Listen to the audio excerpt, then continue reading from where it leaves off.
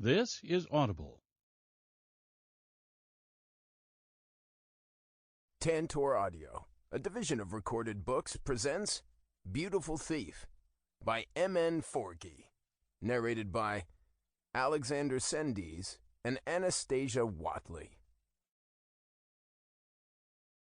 These violent delights have violent ends, and in their triumph die like fire and powder, which, as they kiss, consume. William Shakespeare, Romeo and Juliet. Prologue. Romeo, age 10. Waking up cold, I notice my head hurts, and so does my leg. I blink a few times. The lights from above hazy, and not helping the drum banging inside my skull. Using my hands to push to sitting up, I notice I can't move them. Looking down, I'm in one of those straitjacket things, and my shorts are gone and replaced with a pair of white scrubs. My heart begins to beat so hard in my chest it feels like it's lodged in my throat. Using my shoulders, I try to inch my arms down in an attempt to get out of the jacket. My body temperature rises with my failed attempt, and I suddenly feel sad, but still angry. How could my father let this happen to me? Sliding off the bed, the cold black and white tile beneath my feet, I look to the door that is open, everything slowly coming back to me. Sitting in the far back of the class, I'm slouched back, tapping the head of a pencil on the scratched-up desk.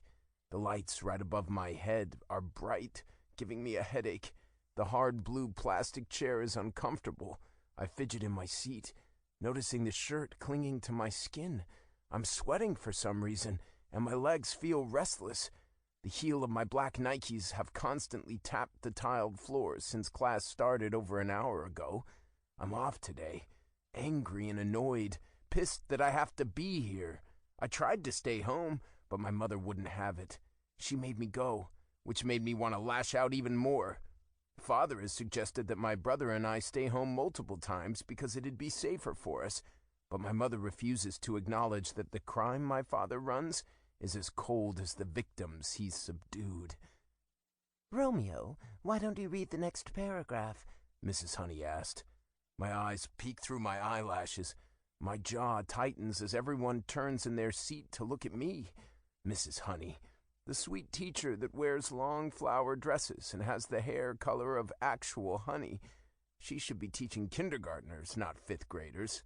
Pass, I grumbled under my breath. I hate reading to the class, and she knows this. I wish she'd just leave me alone today. I don't want to be bothered. "No, give it a try." She pushes, and the unusual feeling I had inside of me since I woke up this morning breeds into something hostile and monstrous. Kaysen and Gunther laughed to themselves from the other side of the class, and my eyes snapped to them, both of them side-eyeing me. The cool kids, at least they think they are. Both with shaved heads and band-name t-shirts and ripped jeans. They're just bullies and dumb fucks. Someone needs to show that Kaysen he's not as tough as he thinks he is. Sitting forward, I sigh heavily and flip the textbook open. "Page 356, Taming the Shrew," Mrs. Honey instructs. Swallowing the dryness suddenly in the back of my throat, the small black words seem like a lot and are intimidating. My feet tap harder and faster, and I run my nails across the back of my neck nervously. I can read, but I do struggle with bigger words, and I hate reading out loud like this in class. Sit by my side, and let the world slip. My words fade, and I wipe my forehead of a sudden sweat. I'm screwing this up. I can feel all eyes on me, and I wish the book would just eat me whole. Why is it so damn hot in here? "Keep going," Mrs. Honey instructs with that sweetest candy voice. "He can't read. He's stupid, Teach," Kaysen shouts, the entire class erupting into laughter. I shoved my book off the desk and looked to him. "Fuck you!" I snarl and stand from my seat. "You want to go, rich kid?" "Whoa! No, both of you take your seats." The teacher raises her hands, her head popping between me and Kaysen. Not listening, I push through the desks and forcefully wrap my arm around his neck. He grunts, and I tighten my hold. Pulling him down, I punch him in the mouth with my other hand, and Mrs. Honey lets out a scream when blood splatters to the class floor. Kaysen cries out with pain, his arms flailing to reach me.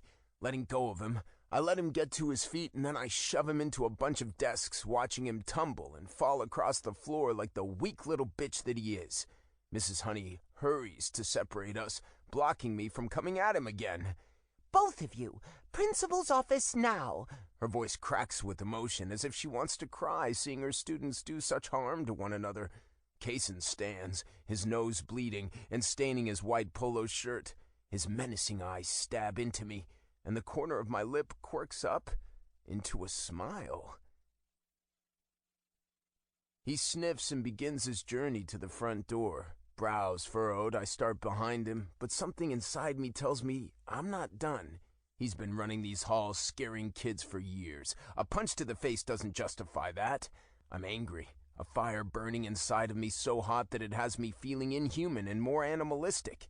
No, I'm gonna show this school what kind of guy Kaysen is. A boy who manifested his own problems onto other kids.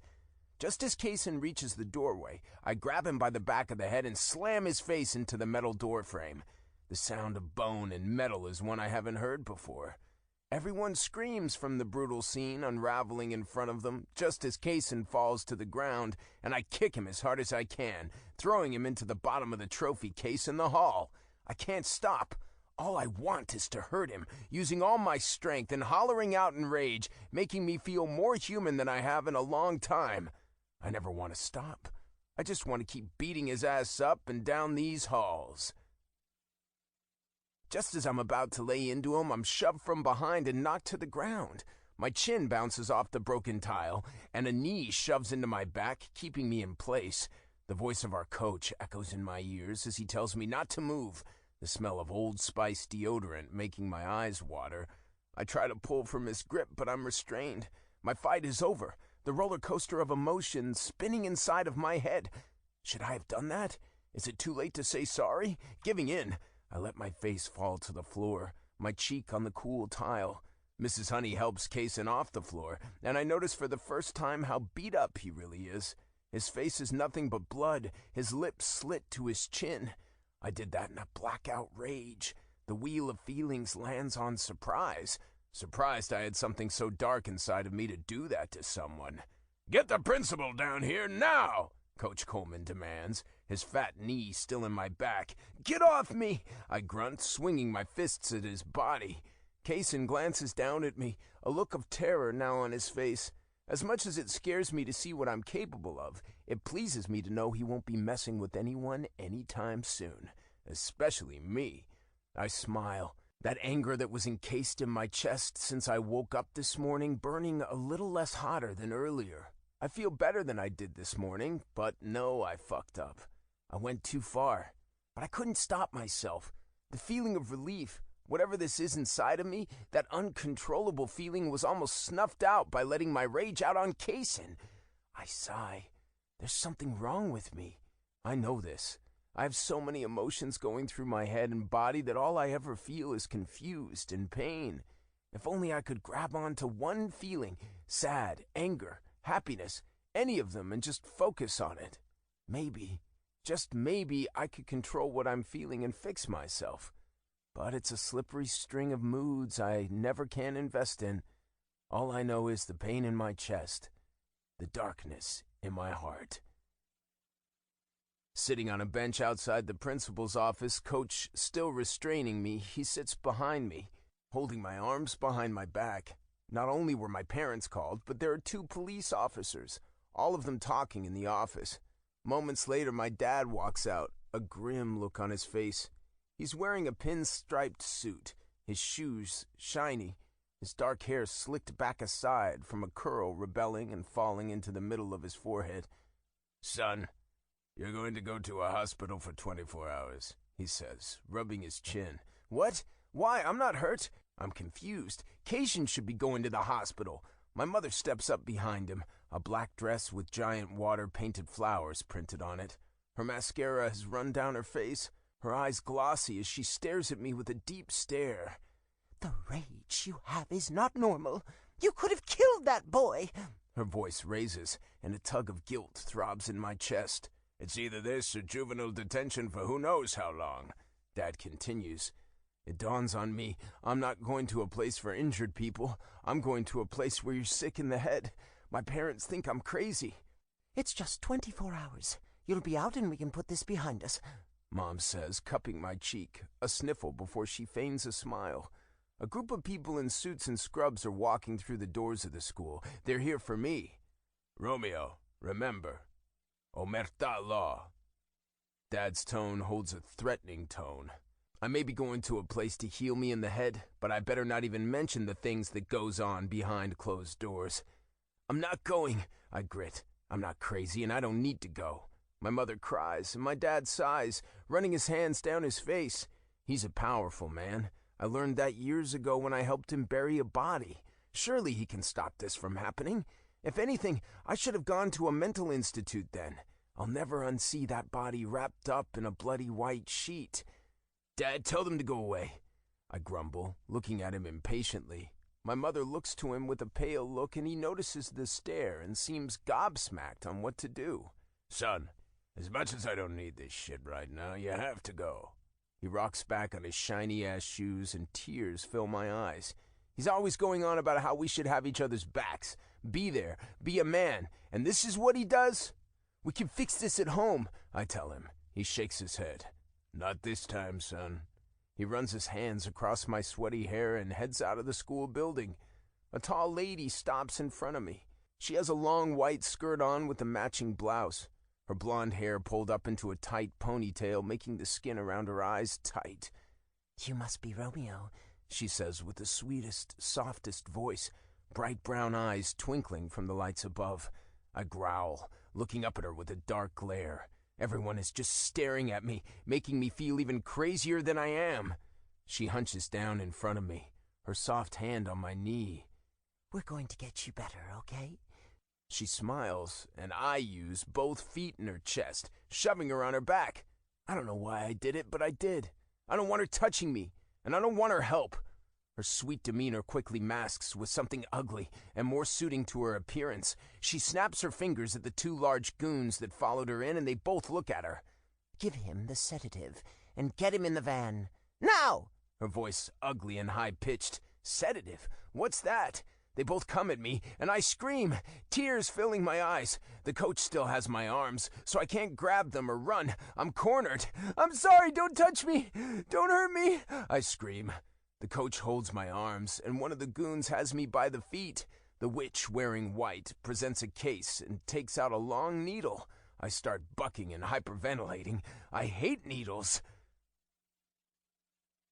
Romeo! I still, the familiar voice of my brother making me look down the hall. Taking advantage of me being distracted, the sharp, piercing needle is jabbed into my leg. My eyes widen from the pain, and I'm suddenly seeing two of Kieran, my brother, the only person trying to save me. He doesn't even know what I've done, but he's here, having my back. He's trying to get to me by shoving my mother and principal, panic on his face as he shouts my name. I want to fight my way free. I want to feel regret for what I did to everyone.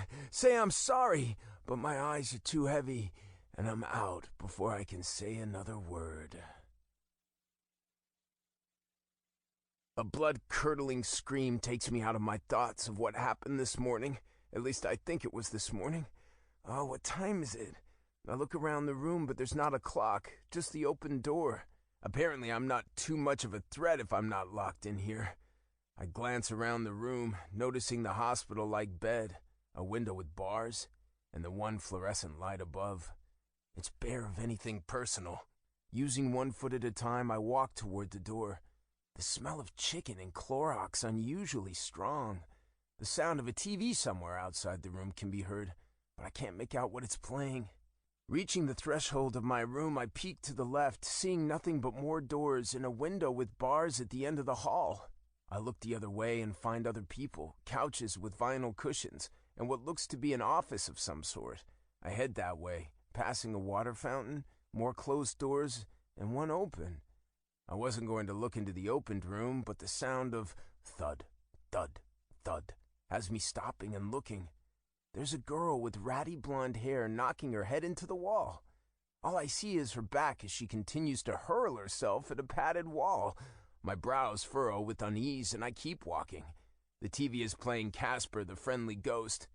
It's at the part where Casper has to feed all his brothers and the food is falling right through him. Several people sit on the couches and floor, watching as if they're in a trance.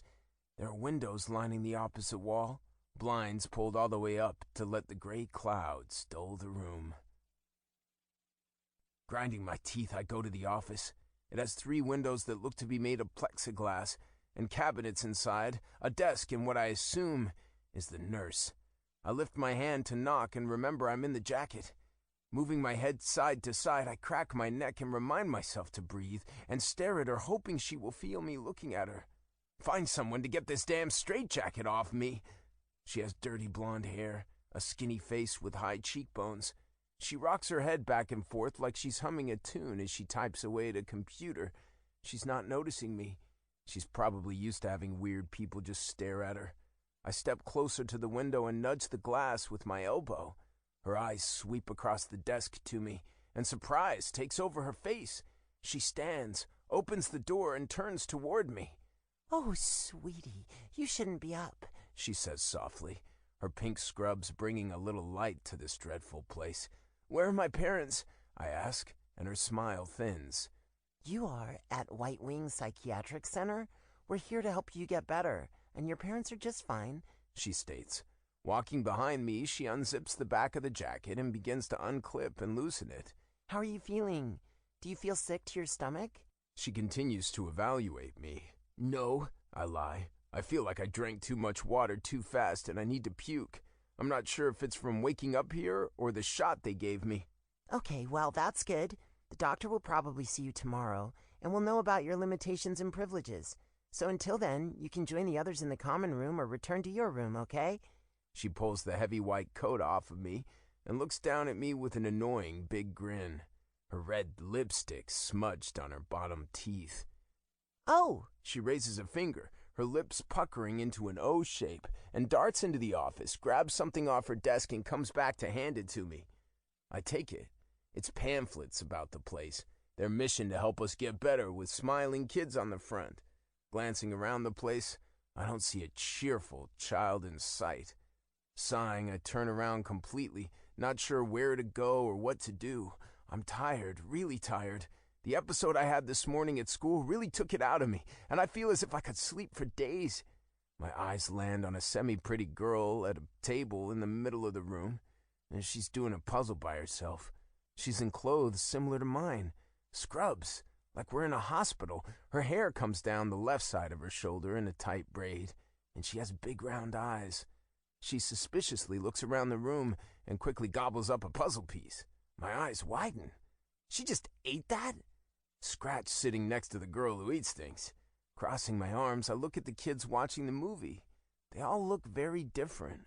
One bald with stitches in his head, a girl with green hair, and I can't stop looking at the girl with cuts all over her face and neck. Did she do that? I don't think I want to sit there either. I don't belong here. Where's my dad? He knows people to get me out of here.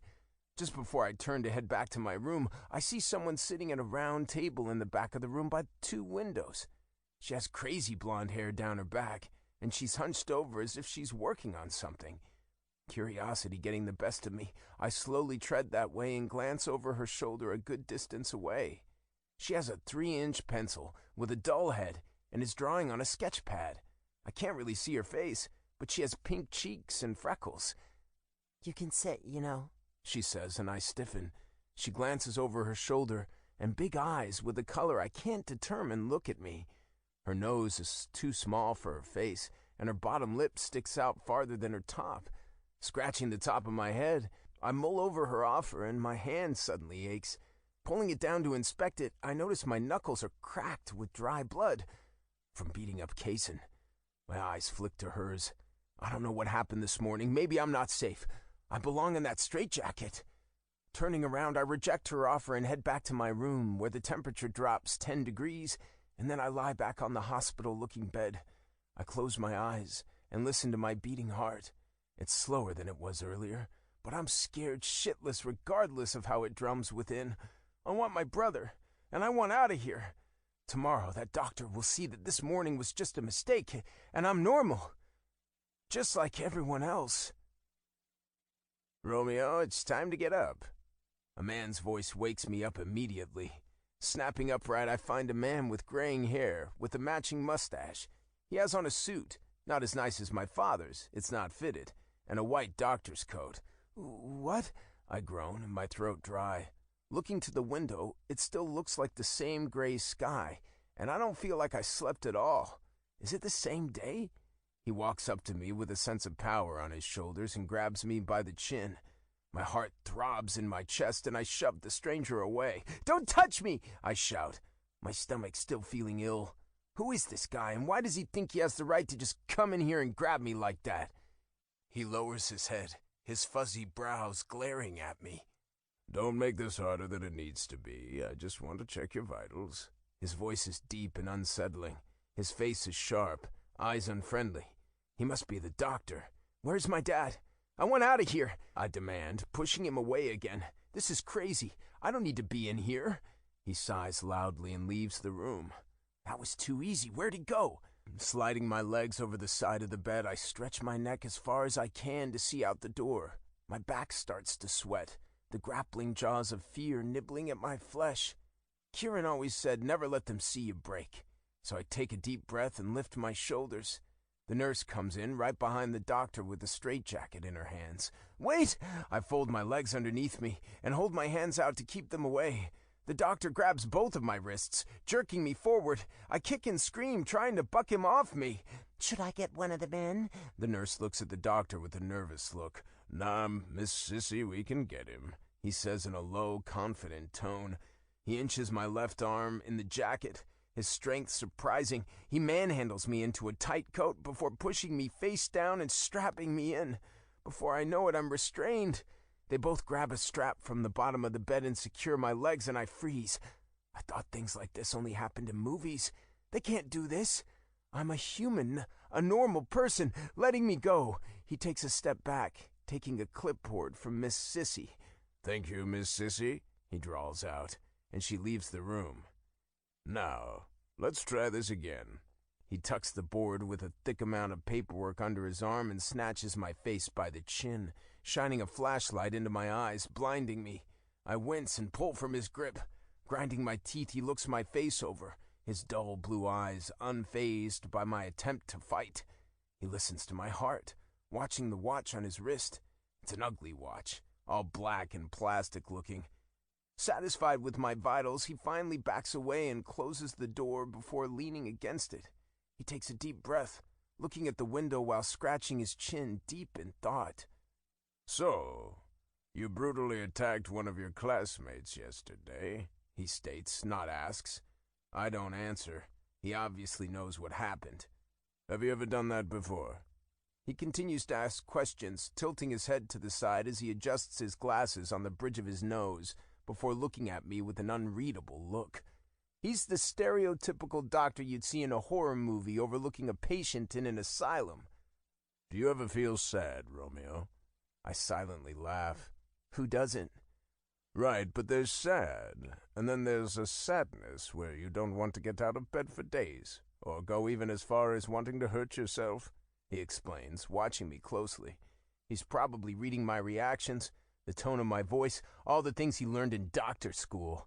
I don't know, I growl, irritated. He taps his chin, humming. I know who you are. He pushes himself off the door, and my eyes widen at the movement. I'm tied to a table in a closed room with a man that has the power to do anything he wants to me. I know your father is known to be a very powerful, dangerous man, he states, but I don't reply. I remain silent. I'm sure you've seen things or heard things that have you feeling uneasy. His glasses slip down his nose, his eyes looking at me intently. I'm not talking about my father, I finally tell him, and he pushes the glasses back onto his nose with a disappointed look. He wouldn't be the first person to try to squeeze juicy stories out of me.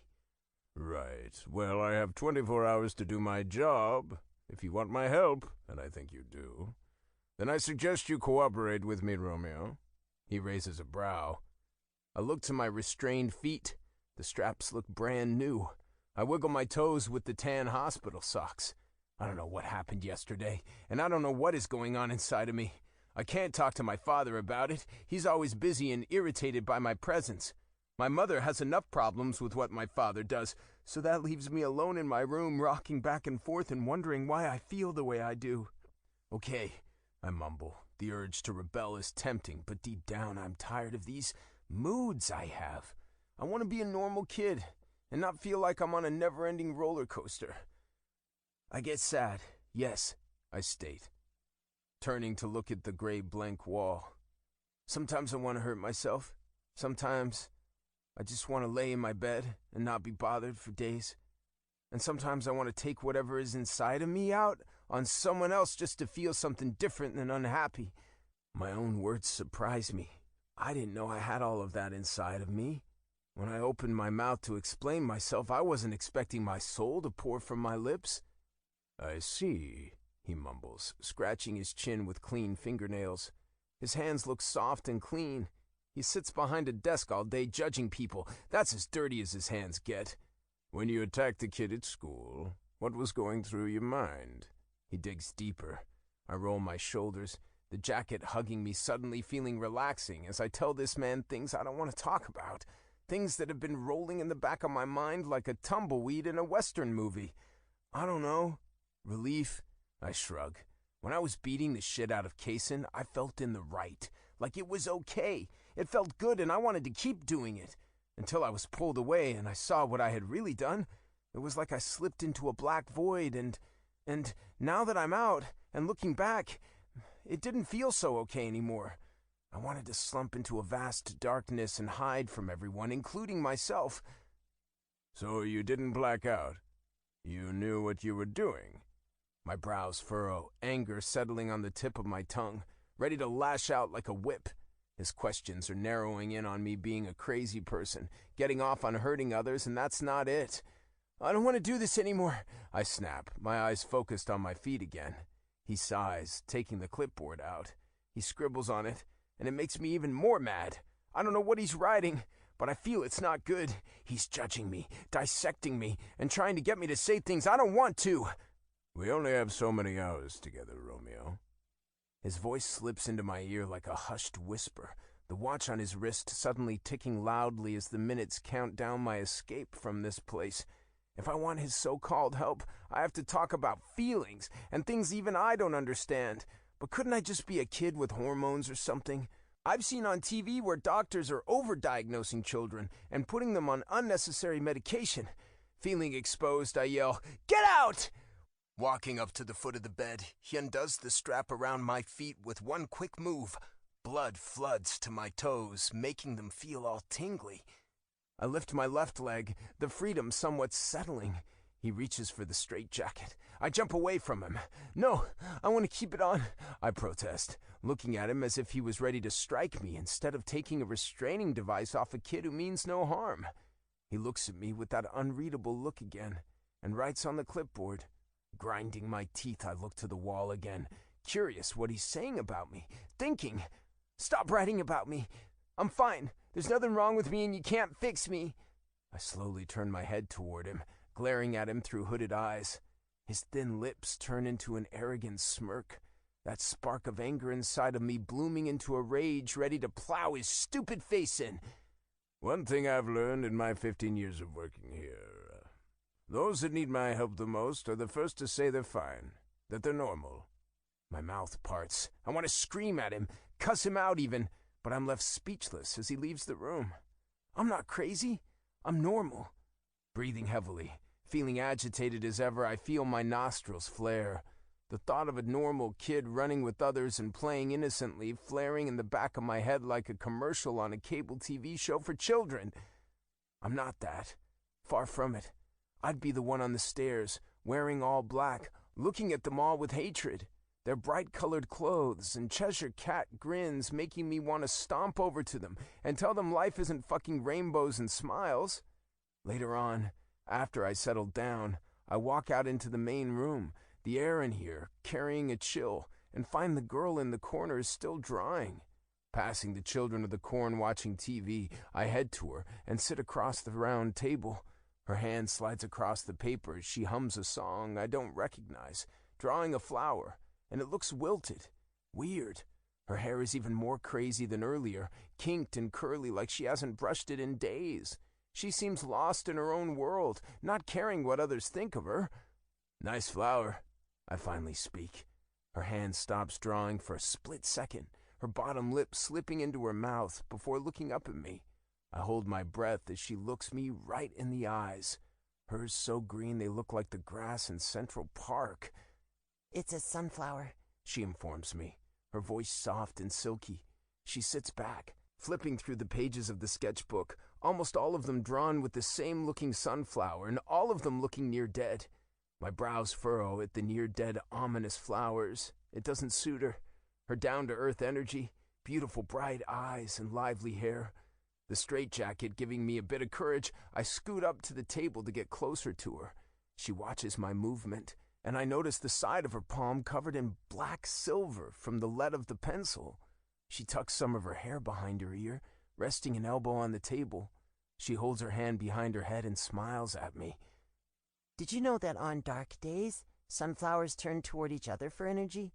She tilts her head to the side, waiting for me to reply. I shake my head. Why would I know that? She gives me an awkward look, drops her hand to the table, and begins to shade around the flower.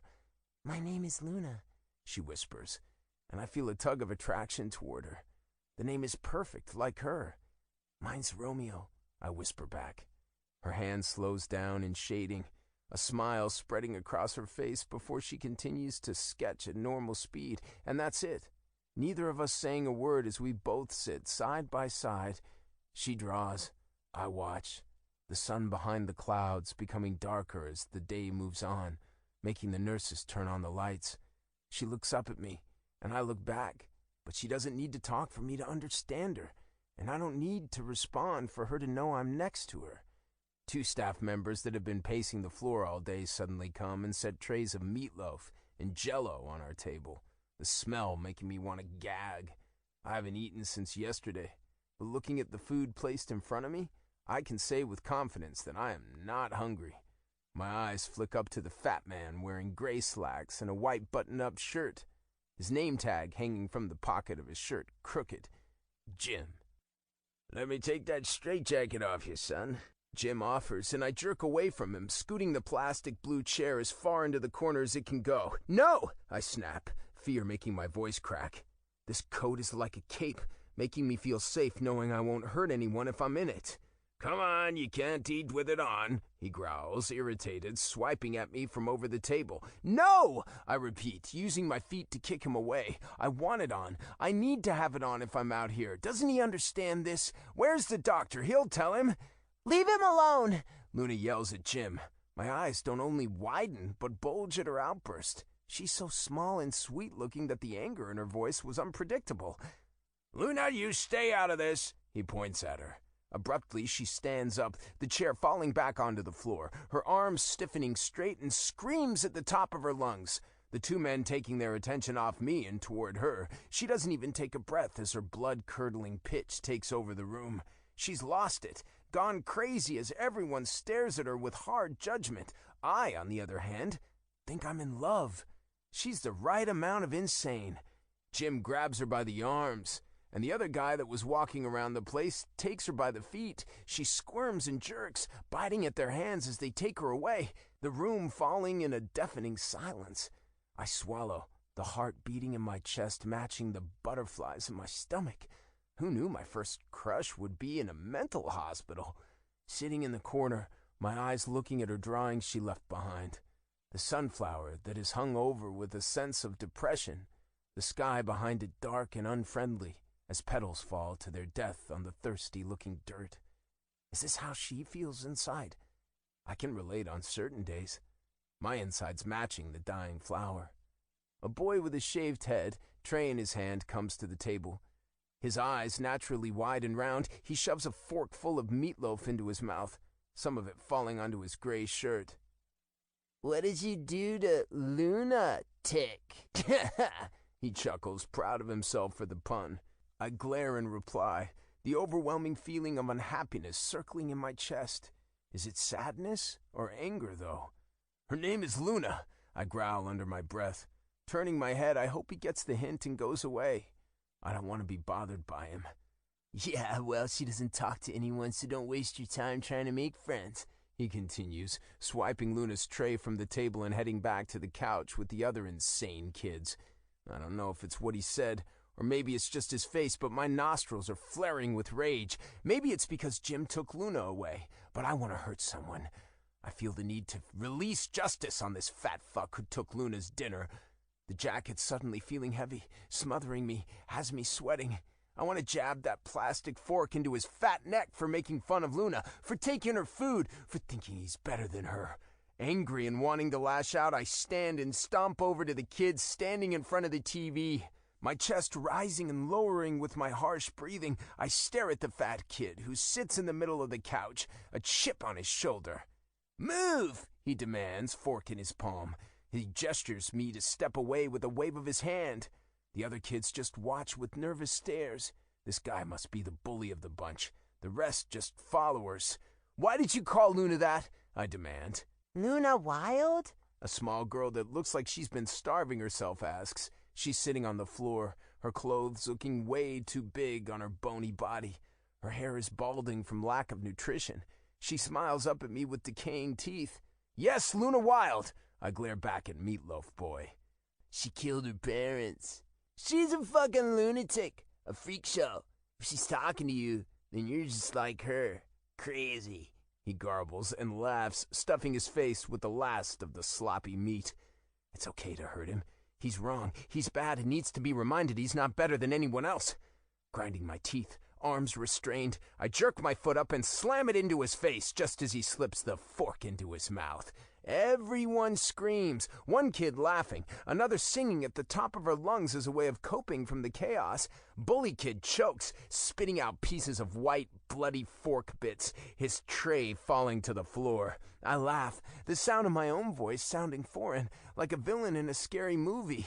Just as I take another step toward the kid, something sharp slips into my butt cheek, and I jerk around, finding Nurse Sissy stabbing me with a needle. You bitch! I slur just as I fall into her arms. The heavy feeling of guilt sets in my chest. Oh, maybe I went too far. I should have minded my own business. I open my mouth to explain myself, but I slip into a deep sleep. Middle of the night, I wake to the sound of Luna's voice. Sitting up, I find myself out of the straitjacket. I rub my arms, goosebumps climbing up from the cool void of smothering restraints. Sliding off the bed, my butt aches from the needle and I wince. Pulling the waistband down my hip, a huge round bruise presents itself. God, those things really suck. Wobbly on my own 2 feet, I follow the sound of Luna's voice to a vent in the wall. I slowly slip to the ground and sit next to it. Luna, I whisper, and the singing stops. Luna, it's me, Romeo. Romeo, she whispers back. Are you okay? I ask, my fingers sliding amongst the rusty vent. Yes, are you? Did you get to keep your jacket?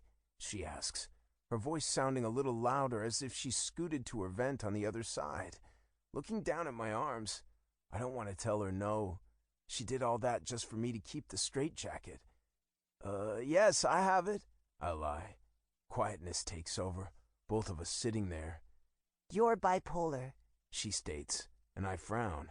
What is that? When I was in the doctor's office, I looked at your chart when his back was turned. He thinks you're bipolar like me, she informs. I don't know what that is, but it sounds like something out of a science book. It's where we have dangerous moods or something. They say we're insane. She continues, the news making me feel sad. I pick at the paint on the wall, not sure what to say. Why are you in here, Luna? What did you do for them to, want to see what was wrong with you? Silence falls between us for seconds, minutes, maybe even an hour. She doesn't reply. Laying my head against the wall, I begin to get sleepy again. My butt hurting from the cold, hard floor.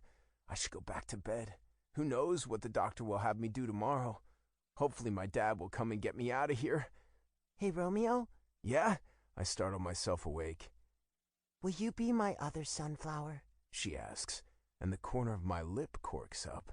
Her and I, both bipolar, turning toward each other in place of darkness? Yeah, I'll be your sunflower. The next morning I watched Luna draw from across the table. She would look up at me and smile every once in a while, and I'd smirk back. Luna Wild was the only thing that made me happy. I didn't want to leave the hospital, so I kept acting out, hoping they'd keep me. But my dad showed up to break me out right on the 24-hour mark.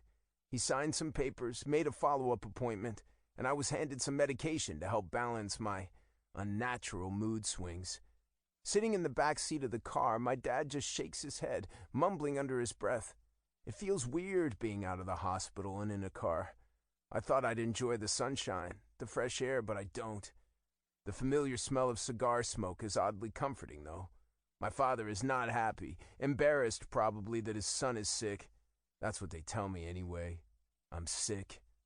Romeo, don't tell anyone about that place or what went on. Nobody needs to know that you're, different. He glances in the rearview mirror, his beady eyes piercing through me. Glancing down at his shoulders, his fitted suit reminding me of the riches and power he has. If word got out that I had a mental disorder, his reputation among the men he works with would fall greatly. He's ashamed of me, and it hurts to know I can't do anything about it. Biting down on my emotions, I grip the orange bottle of pills in my hand. I feel angry, sad, and confused.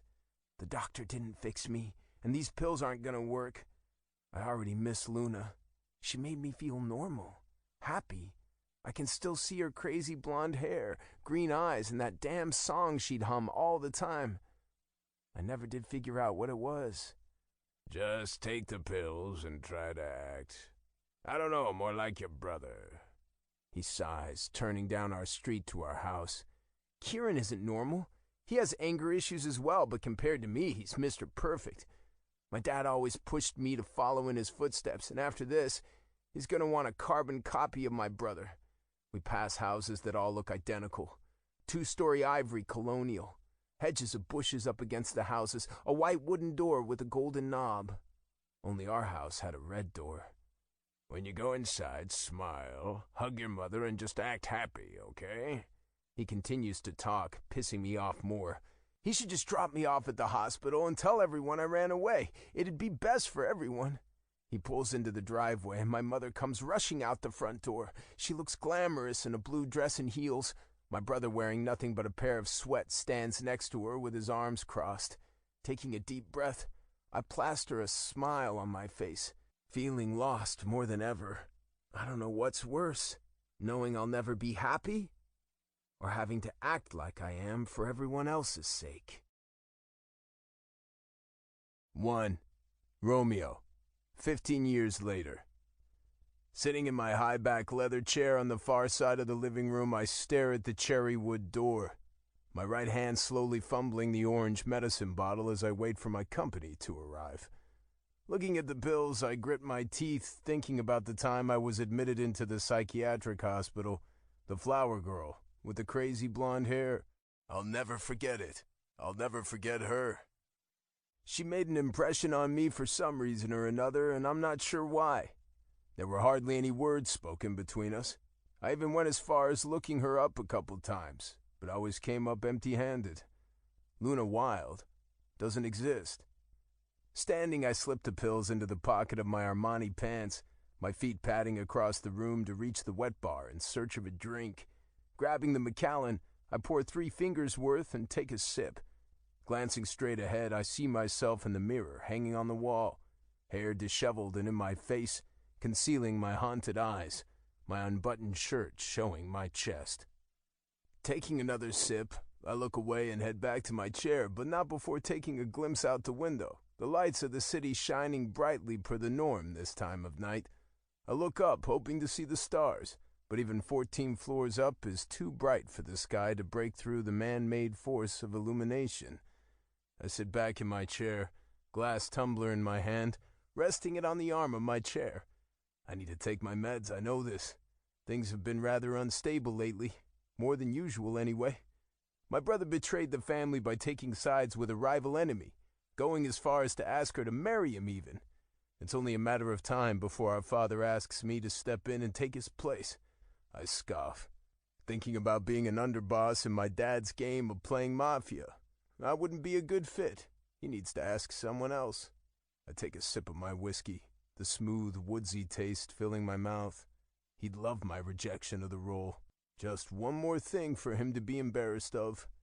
I have a darkness inside of me that can justify taking the place of a dangerous criminal, but my unpredictability makes me more dangerous than any man at my father's table of organized mobsters. One wrong word, a song, or even something as simple as a smell can trigger the monster inside of me that nobody, not even myself, can contain. That's not someone you give power to. That's someone you keep it away from and remain vigilant of. But the life of being an outlaw goes as far back as I can remember. It's ingrained in our DNA by now. Even if I rejected my father's proposal, I'd wind up doing something seedy and illegal. A dainty knock grabs my attention, my palm tightening around my glass of whiskey. She's here. "Come in!" I raise my voice and the doorknob turns just as the door swings open. A tall blonde sachets into the room, gently shutting the door behind her.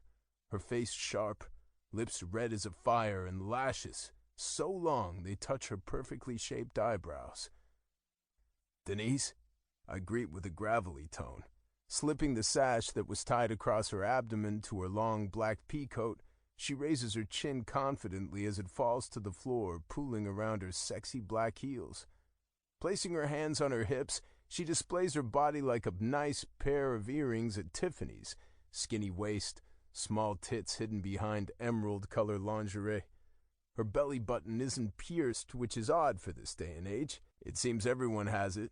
Her hips are wider than the rest of her body, but I like that about her. Blackwell Estate knows how to pick their women well, and Denise will be worth every penny. The Blackwell business started in Nevada and has since popped up a few secret estates around the country, one being here in New York. Romeo, I see you can't get enough of me, yeah? A smile tugs at her face, showing her bright white teeth. I smirk, looking to the last of the amber liquid in my glass. I don't have any problems getting women, but I'd rather pay for ones who comply with what I enjoy, rather than traumatizing some woman at a bar just for the sake of a one-night stand. Standing, I set my drink down on the wet bar in passing and step around Denise, looking her over, her soft, milky skin calling to me like a siren as I circle her like prey. You know, I've given you my personal number. You don't have to go through the company, she reminds me. Reaching for the drawer to the left of us, I pull out one of my favorite toys, at least when it comes to Denise. "Sweetheart, if you want someone to pillow talk with, you can hit McAdams' bar down the block. Now, if you want to be fucked until your knees shake and you need to come for air," I present the ball gag, a strap in each hand. "Then open your mouth and quit talking." Her eyes gleam with arousal, and my cock grows in my pants. I love that she's a kinky little bitch. Strapping the apple-red ball into her mouth, I adjust the straps around her perfect face and silky hair. Leaning in behind her, my lips brushing behind her ear, I whisper, "That's a good girl." Grasping her by the hips, I turn her and push her forward a few steps to where she's able to grab onto the kitchen island if she needs to. I bite her shoulder, kissing it afterward, the smell of her perfume causing my cock to throb, knowing what's to come. She moans behind the ball gag, and I lift a brow at her excitement. Running one smooth finger under the elastic of her thong, I slip them down her round ass and let them free fall to her shoes. Using my hand, I bend her over and undo my pants with the other hand, pulling my cock out. I pump it a few times before letting go and swiping it between her folds, testing her pussy for how ready she is for me. She's practically dripping. Pleased with her arousal, I grab the condom I set out on the counter and slip it on, and then fist my dick, slip the tip of myself into her. She gasps as I fill her, and my head draws back with satisfaction. She's so warm and hugging my cock deliciously. Digging my fingers into her hips, I begin to thrust in and out of her, my only goal to climax. Aside from my hands on her hips, I keep contact minimal, not wanting to convey a different message than what is happening here. Fucking. A transaction between two consenting adults. She squeals, moans, her eyes watering as I slip in and out of her cunt not able to take all of my cock. I keep slamming into the back of her until pressure shoots up my thighs and I come. Closing my eyes, I take a deep breath as I fill the tip of the condom. She heaves for air, so I unclasp the gag just as I pull out of her. Tearing the condom off myself, I push my pulsating dick back inside my pants. Turning, I find wetness on her cheek from her eyes tearing up. Her legs shake as she walks across the room to her coat.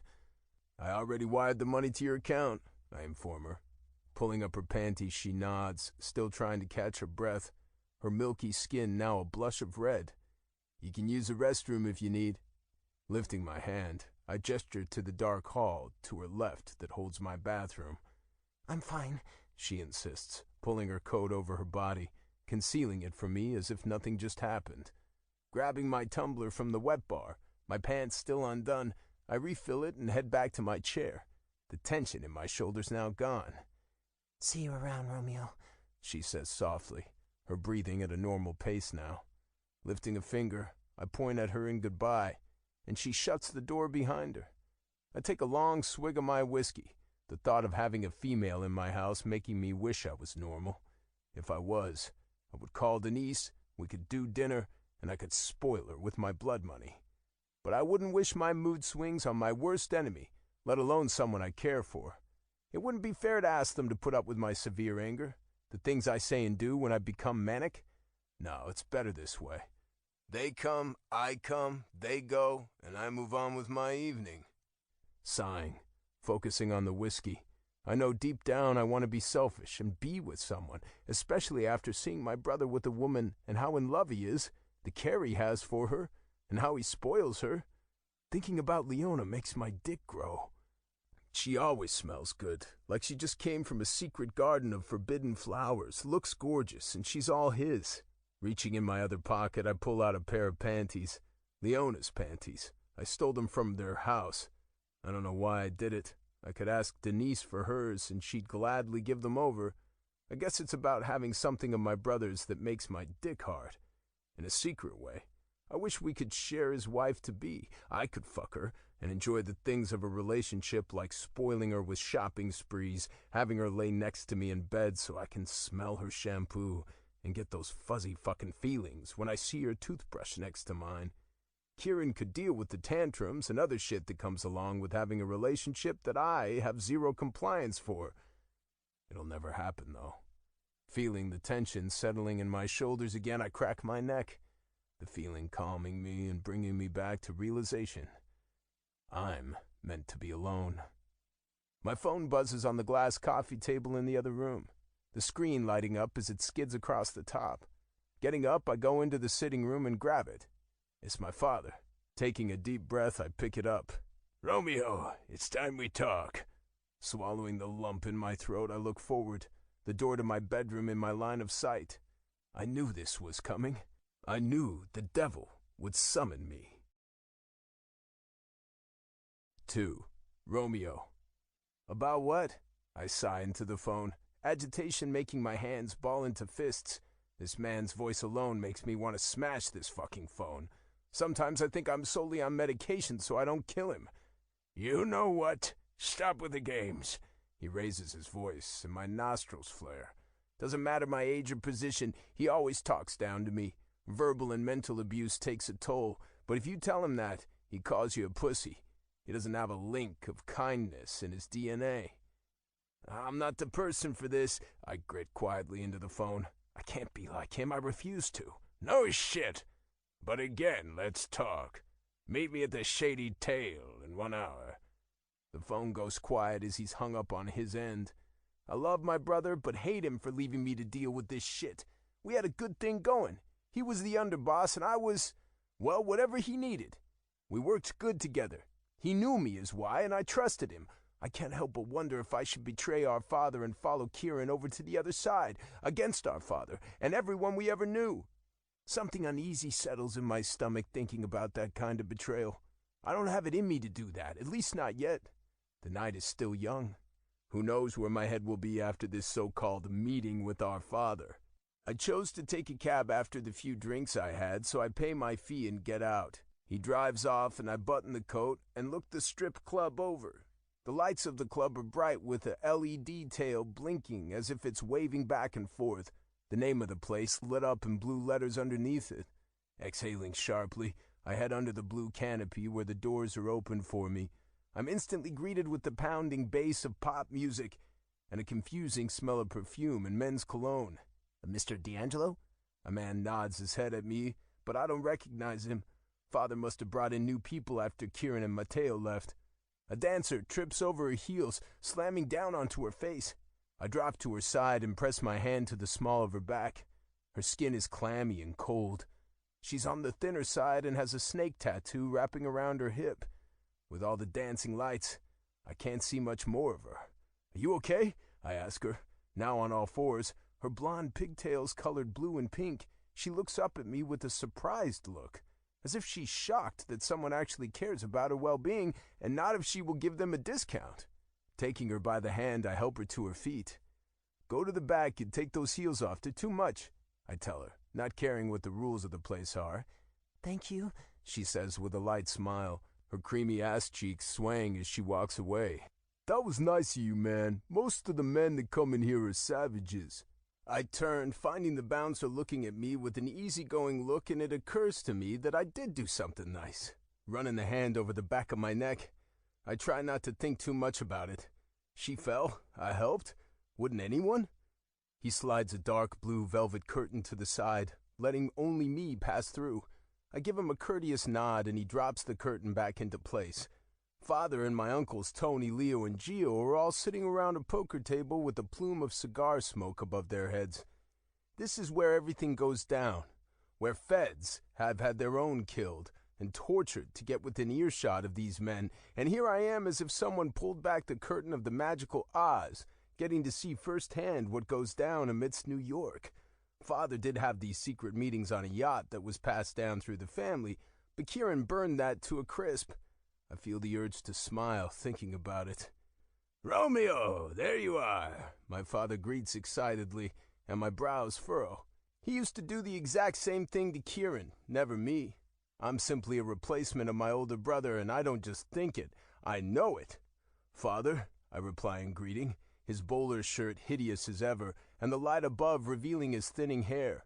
Unbuttoning my jacket, I take a seat in a velvet black chair and try not to think about what devious sex acts have been done in it. You son of a bitch!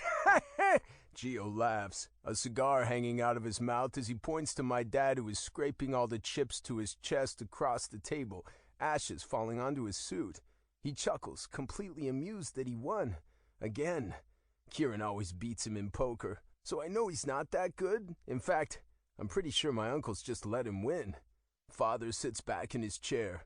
A woman with a black silk see-through robe comes from behind the curtain, her blonde hair sitting on top of her head in a pile of delicious curls. Without saying a word, she fills my uncle's cups with a decanter of whiskey, her eyes cast down while she pours. You want something? Anything? Father points his chubby finger at me, acting as if I'm his VIP. Georgie here will get it for you. He continues before looking up at the tall beauty. This is my son, he informs her, and her eyes cast my way. He looks like you, she says softly, and I lift my right eyebrow. It's apparent my father has everyone wrapped around his finger, but not out of respect. It's out of fear. I'm good, I reply callously, ready for whatever my father has to say, to be said. She says something to my dad that has him laughing under his breath before she leaves the room. I'm sure he's fucking her. But as a man in his crew, it's my job to look my mother in the eye and assume otherwise. Have you talked to Kieran?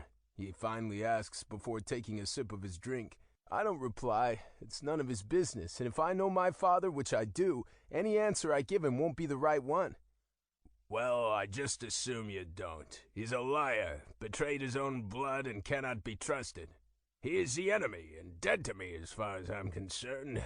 His tone of voice holding a sharpness that reminds me of only a sword, one that has been through fire and flames of treachery, and is glowing the color orange. I bite my tongue, keeping from reminding my father that he tried to have him and Leona killed. I'm not surprised Kieran fought back with a power so bold that even I can't follow his footsteps. Sitting forward, I rest my elbows on my knees and rub my palms together anxiously. Why am I here? You want the kid to take the position, don't you? Gio asks, and my father's eyes squint as he sizes me up. I don't know what he thinks he's going to see. He knows who I am, knows my weaknesses and strengths better than anyone. My eyes go to Gio, his pink tie strikingly bright against his Armani suit, but he looks good compared to the rest of these chuckleheads. He wouldn't have asked my father that if they hadn't already talked about me taking the position. Father is fucking with me, making me out to be lesser of a man than others that are up for the job. I don't know, he mumbles, rubbing his chin. Grinding my teeth, I fight the annoyance biting at my tongue. I can't help but curse fucking Kieran leaving me behind to deal with this shit. Nice, he had me come to this shithole just so he could tell me he's unsure of my placement in his world. He could have saved me the cab fee and told me that over the phone. Power isn't just handed to someone. It's something that is earned through years of loyalty and hardships. I don't expect you to hand me the title of underboss simply because I'm your son. Nor do I want it. I stand, buttoning my jacket. I seek more. I may have my dark moments, but I want a throne where kindness isn't a weakness, which is not in the mafia. I show respect even if people don't deserve it, and this shouldn't make you question my character. If anything, it's a reflection of the man you are. He stands, slamming his fist on the table. Chips scatter, cards falling to the floor. You do not talk to me that way, he roars, and I tilt my head to the side at his tantrum. I've killed men for saying lesser to me. Right, you're the devil, I know. Thing is, the devil used to be an angel. I was never an angel, I'm worse. Lifting my brow at him in a sense of challenge, I turn to walk away, leaving Oz, the powerful, great, speechless. Wait! We need him! Gio proclaims. What if... My father hesitates. I can hear the struggle in his voice as he sits in his chair. A test! I turn, intrigued. Mr. Ludwig, who owns the liquor store on the west side, he came to us about an hour ago. He wants a loan to put his daughter through vet school. He shrugs, looking at my uncles before back at me. Do we give him the loan? If we do, at what percentage do we charge him before it's paid off? Or do we take something as collateral? Yeah, like his Camaro. Tony laughs. Ludwig has a slick 1967 Chevrolet Camaro, gorgeous sky blue with black stripes. His daughter is a couple years younger than me, never actually spoke to her, but she seems nice. The Ludwigs almost had to close their store a couple times. Their credit is shit, and they can't get a loan to save their life, let alone put a kid through college. The old man just can't catch a break. You give him the loan, and when she graduates, you help her get her own practice and write us scripts for controlled prescriptions. My dad's eyes light up like eyes of the Cheshire Cat from Alice in Wonderland, my Uncle Tony's mouth dropping in awe. If she doesn't follow through with her ambitions or the deal, then we whack the old man. I crack my neck, awaiting my father's grading of this so-called test. This way we don't have to worry about our men who are going to doctors for shit, or us paying out of pocket for drugs. Mr. Ludwig will have to have a lot of faith in his daughter to go through with her graduating and the deal afterward. His life is and will be on the line, so he better have a lot of faith in his daughter. Silence falls over the room, my uncle's looking to my father. He nods, looking at the poker table. I'll be damned, he mutters before looking back up at me. That's fucking brilliant. Just brilliant. He praises, and something weird settles in my stomach, like butterflies or a fuzzy feeling you get on Christmas morning. I don't like that I enjoy his approval. You're better than Kieran. He points at me, but I don't say anything. My brother would probably have a better plan, if not the same one. He taught me the trade of living the life on the other side of the tracks. You either learn to walk them or get killed trying.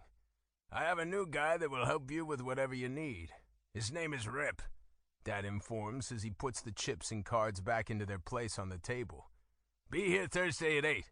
I have a potential client coming through, and I want you there, with that big brain of yours. He looks up under his lashes, a maniacal look if any. My uncles might be impressed with my idea, but looking into my father's eyes, he's pissed I outsmarted him in front of his goons. Yeah, I'll be here, I informed dryly, and leave the room before he can say another word. The smell of strippers' perfume and smoke hit me like a brick wall, the beat of the music almost as loud as the pulse in my neck before I step outside and let out a breath I had been holding the entire time inside the other room. Leaning against the brick wall that makes up the side of the building, I try to catch my breath and my sense of reality. I don't want this. Why did I do that? I should have said something else and failed his test, but I couldn't. It's as if something deep inside of me wanted to show him what I'm capable of and what he's been overlooking all these years. Now I have the power to do whatever the fuck I want, and all I can say is New York is not safe in any way, especially if all I desire is to show everyone what I'm capable of. I want to wreak havoc as much as I want to offer peace. There's a fine line there, and I want to find it. Will I show mercy for women and children? The so-called respect I say I have, will it stay rooted in my soul when a man is groveling at my feet for one more day to pay his debt? I am afraid I shall not spare even a second more thinking about my character, as long as my acts of solidity please a man I've been trying to my whole life. A man gets out of a cab with a buddy, both of them laughing as they head inside. I slip into the back seat and tell the driver my address. Am I a good guy or a bad guy? The notion teeters on my soul like a man on the bouts of sinning. This is why I didn't want this position. I'm too back and forth, and in the world of mafia, everything is final. 3. Romeo. In the back of the cab, I rock back and forth as we make our way back to my place. Everything my father wants of me and expects raining through my head like a bad storm. I know the rules of the game when running organized crime. There's no room for weakness. Like my father and my grandfather, they've become ruthless, menacing men, not using their power for the greater good in any way. I can't help but think with that much respect and hierarchy, why not try to help where you can? I don't know.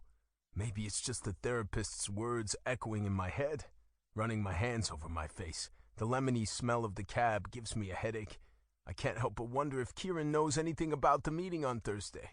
Slipping my phone out of my pocket, I shoot him a text. Are you at your place or Leona's? Mine. Slipping my phone back in my pocket, I lean forward. Change of plans, I tell the driver, and have him go to Kieran's apartment. As soon as we pull up to the curb, the headlights shine across the steps to the front of his place, revealing him sitting on them. I give the guy a 50. Keep the change, I mutter, slipping out of the ripped-up back seat, the fresh air of the night taking the ache in my temples to a tolerable pain. He drives off, and my eyes meet Kieran's. He's sprawled out on the steps of his place, looking like a father's worst nightmare with all his tattoos. I'm surprised he's not in a suit. He's always wearing the most top-of-the-line shit. I figured you'd pop up, he says with a slight grin. His hair disheveled, chest bearing his tattoos of cheesy mafia quotes in tribal ink. Making my way to him, I sit next to him on the steps and pull out my cigarettes, lighting one. It's funny if you think about it. Father always offered Kieran a smoke after doing something shady, but I was the one who picked it up. So, what brings you here? Kieran asks with a bored tone, rubbing his palms together. He's wearing sweats. I haven't seen him in something so casual in a while. Father wants me to take your place, I tell him, and for the first time a heavy awkwardness sets place atop my shoulders. I guess I never really thought that taking Kieran's place might make him angry, or even feel the need to be my enemy rather than my brother. I figured he would, he informs with a sharp inhale. Is that what you want? I can feel him look at me, but I keep my eyes focused forward into the dark. Random cars passing by giving a glimpse of brief lighting before the dark consumes my distant vision. I don't know. I think so, I mutter, looking down at my hands. I really don't know what I want anymore. I didn't think I wanted the job, but when I was in that room tonight, something inside of me wanted to show our father I was more than capable of the position. That he's underestimated me all these years, but I don't think I could be under his scrutinizing thumb overall. It's not like I can say no even if I wanted to, I continue grimly. We were born into this. We are either beside our father or against him. I wouldn't be surprised if I reject the offer if he comes off as pissed but is really grateful on the inside because it gives him a reason to come after me. Sometimes I swear I'm adopted. There are ways, Kieran says smugly. I silently laugh, glancing at him momentarily. I think you just want to rebel, start a war and be the last one standing, I state, and Kieran shrugs, knowing I'm right. He's always pushed the rules and stood ready and bound to fight to the core of anyone who dared tried to question his reasoning. To be honest, it's something I admire about him. I want to push the limit, but I'm scared of myself. If I let myself go to that level, will I be able to reel myself back in? I might be worse than our father, who knows? Dad has me going with him to meet a potential client Thursday. Know anything about it? I finally ask, not wanting to think about my mental illness a second longer. I want to know ahead of time so I can prepare myself, show up ready and knowledgeable on whatever deal we are about to make. Kieran shakes his head. Nah, he didn't say anything to me about it. Must be new. I think it is. He reaches for my cigarette and I give it to him. He takes a large inhale and gives it back. How's everything going with Leona? He exhales and runs his hand through his hair. She's coming along. I'm teaching her new trades in the game. Things to look for in our men, things like that.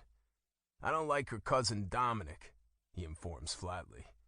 Do you think she has the balls to be the head of such a savage operation? I can't help but ask. I've never heard of a woman running things, ever. I don't know. I've mentioned a few times how we will have to be hard on some of the old dealings her side of things had once run, and she agreed, but hesitantly. He's talking about offing people who used to work for her family. They might owe money or aren't coming through on their side of things. I can't imagine a woman being okay with whacking people and burying them in the night. Then again, Leona is kinda different. She's strong and unpredictable. She could surprise me. And what if we cross ties, you and I up against each other over a client? Silence blankets us both, neither of us knowing what to say if the matter should happen. I'm trying to avoid that from happening. He speaks softly, looking down at his hands as he rubs them together again. But even I know that if we both wind up at the same place demanding a product from a buyer, or a job needs to be seen through and we cross paths, we will be enemies. This easy chat on the stairs in the middle of the night long forgotten. An inscrutable expression slides across my face when I think about losing Kieran. We're close. I stand, sighing loudly and flicking the cigarette I barely smoked to the sidewalk. Death is certain. Life is not, I mumble. Amen, Kieran agrees, standing beside me. We look at one another, unspoken terms being passed through our pupils saying, please stay out of my way. Grabbing my palm, he pulls me in for a hug, patting me on the back. You can do this, Romeo, he whispers into my ear. Closing my eyes, I take his words to heart and try to ignore the fact that someone is so close to me, even touching me. He knows me better than anyone, and if he says I can do this, then I can. Letting me go, I head down the stairs and decide to walk home instead of taking another cab. Slipping my hands into my pockets, I look up, hoping to see stars, but New York is just too busy to let the magic in the sky shine through. 4. The Girl. Sitting on my cot that sags mere inches away from the floor, I reach for my water bottle on the wooden crate I've been using as a nightstand, shaking it for any signs of water, but it's bone dry. Sighing, I toss it to the floor. It's been almost a whole day since they've given us water. My fingernails scraping into my hairline, I try and run them through my clumpy, dirty hair, but they don't make it more than a few inches before getting tangled. I'm hot, hungry, and anxious. I'm ready to be out of this cage. The smell of body odor and wet concrete is almost gone today. That, or I've become used to it. Glancing up, I see a dozen women of all shapes, sizes, and colors walking around.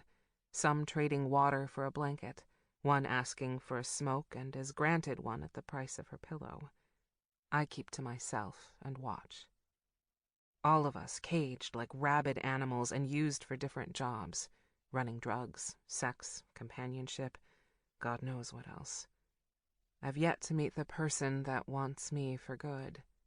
God, I feel like a child waiting to be adopted. Only thing is, my caretaker may adore me or treat me like the bad secret I am. A metal bat slams against the silver chain-link fence that keeps us in, and I jolt upward with fear.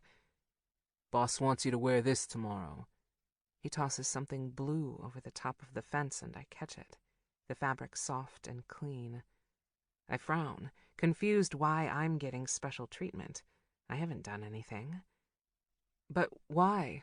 I ask with a hoarse voice, my tongue drier than I thought. He ignores me and goes to another girl, tossing another piece of clothing over the top, but hers is gold. Knowing I'm not going to get any answers, I look down at what I was gifted and unfolded.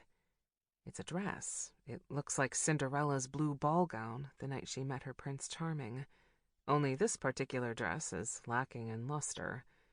The seams are sewed poorly, the material so thin and blocky that it had to be a Halloween costume, a cheap one. Why does he want us to wear this? He is me assuming the boss is a he. I've never met the boss. I've just been traded and rented for the last 10 years. I was chosen to run drugs once when I was 15. I had to swallow 2 balloons full and fly to Missouri and transport it back. I was given a cot when I arrived back for my good behavior. I thought about running, but I was terrified. I was just happy to be out of the dark in the sunlight, wearing half-clean clothes and around other people. I guess I'm conditioned to focus on what I'm being rewarded rather than running. However, a year later, I was sex trafficked, but it didn't go well, so it didn't last long. I kept puking on the clients every time they tried to have sex with me. So I was taken back, resold like a stereo that was out of date and nobody wanted. But still, I see robust, rich men, receding hairlines, and the smell of cologne when I come close to men. I'm broken, traumatized by the nearness of any man. So that begs the question, what are they doing with me tomorrow? Anxiety eclipses my thoughts, and I have to suppress a shiver. If it's one thing I've learned, it's how to seem cool and collected on the outside. The wolves feed on fear. Who you got? I carefully glance up, finding a woman staring at me with a blue and yellow dress in her hand, Snow White, I believe. Her dark skin is dry, her hair that was once braided, knotted, and looking like it's about to fall off her scalp, stares down at me with dilated eyes. I look to the guards. One of them must have given her something, probably in return for sex. I become icy with panic, nervous they will think I'm into that if this woman associates with me. Cinderella, I think? I mutter, my fingers sliding against the material, terror thundering inside my chest. Why is she here? What does she want? No shit. My mother used to read that one to me when I was a kid, but the last 3 pages were missing, so I never knew how it ended. She says, with a thick accent I can't place, her lips pursed as she talks with her hands. I give a small smile. I don't know why she's being friendly, but I'm not buying it. She wants something. Name is Kist, she says, sitting next to me on my cot. Her closeness makes the hairs on my arms raise with alarm. I don't like people touching me or being this close. Not since the whole sex trafficking thing. Don't touch me. Why do you think they want us to wear these? She asks, holding hers up to her chest. I shake my head. I don't know. They're trying to doll us up. God, I hope it's not because we're being bought or traded for sex. My stomach turns upside down, thinking about a greasy, fat man's fingers prying at my body. I cover my mouth in an attempt to stifle a burp. Could be puke, I'm not sure. The lights go out, and I know it's them telling us to go to bed. Ah, damn, Kist mutters. I hate when they do this shit. Yeah, I know what you mean, I reply, trying to be friendly. They ain't even gonna fill our bottles tonight? What's that shit? She sneers, standing with a hand on her hip. She's thicker than me, tougher, too, judging by her attitude. I could use her as a friend. Well, see you tomorrow, Cinderella. She salutes me before walking away. Folding my dress, I place it on the wooden stand and go use the bucket in the corner to pee before bed. I keep my eyes wide open, even though it's pitch black. I pee with trembling legs, hoping nobody tries to kill me for that stupid dress or my cot. Everything that's bad happens at night. When I climb into my cot, the smell of my own body making me turn up my nose, I pray to God that somewhere along the line of tomorrow's trip, a fairy godmother appears and I'm finally saved from this world. She'd have a wand, there will be glitter and smiles and light of the most beautiful kind. In fact, there'd never be darkness again. She steals me from this dark, bleak world that lives right in front of everyone's eyes. People in the public see one of us women every day, but nobody ever thinks anything is out of the ordinary. Even though we look the way we do, our eyes staring just a second longer than necessary, in the hope someone will ask if we're okay. But it never happens. And at the end of the day, we're brought back to the pit. Here. When I was a kid, I used to watch Disney movies and kiss the TV just when Prince Charming would come in and save the day. It's a crock of shit, setting you up for disappointment at a very young age. There's no such thing as Prince Charming, and the sooner little girls accept that, they'll stop focusing on love and be independent. My kids will never watch those movies. Shifting to my side, I know it's just a wish, though. People like me don't get happy endings. I've always been a prisoner. I don't know anything different. Thursday. Romeo. Stepping out of my house, the chill from the night tries to break through the jacket of my Armani suit. I straighten my arms and adjust my tie. Seeing as this is the first official meeting with me being the underboss, I thought I'd dress for the occasion. Really, I just don't want to listen to how my father is disappointed I wore jeans. Reaching for the door handle of my Navigator, I notice a slight shake to my hand. Jerking it back to my chest, I grip my teeth and hold it tightly with my other hand. I hate that I'm so nervous. Why am I so nervous? I know why. It's because I don't know what I'm walking into tonight. Cracking my neck to the side, I exhale sharply and get in. My father offered to have a car pick me up, but I'd rather drive myself. Ever since we were kids, I've been the one who preferred things to be simple, I suppose. My parents and brother like expensive name brands and are always trying to make an entrance wherever they go. I stay in the back and under the radar. I always have. As soon as I pull into the driveway of the Shady Tail, a slick black town car is sitting in front with its lights on, a plume of muffler smoke clouding the entrance. The back window rolls down, so I roll mine down. My dad looks back at me from the back seat, his hair slicked back and face freshly shaven, menacing eyes staring right at me. "Follow us," he grumbles before rolling the window back up. The car slowly pulls away. I tuck up behind it and follow. We pass tall skyscrapers, people crowding the streets, and head away from town and toward Brooklyn. Down a seedy street, away from more lights and people, and down the rabbit hole where criminals and the most wanted of thieves do their hustling.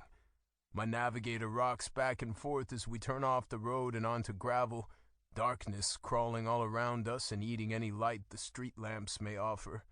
Driving under a bridge with spray-painted symbols all over it, the hair on the back of my neck stands on full alert. Headlights just up ahead of a van and a small car I can't make out seem to be where my father's town car is heading.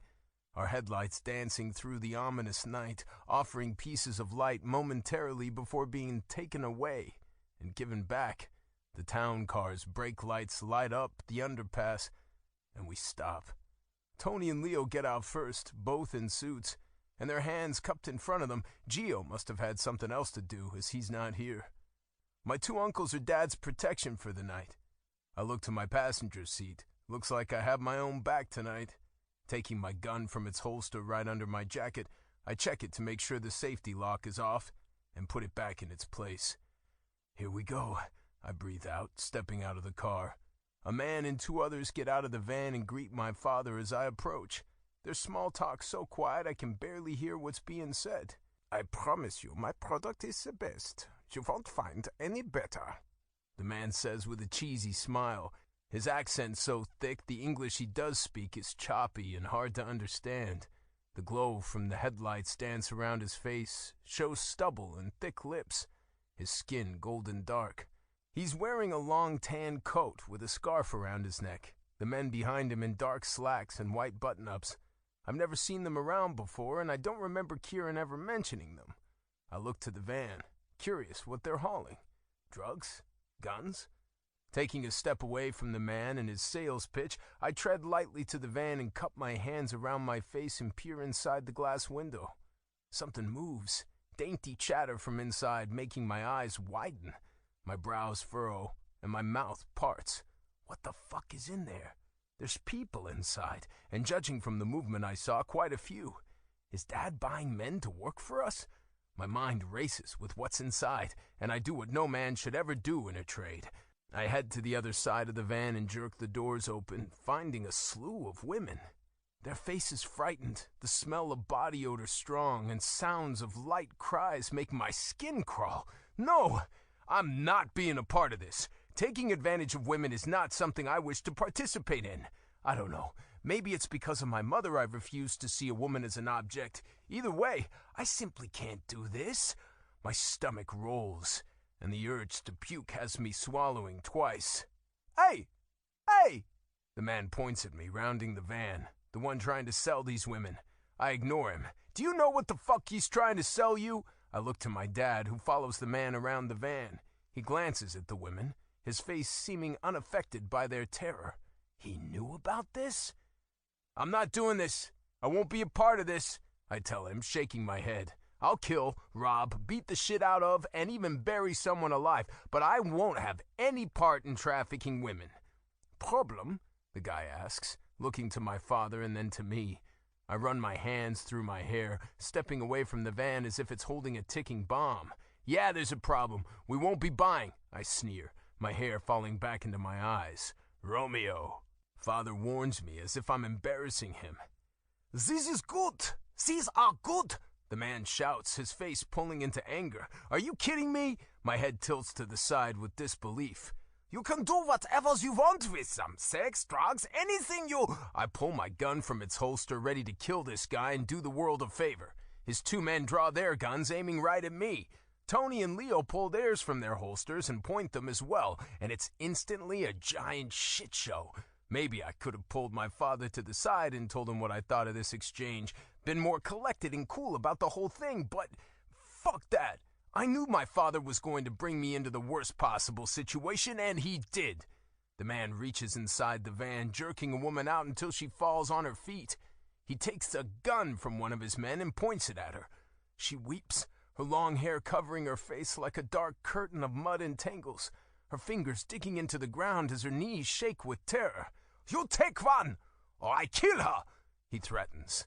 My eyes pop to his. You disrespect me and my product. You take one! He pulls the chamber back and aims at her. Women inside of the van scream and hold on to one another. Or I kill her, he repeats. My heart races inside my chest, my palms sweaty and finger caressing the trigger. If I shoot him, he'd still manage to shoot her, and one of his men will shoot me. Or the man would shoot me and his other goons shoot one of my uncles or father. Either way, someone is getting shot and killed if I don't accept this woman. I lower my gun, my lips pressed into a fine line. I can't say it. I won't say I'll take her. Sold, my father says, reaching out and pressing his hand on the man's gun, lowering its aim to the ground. The man lifts his shoulders as a way to relax himself and hands the gun to his goon. Good, he smiles and looks to my father. You'll see. You will like? You will contact me for more, the man says in short words, his English shit. Dad pulls out his phone, the screen lighting up his face like a ghost in the night, one that hunts under bridges and buys innocent women. The money's been wired. Now I think you'd better leave before I lose my temper for your disrespect at my son, Father says with a sharp tongue, his nostrils flaring. Shock has my mouth parting. He's standing up for me instead of being angry? This is a first. I was sure he'd tell the guy to just go ahead and kill me. The man gives a curt nod and gets into the passenger side of the car. The doors close to the van, concealing women whose faces are probably on missing posters in markets and telephone poles around the world. When they're gone, just the lights from my car and my father's town car giving off a low glow. Take her. my father demands, his voice angry. My eyes snap from the girl to him. He wasn't angry with the seller. He's angry with me. I knew it. No, I tell him. You got us into this by opening your fucking mouth. You take her. She's yours.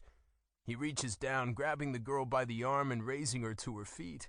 She whimpers, her body nothing but bones under a cheap dress. He shoves her into me and I catch her. The feel of her cheap dress under my fingers and the smell of body odor causing me to want to drop her on the spot. I said, take her, he growls under his breath.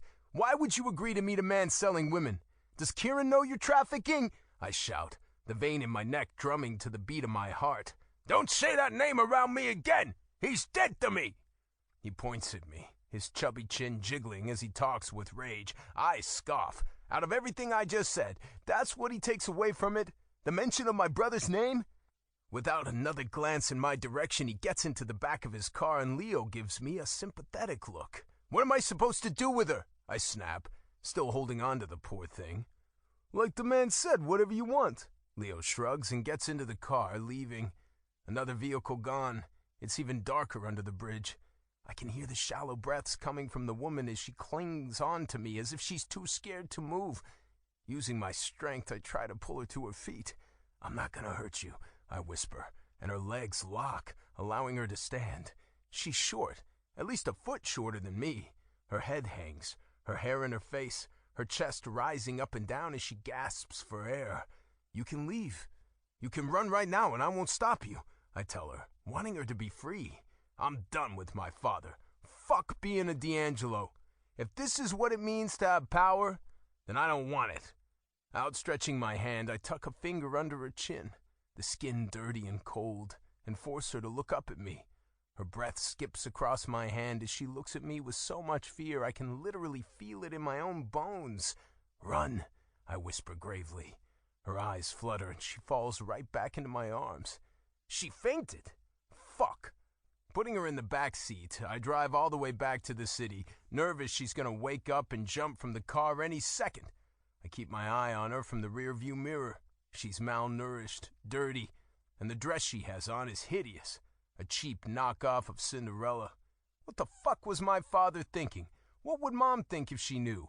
I might be a lot of fucked up things, but apparently even I have a line I will not cross. Finally reaching my apartment, I get out and feel a mist of rain cascading down with a slight wind. I open the back door and find the girl still out cold. I look around to make sure there's nobody around. Thankfully, this hour of the night traffic is light and I don't see anyone out walking their damn dog. I look at my apartment building and the windows overhead. This is gonna look bad, but I just can't leave her in the damn car. I pick her up and toss her over my shoulder. She weighs practically nothing and is dirty as hell. She has no shoes on either. Jesus, I feel like I have a rug over my shoulder. That was just taken straight from the goddamn desert. My anxiety that someone will say something has me able to carry her with ease. My steps hurried as I try to dash into the building. Inside the lobby, lights from the crystal chandeliers display a beautiful glow against the polished floor. Mr. D'Angelo, should I call a doctor? My eyes snap to Henry, the doorman who's standing behind the desk. His dark blue bellhop suit fitting him well, matching his blue eyes. He looks at me with worry on his face, the wrinkles on his forehead proving so.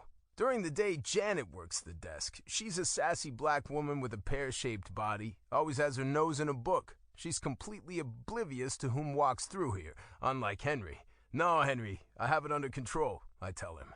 He follows me to the elevator, looking me and the woman over. Are you sure? Yes. Can you have my car parked, though? And Henry, I step inside the elevator and he comes to a full stop just outside. Yes, sir. You didn't see us, I tell him with a threatening tone, raising an eyebrow. He nods frantically, his hands fidgeting just as the door is shut. Jesus, I whisper under my breath. I might seem like steel on the outside, but inside, I'm not any stronger than a tower of cards. I'm waiting for the slightest breeze to knock me off my feet. Inside my apartment, I head for the guest room and lay her on the made-up queen-size bed. Her head resting on the white pillow, dirt flakes off her locks, marking the sheets. She's filthy. Taking a step back, I look her over, her long hair in her face. I still haven't seen her fully. Reaching out to slip the hair from her face, I get mere inches away from her skin before I freeze, recoiling my hand back to my chest. The thought of touching her, skin contact alone making my fingertips burn. Turning away from her, I open the closet and find a button-up shirt. I pull it off the hook and lay it on the end of the bed and grab some sweats from the dresser drawer. They'll be way too big for her, but it's better than what she has on. Maybe when she wakes, she can shower and change. Carefully walking to the door, I stop one more time to look at the damsel in my apartment, curious what her life must have been like to land her in such a situation. I don't know the first clue what to do with her. Maybe I should give her some money and set her on her way after breakfast? Sighing, I step out. I don't fucking know. Having enough for one night, I decide to head to my room. The feeling of betrayal and frustration of my father causes me to undress with force. I kick off my shoes, then my pants, jacket, until I reach my holster and my gun on the nightstand. Then I unbutton my shirt and toss it behind me. My clothes leaving a trail behind me on the bedroom floor, I climb into my own bed wearing nothing but my briefs. Staring up at the ceiling fan, my arms under my head, I think about the girl in just the other room. How old is she? Should I be sleeping with a stranger in the house? Worst case, she'll wake up and run, which I offered her in the first place. Her leaving would be for the best. Surely she has family or friends that are missing her. Yawning, exhaustion making my lids feel heavy, I roll over onto my side. In the morning, I'm calling Kieran and telling him I'm out. More than likely, he'll offer me a position under him or he'll tell me to run. Kieran has a crew to protect him from our father. I don't. Leaving will be a disrespect my father will take personally, and he'll get his wish he's wanted since the day he's laid eyes on me. He'll finally have an excuse to kill me. The girl. The foreign softness from underneath me has me stirring awake. Frantically, I push myself up with my hands and find myself in a dark room. I'm on a bed, a very nice bed, judging by the soft material underneath me. I instantly feel guilty for being on it, as dirty as I am. When I was a kid, I lived in an orphanage for years, and they had us scrub our hands and feet with a brush until they were red and raw before bed. Despite how clean they wanted us to be, it smelled like a hospital, unlike here, where it smells of clean laundry. I inch my legs off the bed until my feet hit cool floor, wooden planks beneath my toes sending goosebumps up my legs. Where am I? I remember the older man saying sold, so I had to have been bought, but I was given to a younger man like a damn gift. My eyes fill with tears as I think about belonging to someone. I slightly remember the man I was given to, despite the dark. He was tall. He wore a suit that fit him so well I could see just how strong he was. But he was angry, I remember that. Only I couldn't really hear him from the other girls crying inside the van to make out why. Maybe he's not happy with the way I look, or didn't want me. Nobody wants me. Jesus. Will he play out his darkest fantasies with me, making me his personal play doll? Will he resell me? Kill me? A sob escapes my lips, and I carefully press my hand to my mouth to stifle my sobs. I need to hold it together. He put me in here without restraints, right? That's got to be a good sign. My eyes land on some folded clothes at the end of the bed. I run my fingers across them, but I don't change. If I smell of sour body odor, maybe he won't touch me. Hopefully. Crossing the room, I notice the bedroom door is open. Curiosity gets the best of me, and I peek through the ajar crack, my heart beating so hard in my chest I anxiously feel the need to pee. It's dark and quiet out there. I don't see anyone or hear anything. I push the door open a couple of inches and then freeze. Nervous, my little movement might have been heard and someone is coming. Nothing. I push it open farther and wander into the hall. There are dim lights installed into the lower wall, guiding me until the front door is right in front of me. I stop. It's dark-colored, with a peephole in the middle, light slipping through the cracks like a beacon of light inviting me to come forth. whispers of freedom just on the other side, making my nails curl into my palms. My eyes fall to the silver knob, my feet moving of their own accord until my fingers are inches away. I still, my fingers splayed open as they hover over the knob. I shouldn't go out there. I don't know where I am. I have no money or shoes at that. I know what's in here, him, but out there is uncertain. What if the keepers are just outside this door waiting to track me down and put me back into a cage? Where would I go? I have nobody to run to. My right foot takes a gentle step back before I am quickly shuffling away from the door, which now resembles something from a horror movie, a closet harboring demons on the other side rather than my escape to freedom. Turning around, my hands to my chest, I find a kitchen. Curiously, I look around. Lights on the stove tell me it's 4 a.m, the green glow giving off enough light to show bare counters and an empty sink. There are no vases of flowers, colors of pink, or any sign of a woman here. So the guy must be single, unless he has 2 places, 2 lives. Running my hand across the countertop, they come into contact with a notepad and pen. My hand itches to grasp the pen and doodle. It's been forever since I've had something as simple as paper and pencils. Flipping through the pages, I find they're all blank. Why does he have it? For looks? The man I saw tonight doesn't look like one that would write down a reminder he needs milk. Leaving it behind, I go farther into the mysterious house, until I come into a room that has only a chair. It looks masculine, made of leather and fine wood, sitting confidently in front of a panel of windows, as if a majesty sits upon it, looking about his city and peasants. A man bred from an angry king sits here. Passing the chair, I look out the window. Buildings with twinkly lights, cars that drive below without a single knowledge that a stolen woman stares at them from above. I swallow hard, my hand pressing onto the glass. My biggest fear is on the other side of it. Others see it as a landscape of endless dreams. I see it as a land of evil and unsaid possibilities. I'd rather hide inside this dark apartment than step foot out there.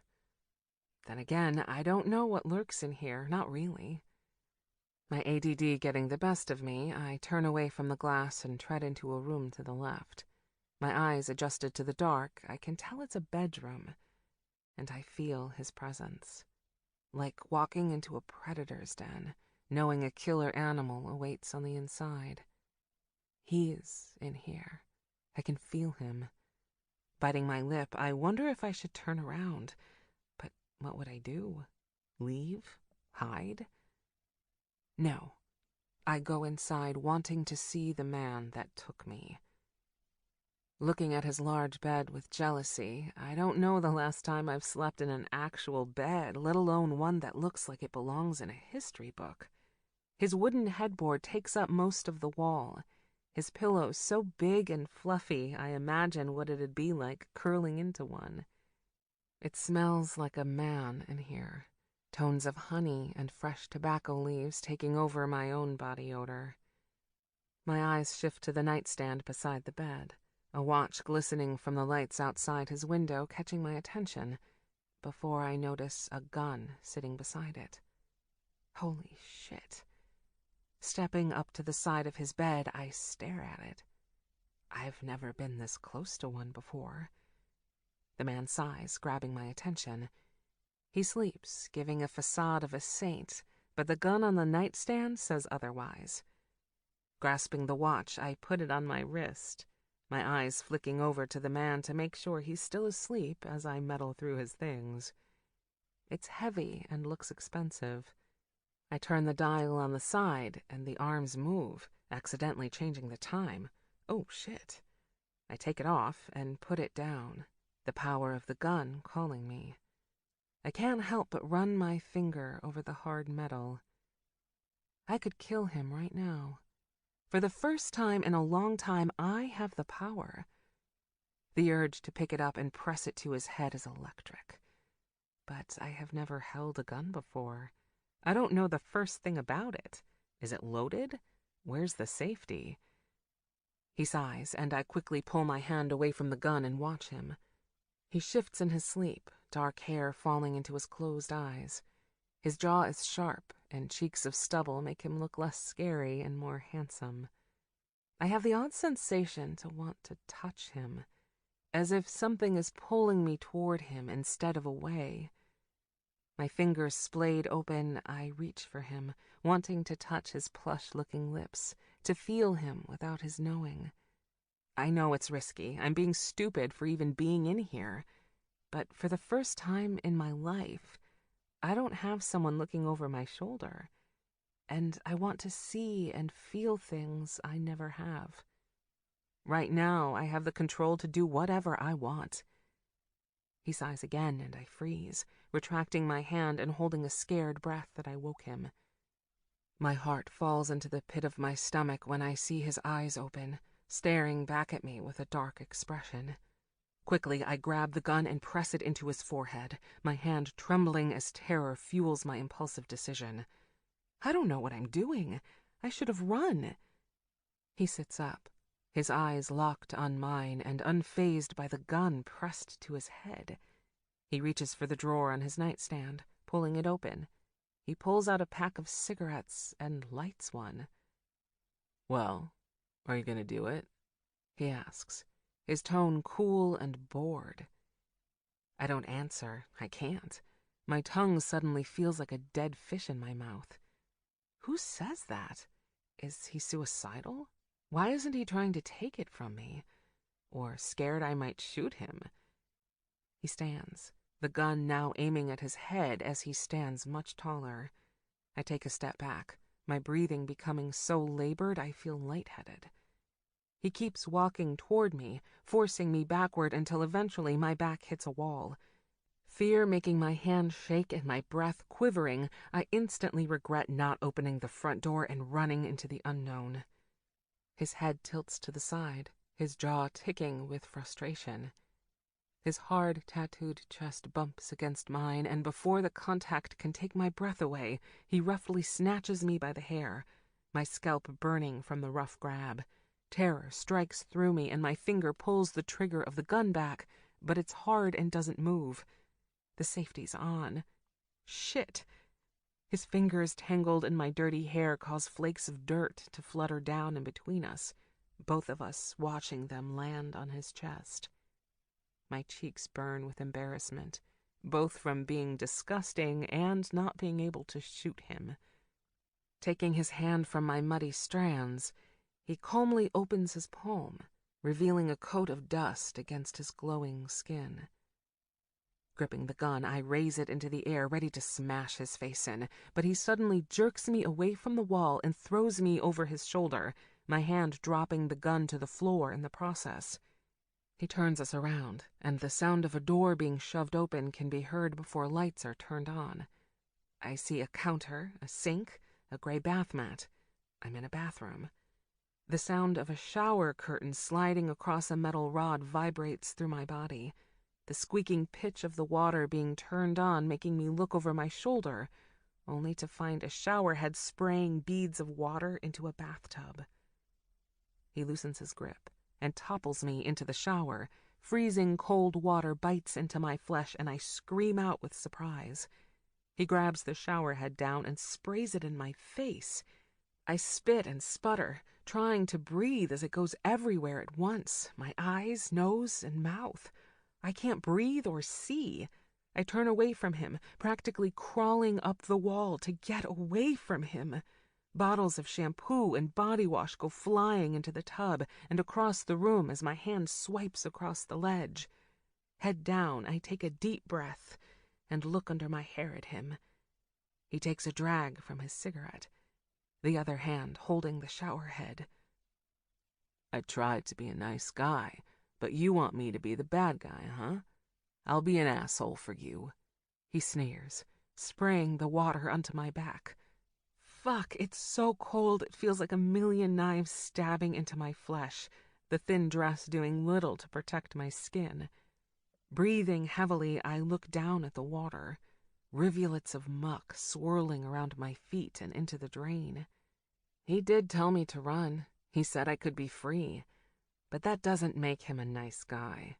Many men in my life tell me the lies of sweet freedom only to chase me down or mockingly laugh in my face. I'm a naive person, not a stupid one. I suck on my lip, trying to drink in some of the water. I don't know the last time I had anything to drink, but the cold water tastes so good. I keep suckling and sipping, trying to ignore the Arctic ice numbing my skin.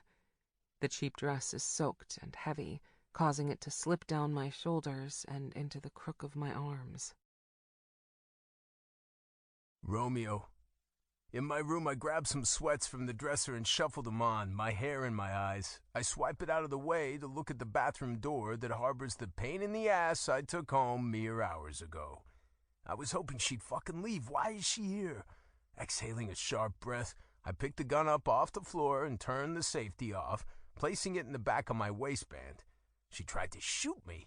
I didn't expect that. She tries that shit again and I'll be the one pulling the trigger, and the safety won't be on. And even after I offered her clean clothes, she still had on that damn dress, which is soaked now.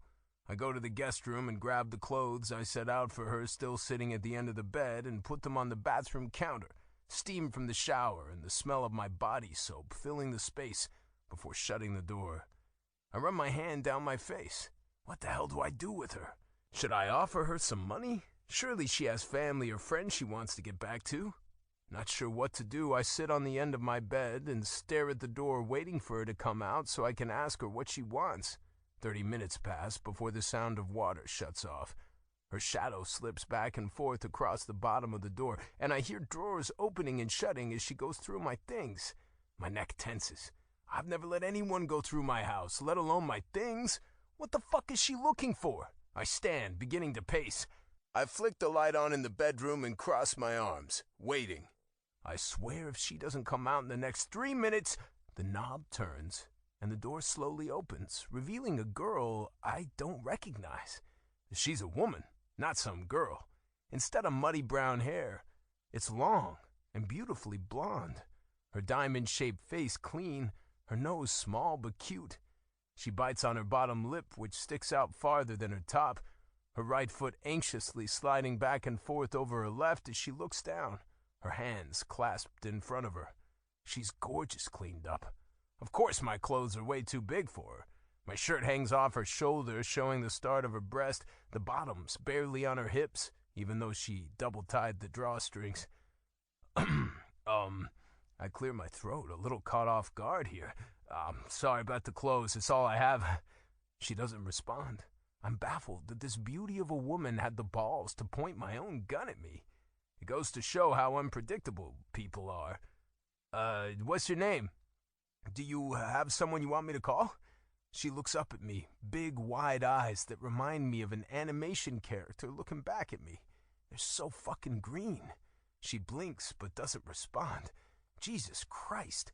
My body temperature begins to rise, nerves making the cord in my neck strain. I can give you some money and you can go. You should go. I nod assuredly, my brows pinched together. Again, she just stares at me, not saying a damn word. It dawns on me that maybe I should call someone. I don't know what the fuck I'm doing here. Hell, this is more interaction I've had with a female my whole life. Leaning over my bed, my movement makes her jump and I freeze. Just grabbing my phone, I inform her, snatching it off the charger. She watches me closely. Unlocking it, I oddly think about calling my mother. I look up at the unnamed woman. If anyone could use motherly instinct right now, it's her. But Mom will ask questions, wanting to know where she came from, and that means I'll have to explain my father. Fuck that. I pull open my brother Kieran and text him. Get your ass over here, bring Leona. Why? Just trust me. He doesn't reply back, but I know he'll come. 30 minutes later, Henry is calling my apartment, informing me of Kieran's arrival. Leaving the blonde mute in the bedroom, I go unlock the door and greet him. He's dressed in a fucking suit, Jesus Christ. Is he ever not dressed in designer clothes? His ball and chain close behind. Leona has on a fur coat, and white dress underneath, her hair piled onto her head. They look like a celebrity couple ready for the cameras instead of heading over to a family member's house in the middle of the night. "Tell me why I'm here at 5 in the morning, Romeo." His voice irritated, beady dark eyes staring at me with frustration. I can't tell him out here. Someone might hear. "Come in," I growl, holding my door open, the smell of perfume strong as Leona passes by. Shutting and locking the door, I notice I don't stop and inhale the scent like I usually do. In fact, the obsession with Leona seems dull compared to the woman harboring herself in my apartment right now. I lead them into my room and find it empty. Shit, where'd she go? My heart starts beating faster, a cool sweat on the nape of my neck. "Who?" Leona asks, looking around. Pushing open the bathroom door, it's empty. She's not in here. Quickly, I leave my room and head to the guest room. Turning the lights on, I find her sitting in a corner on the floor, her knees to her chest, her blonde hair concealing her face and most of her body. Kieran steps up next to me and I hear him inhale. What the fuck happened? He breathes heavily. I tell him everything. How father met some man in a van, I went rogue, and the woman was forced upon me or she would have been killed. He shakes his head. "Wow, I didn't know anything about this," he whispers, rubbing his chin with his thumb and forefinger. "Father dipped his hands in some sour shit, but this has got to be a new low for him. I've told her she can go. I've offered her money even, but she won't say a word," I explain further. It's like she can't hear me or doesn't want to be free. I don't understand what's wrong with her. The strange woman finally looks up, her eyes hitting me in the most unknown places in my chest. I don't know her, yet I feel an invisible string pulling me toward her. Why? Is it because I feel sorry for her? Leona suddenly sachets over to her and squats down in front of her. "Hey, sweetheart. Do you have someone we can call?" The woman says nothing and Leona looks over her shoulder at me. I wave my hand out in a "I told you" manner. I shrug. Kieran turns his back, both of us face to face now. "Do yourself a favor and just get her out." His tone is sharp. "Either way you put it, this woman has been kidnapped. She needs to go." Exhaling sharply, I slide my hands in my pockets. "You're right. I really don't want to drag her out of here. She's obviously terrified as it is, but I can barely take care of myself, let alone someone else." Taking a step toward the woman, I say, "Come on, let's get you a cab." I don't ask, I tell her. "No." We freeze. She spoke. She finally said something. Her tone of voice was sharp and direct, her eyes staring back at me like she'd fight me if I tried to touch her. "What?" I ask, confused. Doesn't she want to go home? "You don't want to leave," Leona clarifies. The blonde beauty shakes her head, confirming she wants to stay in my house. Leona stands, adjusting her fur coat, her shoulders lifting as she takes a deep breath. "Well, if she verbally said she doesn't want to leave, then she's not here against her will. You're not a thief." She winks, along with a sly smile pulling at her face before walking back over to us. I don't see the humor in this situation. Why is she smiling like that? This woman has to go. This is no place for her, and I'm certainly not the best company for someone who has been through a traumatic experience. I'll screw her up more than she already is. So what the fuck do I do with her? To keep myself in control at all times, I keep everyone at a certain distance I'm comfortable with, and having this strange woman in my house has everything scrambling to uncertainty. I won't have control. I won't be able to promise her safety or my own, and I can't guarantee the man I'll become on the other side of this situation. She'll see I'm not right, and I'll make my dad look like a fucking angel compared to the angry god I want to become in my weakest moments.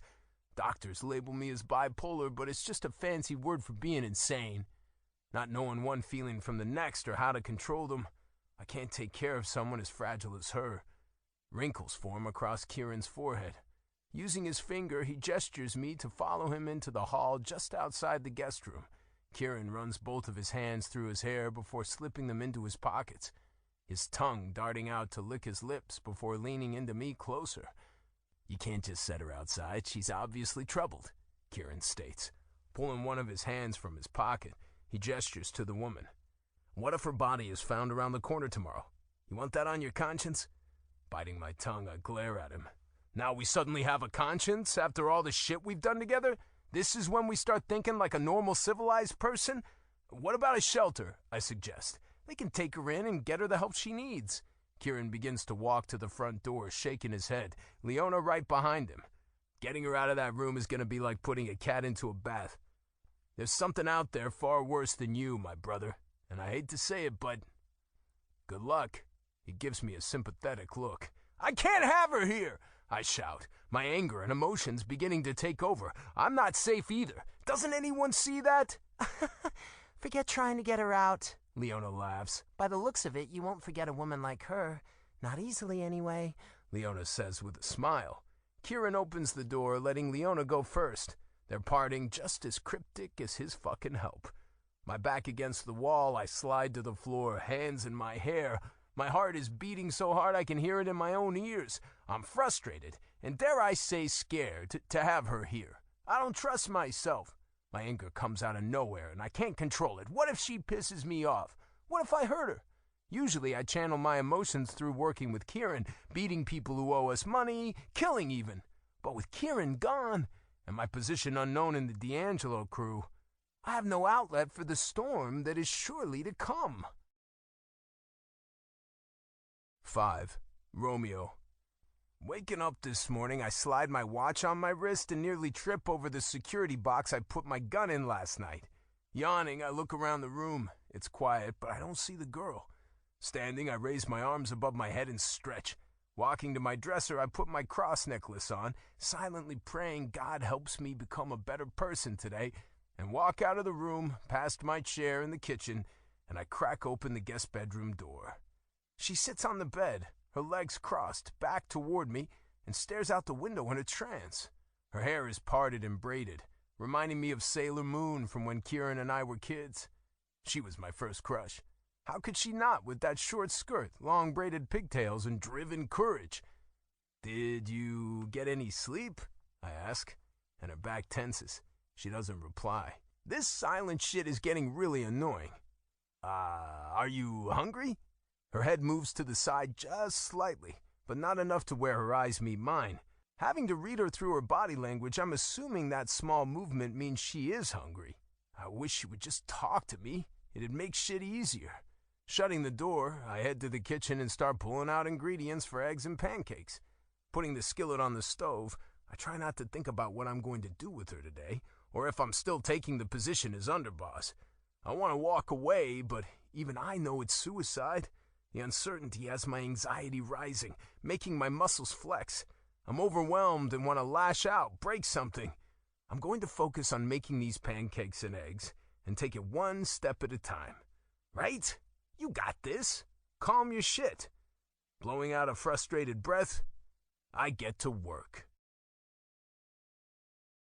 The girl.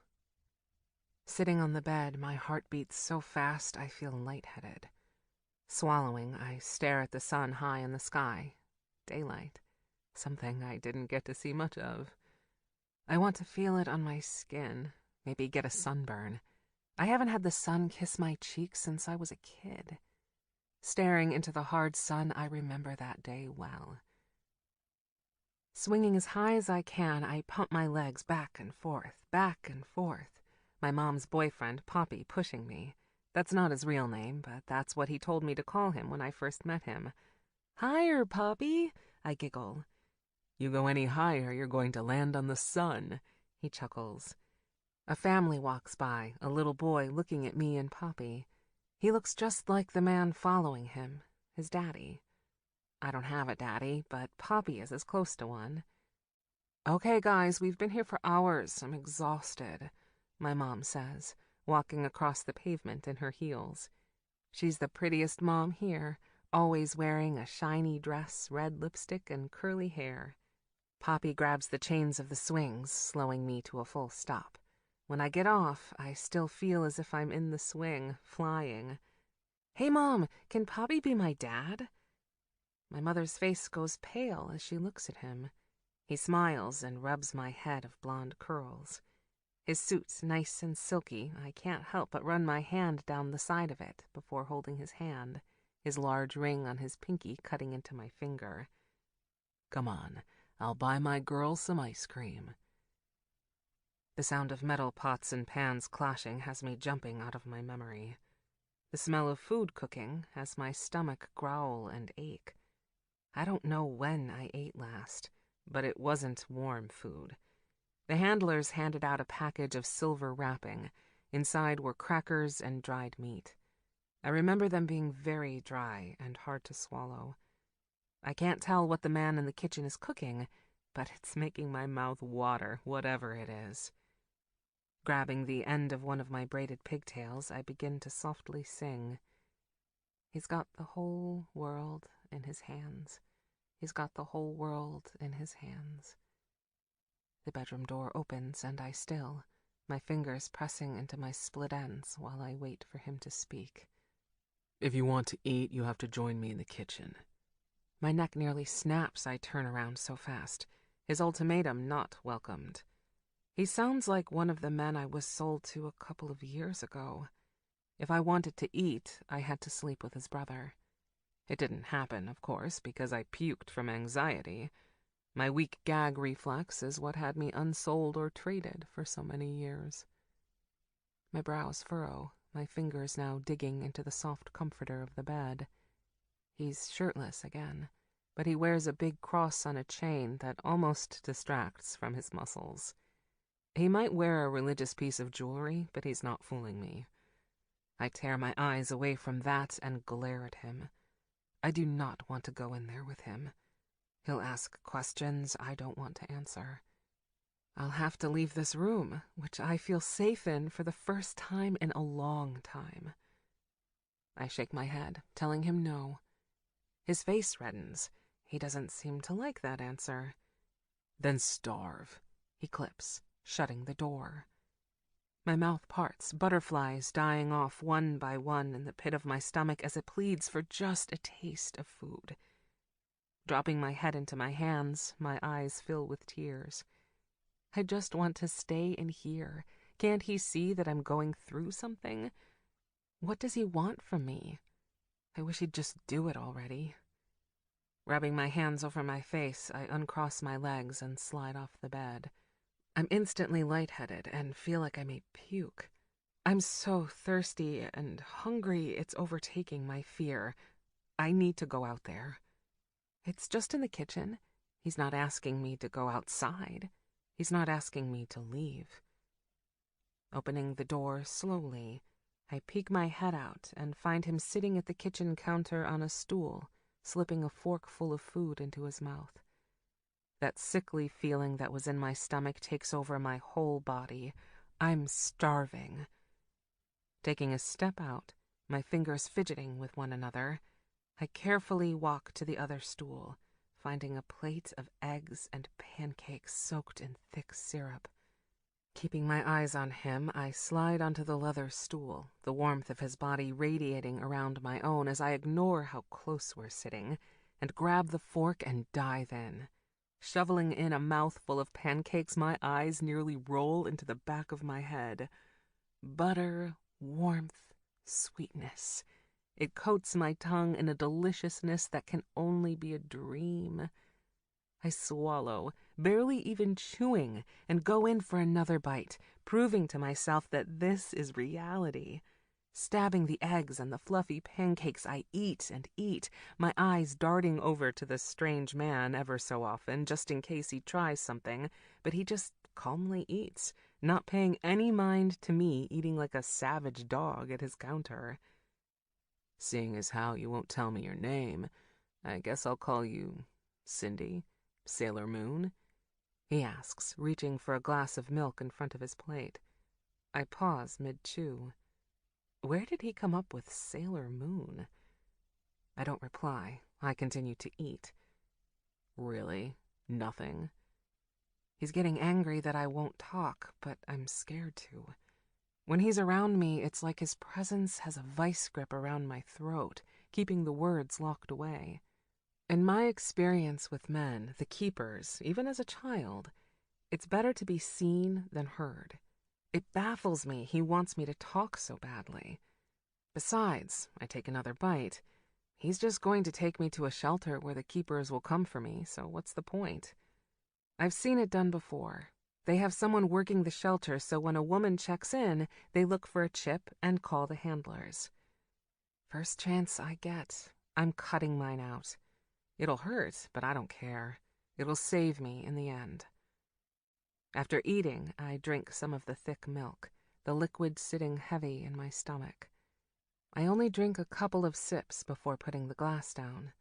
Feeling full, which is an odd sensation. I've never felt like this before. I drop my hands to my lap and look at the man, whose name I don't know either. He looks back at me, and his lips pull into a small smirk. You have a little... He swipes his thumb over his top lip, indicating I have something on mine. Lifting my finger, I touch the skin above my lip and feel milk. I have a milk mustache. Licking it, I bite back a smile and look down. I'm suddenly tired. Maybe from the food, maybe from being too scared to sleep last night. Standing on shaky knees, I begin to walk back to the room, looking over my shoulder once, then twice, to make sure he's not following me. He hasn't moved. He watches me with a chilly gaze while drinking his glass of milk with no shirt on. Romeo. Sitting on my couch, the coffee table in front of me, I have my laptop open, a notebook and phone. I gotta find this woman's next of kin or something. Opening my browser, I look at the missing persons, which seems to go on forever and ever. So many people are missing, mostly children and women. It takes me almost an hour to get through them all, but none of the women in my guest room. Sitting back defeated, I bite my lip with rising frustration. Her defiance is maddening by the second. How can someone just disappear and not be missed by anyone? Standing with my phone in my hand, I go to my wet bar and pour a drink, the smooth whiskey coating my throat and filling my stomach. I wonder if someone filed a missing report. Pulling my phone up, I call one of the men at the police station I happen to know, Markowski. He's not on our payroll, but he and I have a relationship based on if he scratches my back, I scratch his. He usually asks about break-ins around the area or sloppy robberies at the corner gas station, nothing to do with what D'Angelos do. Dialing his number, he picks up on the second ring. Yep. He already knows who's calling. I need a favor, I tell him, taking another sip, my eyes focusing on the amber liquid in the glass. Shoot! Do you have any missing persons reports on a short female with really long blonde hair, green eyes, mid-20s? That all you got? Any tattoos, piercings? What about a name? I tried to think if I saw anything, but her skin was pure, not a spot of ink or jewelry on it. Nah, that's all I got, I tell him flatly. I'll look through recent reports, but with that bland description, we will either find a bunch or none, he states. Just let me know what you find. I hang up, ending the conversation.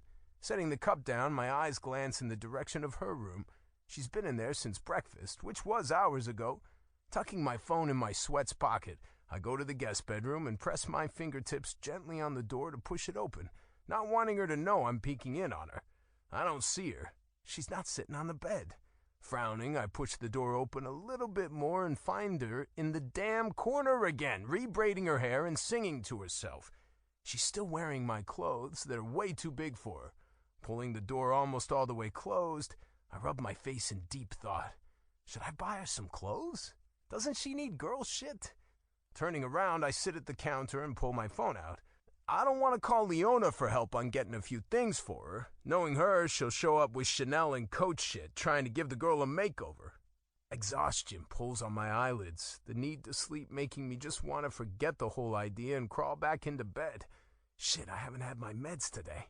Standing, I open a cabinet and take the orange pill bottle out and pop the couple of pills into my palm before tossing them into my mouth. Here's to feeling numb and questioning everything I do for the next 24 hours.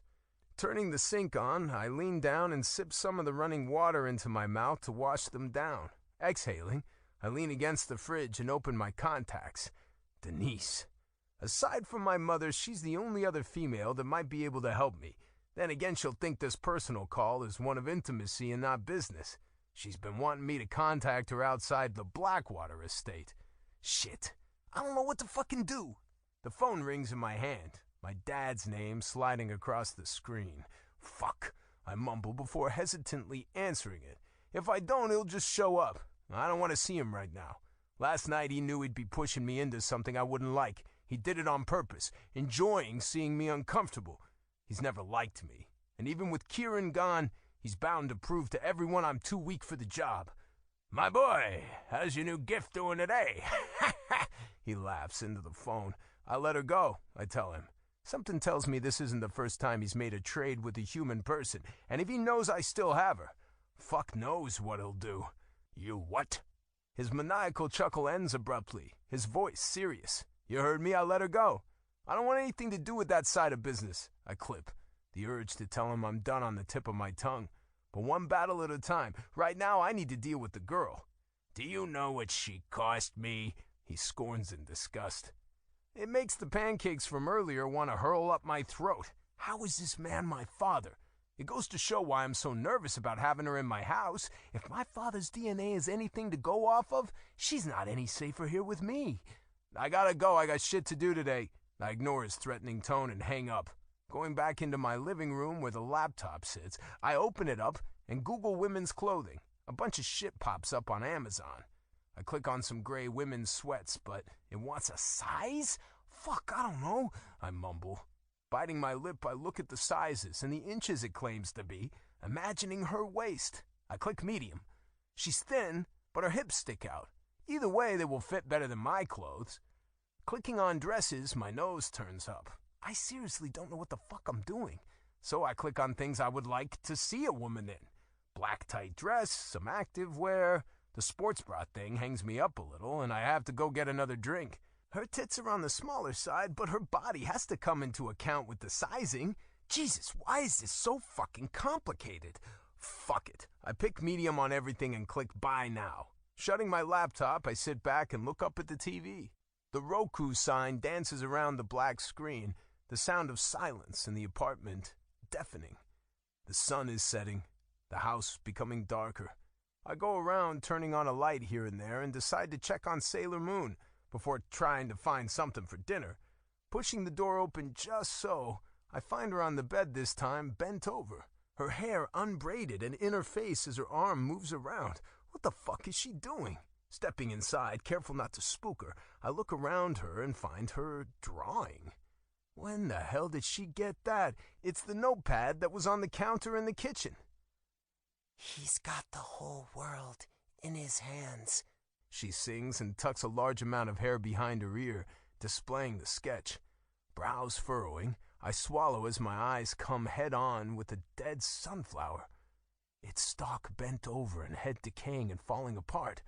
The shadowing ominous and deathly. The picture alone brings you to a sunflower field in the middle of a cold winter day, making you feel sad and depressed instantly. But there's a beauty to behold. Looking at its disturbing mutation, you can see by the way the petals try to lift that there's life in there somewhere. Instantly, I'm brought back to the hospital I was in for 24 hours when I was a kid. A girl named... Fuck, what was her name? Star. No. Luna! She drew the exact same sunflower, over and over. I've never seen that flower since. Not until now. Come to think of it, this woman's wild hair looks like Luna's. Coming farther into the room, she stiffens, noticing I'm in here. Is she Luna? How did she wind up in that van? What has she been through? Opening my mouth to speak, I take a breath, preparing myself. For what, I don't know. There are not many people in my life that made a positive impact, but she was one. If this is her, that is. Luna? Her eyes widen. Her hand with the pen shaking. It's her! It's Luna! Squatting down just enough to look under her curtain of blonde hair, her green eyes hit mine with recognition. It's me, Romeo. Luna. A sharp coldness slips down my back, the hair on my arm standing.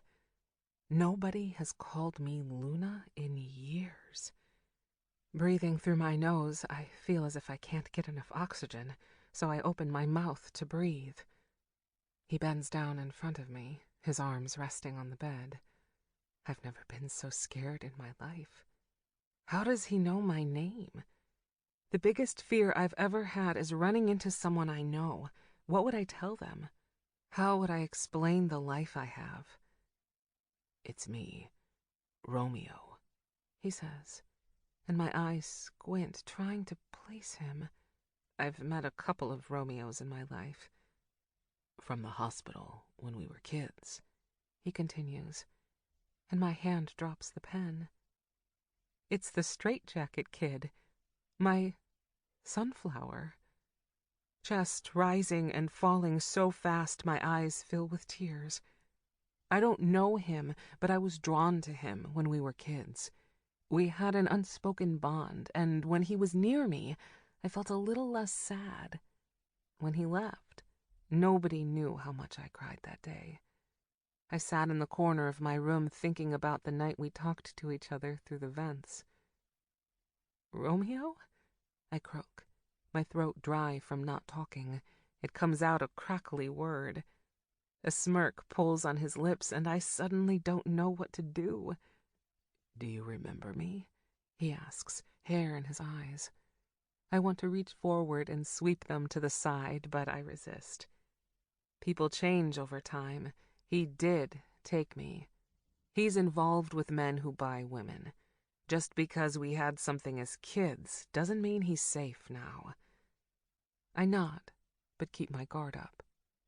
His eyes drop to the sketching, and he silently scoffs. What is he thinking? Is he thinking about me? When we were kids? "My sunflower," he whispers. His eyes come to mine, and a tear slides down my cheek. "I never forgot you," he says in an unreadable tone, one laced with a darkness and light. I'm so confused. Do I trust him? I know he said I could leave, but they never mean it. It's a sick game of cat and mouse. Will knowing who I am make my position here worse? "What will you do with me?" I ask, the words coming out a little smoother than before. Licking his lips, he stands, his hard chest coming into full view. He's definitely not a little boy anymore. No wonder I didn't recognize him.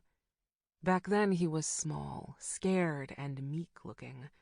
Now he looks like a prisoner, one who escaped and is lost. Great. 2 lost souls under one roof. What good could come of that? If he can't save himself, how can he save me? "What do you want me to do with you?" he replies, his question laced with promiscuous endeavors, but undertoned with a gentleman's ease. He's flirting with me and telling me he'll stay back if I want him to at the same time. Would he have answered the same way an hour ago before he knew I was Luna? The breath is knocked from my chest with his question. For the first time, I'm in charge of my own fate. What the hell do I want? 6. Luna. "How did you get to this?" he asks, his palms up, gesturing to all of me. I don't answer. I don't want to. Look at him in his nice house and clothes, and look at me. We obviously had very different lives. "What happened after you left the hospital?" He prods, and my cheeks fill with redness. I want to slip into the soft mattress and disappear. Why couldn't his father have taken me instead? Shame and humiliation wash over me like a splash of acid. Sliding off the side of the bed opposite him, I open the door, run across the room, and quickly rush to his bathroom. I saw a lock on the door when I was in there last time. "Luna?" he calls after me, fueling me to go faster. "Luna!"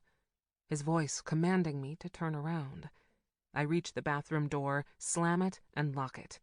The door handle jiggles from him attempting to open it, and my feet backtrack to get farther away, my eyes glued to the door. A loud thud has me jump when he hits the door. "Open the door, Luna," he demands, but I don't. In fact, I move even farther away from it. "No!" I shout, my voice hoarse. He stops knocking, but I can see the shadow of his feet from under the door. He's still there. A noise, as if he was leaning against the door and slid off, as my eyes widen, curious what his next move is. "You can't stay in there forever," he growls, his shadow and hard breath slipping away into silence. It's like a beast prowling just outside the door, waiting for me to surrender. "Watch me," I sneer. I climb into the tub, pull my knees to my chest, and tuck my face into them. My eyes burn, wanting to cry, but I refuse. God, I'm so scared. What if he decides to sell me back? Or what if he's lying and doesn't want to help me? He's obviously not a normal person. Otherwise, why would he have been there to buy women? Trust is like a thin layer of skin, so easily broken and scarred.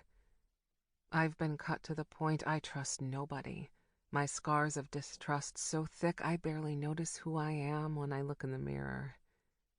Who does Romeo see when he looks at himself in the mirror? Romeo. Standing outside the door, my fingers in my hair, I'm fucking angry. No, furious. Why the fuck did she run? Why is she hiding from me?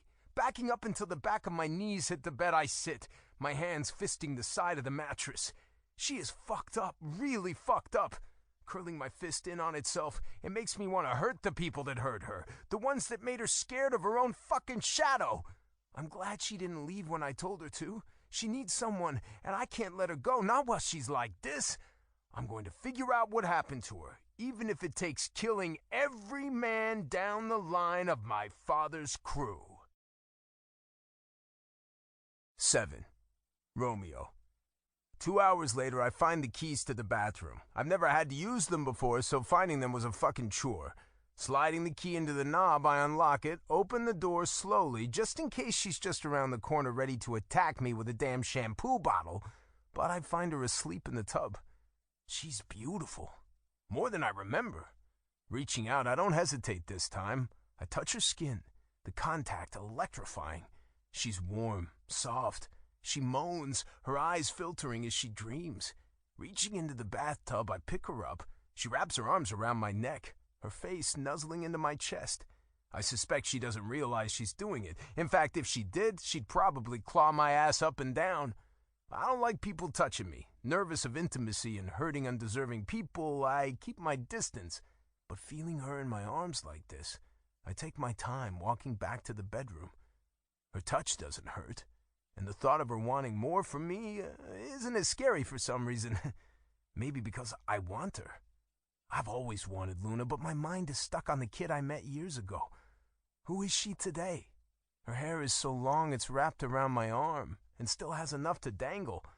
In the guest bedroom, I place her on the bed and pull the blankets over her. She snuggles into them. I'm surprised she didn't wake up and claw me to death. She must be fucking exhausted. Maybe knowing she's here with someone she knows, she can let her guard down some and actually sleep. The moon outside the window shines on her face, my eyes drifting to her lips. They're the perfect shade of pink. Sighing with my own tiredness, I rub my neck and begin to leave the room until my eyes fall on the notepad. Taking it into my hands, I flip the pages, all of them filled with a dead sunflower. I wonder what it means to her. Glancing at her one more time, I set the notepad down. Closing my eyes, I can still hear her voice, see her face. Did you know that on dark days sunflowers turn toward each other for energy? She tilts her head to the side, waiting for me to reply. Opening my eyes, I look at her sleeping peacefully. I know what I'm about to say is cheesy as fuck, but it's something between her and I. I'm still your sunflower, I whisper into the moonlit room. And I'm gonna find out what got you here. And I'm gonna make everyone who hurt you fucking pay with their own pain and suffering. I owe it to her. She took a needle to the leg just so I could stay in a straitjacket for comfort. It was the most selfless act I've encountered in my whole life. 8. Luna. Light splits through the blinds of the window, casting slits of warmth across my face, waking me up from a vast sleep. For a brief moment, my mind is clear, and I snuggle in on the fluffiness surrounding me, But like a gunshot, everything comes back to me and I jerk upright. I open my eyes and find myself on a bed, tucked in neatly. I slept all night. Rubbing my eyes, I throw the blankets off me and get up. I feel so rested, energized even. I haven't slept through the night like that in years. I was too scared to. I was always worried about one of the other women stealing my stuff or wanting to hurt me, or worse. The keepers trying to take advantage of my exhaustion, and I can't think about it. I'm not there anymore. I'm here. Yawning, I open the door to my room and step out. I don't see Romeo anywhere. My stomach growls, hunger overpowering fear. I walk down the hall, the place clean and immaculate, just like yesterday. It hardly looks like anyone lives here. Fear throbs inside me as I slowly make my way into Romeo's kitchen. Just because I know who he is doesn't make me any less cautious. Fear is what's kept me alive. Opening the fridge, I bite my bottom lip anxiously, hoping it's okay that I help myself. There's some fresh cut fruit on the top shelf. I grab the tub, flip the top off, and grab a sliced apple. Juices of citric sweetness fill my mouth. Leaning against the counter, I close my eyes and enjoy the cool fruit. God, this feels like a dream. Morning. I jerk, the fruit nearly tumbling from my hand. Romeo comes into the kitchen and shuts the refrigerator door I left open. He's wearing black briefs, his muscled thighs showing, and I can't help but see the bulge in the front pocket of his underwear. Clearing my throat, I take a piece of watermelon from the Tupperware and gently bite into it. Morning, I respond. I wonder if he's thinking about last night and wondering why I ran and hid in the bathroom. It seems childish thinking about it now, but I just needed to get away. This is all so new to me. He reaches forward, grabbing a couple pieces of fruit from my hands and tosses them back, his jaw working to bite through the thick apple slices. His cheeks look to have more stubble on them today than yesterday. I like it. It makes him look more distinguished. A knock sounds at the door and I freeze, the fruit falling from my hands and splatters all over the floor. A cold rush of fear slips down my neck and has my body shake instantly. It's them. They're here to take me back. Romeo gives me an off look, holds his hand up for me to stay where I am, and walks over to the door. He looks through the peephole and drops his hand before unlocking it. Mr. D'Angelo, you had several packages delivered today, an older man informs. I don't know who it is. I stay where I am, glued to the floor. Oh, and your keys. I parked your SUV in the front of the garage. Thanks, Henry. I hear the door shut, and Romeo walks back around the corner with 2 big boxes and a few white enveloped packages in his hands. He tosses them on the kitchen island, and a warmth of relief has me take a deep breath. It was just the doorman. I was scared it was them wanting to take me back to hell. Which means Romeo is heaven? I don't know, but he's not anything like I've encountered in years. After the orphanage, I was sent to foster care for a brief time and then was sold. Kind, gentle souls are few to none.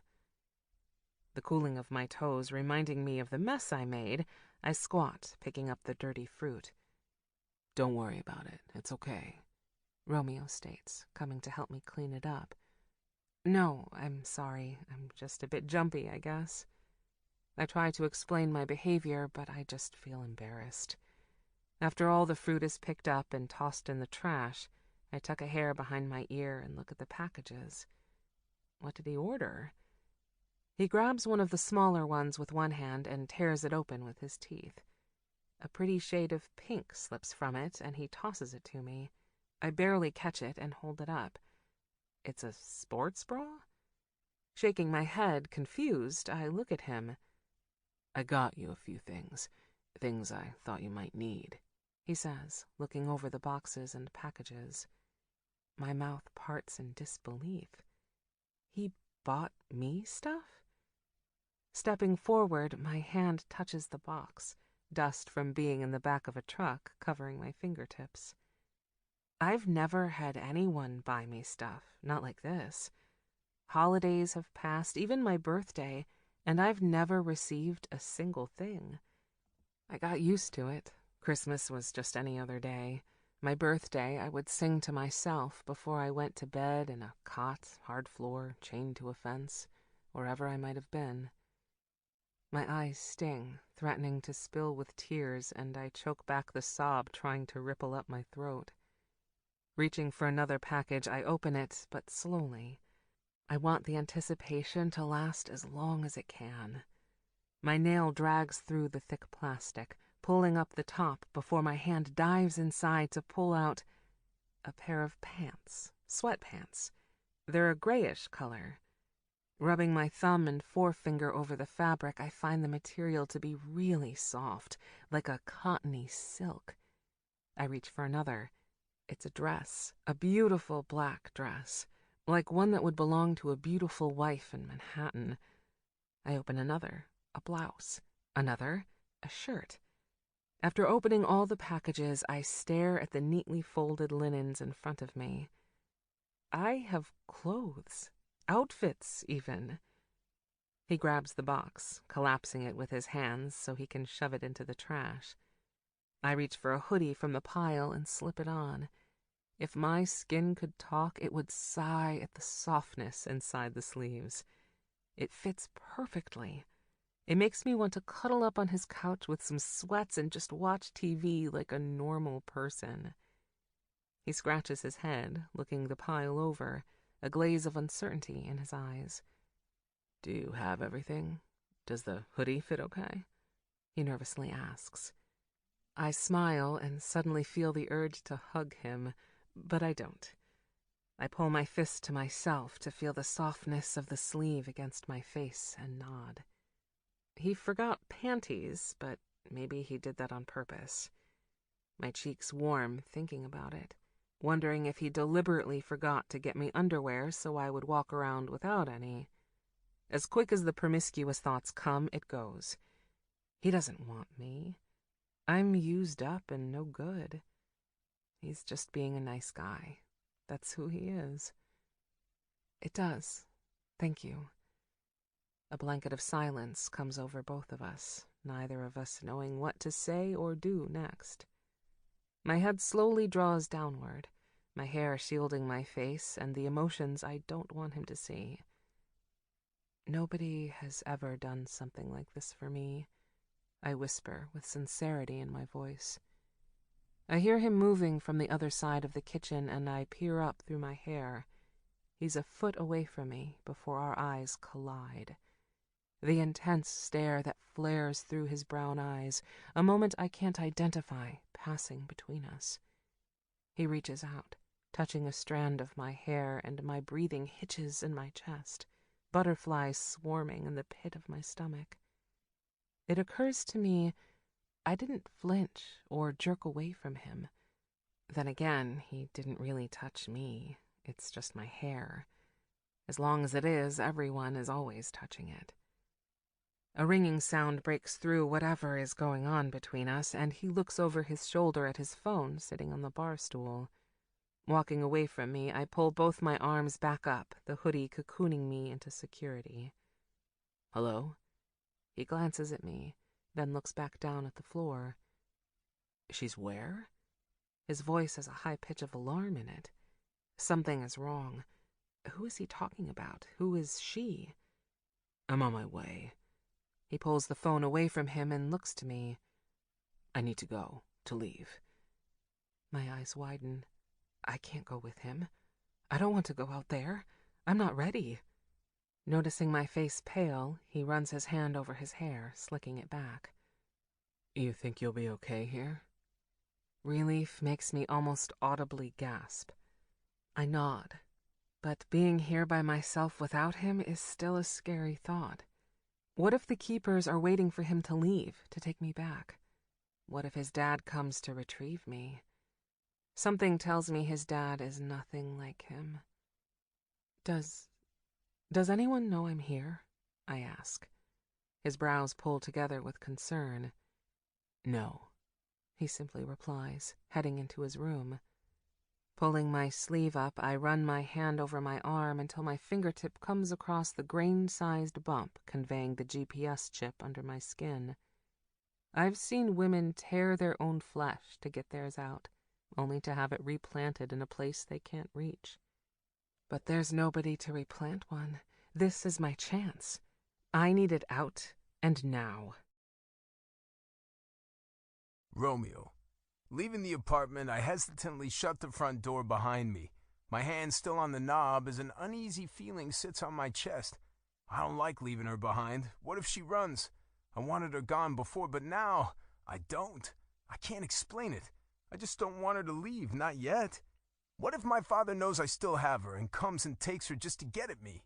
Reopening the door, I find her still standing in the kitchen, her long blonde hair cascading down the front of the hoodie, one of her hands curling around the fabric of the sleeve, resting on her chin.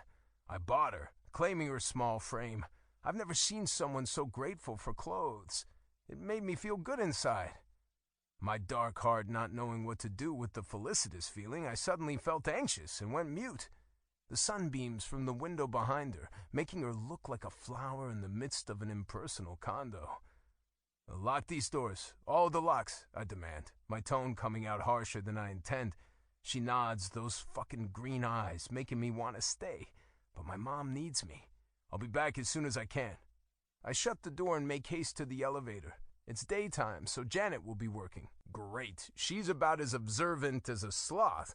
When the elevator opens to the main lobby, the large glass chandelier hovers over the golden, shiny marble flooring. The cream-colored walls toning down the extravagant gold atmosphere. It somehow works. I find Janet sitting behind the desk with her nose in a book, her hand reaching for a cup with a straw. She has on a tight black shirt with her hair pulled back into a dark, slick braid today. She never wears the uniform that Henry does. I bet the owner of this place has their hands full with her. Janet? She either doesn't hear me or ignores me. Reaching over the counter, I grasp the book and jerk it from her hands. She jumps up from her chair. Boy, I'll slap the shit out of you, you do that shit again. She sneers, her head tilted to the side just slightly. Her dark eyes looking at me like a pissed-off parent and I'm one of her kids. God, I hope she doesn't have kids. I can see her now beating their ass with one of her books for interrupting a reading. Pay attention. Nobody goes up to my apartment, got it? I hand her the book back, the cover plastered with a half-naked man. That's all you had to say, damn. She shakes her head, snatching her precious romance back. What you got up there, a dead body or something? She holds her hand up to cut me off before I can get a word in edgewise, her eyes closed for a second. Actually, I don't want to know. Don't tell me. She sits down, readjusting herself in the chair. Just don't let anyone up there. No one, I repeat, and she waves me off, her nose back in her book as she sips on the straw from her cup. Jesus. Going to the garage, I find my Navigator parked in the front, remembering I had Henry park at last. Getting in, I head to my childhood home. That's where Markowski told me to meet him. He said Mom had broken into someone's home. Arriving at our house, Kieran pulls up right behind me, a cop SUV sitting curbside of our yard. Getting out, a light mist falls from the graying clouds above. Dreary weather seems to be New York's specialty, but the air here smells like fresh-cut grass instead of fumes from an old bus passing by or garbage that is overflowing on the corner of 9th Street. The driver's door opens and Markowski gets out. He adjusts his duty belt with all his weapons and shit and looks at me. He's tall, slender, and his dark hair cut short to the scalp. His clean-shaven face reminds me of a drill sergeant rather than a cop. Kieran, Romeo, he greets, walking to us. He spreads his feet, one arm across his chest while the other rests on it, his hand rubbing his chin as if he had a beard there. Neighbors said they woke up to her in their bathtub. She seemed a little out of it, but wasn't doing no harm, so I figured I'd just call you guys to take care of it, he informs us, doing us a solid. Last thing we need is to bail our mother out of jail. The press would be all over the place. Our last name precedes our reputation, and anything anyone can get on us is always a hit on the newspaper stands. Looking down, I find Mom in the back seat, a lost gaze on her face, her hair looking more silver than black. It's been a couple weeks since I've seen her. It's disturbing how much her appearance has changed in that little of time. Then again, everything that went on with Kieran and Dad probably isn't helping the situation. Our family is falling apart. A mother's worst fear. I appreciate that, thank you, Kieran says, shaking Markowski's hand. I called your father first, but he didn't answer, Markowski informs, and my jaw ticks. He should have been the first one here. Going around the SUV, Kieran opens the back door and Mom looks up at us with relief in her eyes. She's in a bathrobe, and nothing more. Taking her hand, I help her out of the car. Her bare feet plant onto the sidewalk, her nails unpolished, making my eyes narrow with concern. She was always hell-bent on having a pedicure when we were kids. She's obsessed with looking her best in materialistic things. Come on, Ma. I encourage her, the empathy in my voice surprising. I didn't know I had that emotion in me. But even the toughest sons will break for their mother, that I know. She's the only female I've ever loved. I'm sorry. It's fine, don't be sorry, it's okay. I shake my head, trying to comfort her. Leading her into the house, reaching the front door, I notice the red paint chipping away. Its lack of maintenance telling the story of our household. Stepping inside, the smell of home greets me. Cigar and last night's dinner.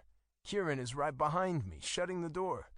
Mom sits on the couch and leans forward, her head in her hands.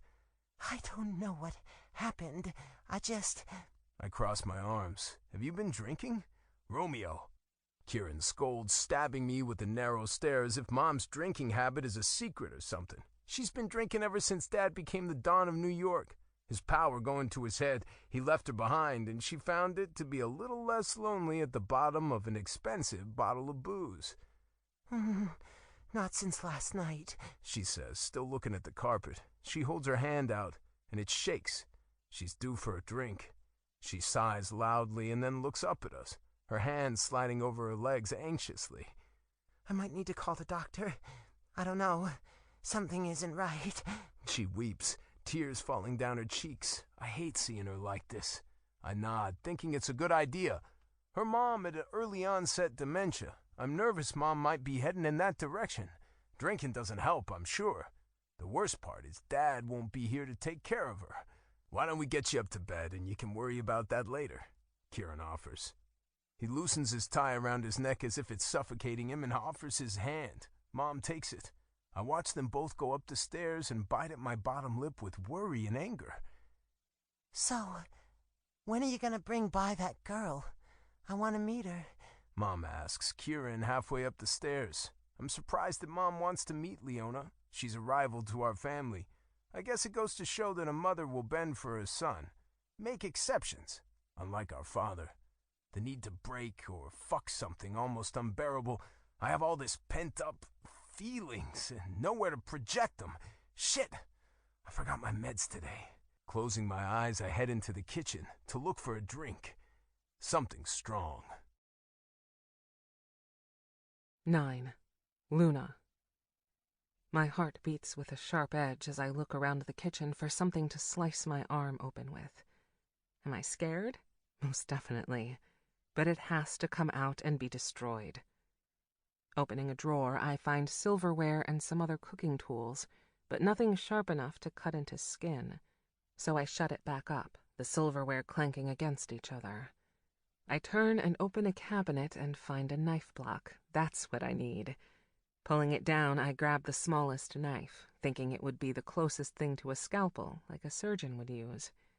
Pressing my fingertip to the point, I test its sharpness and it sticks into my fingertip. I hiss and pull it back. A spot of blood sits on the tip of my finger.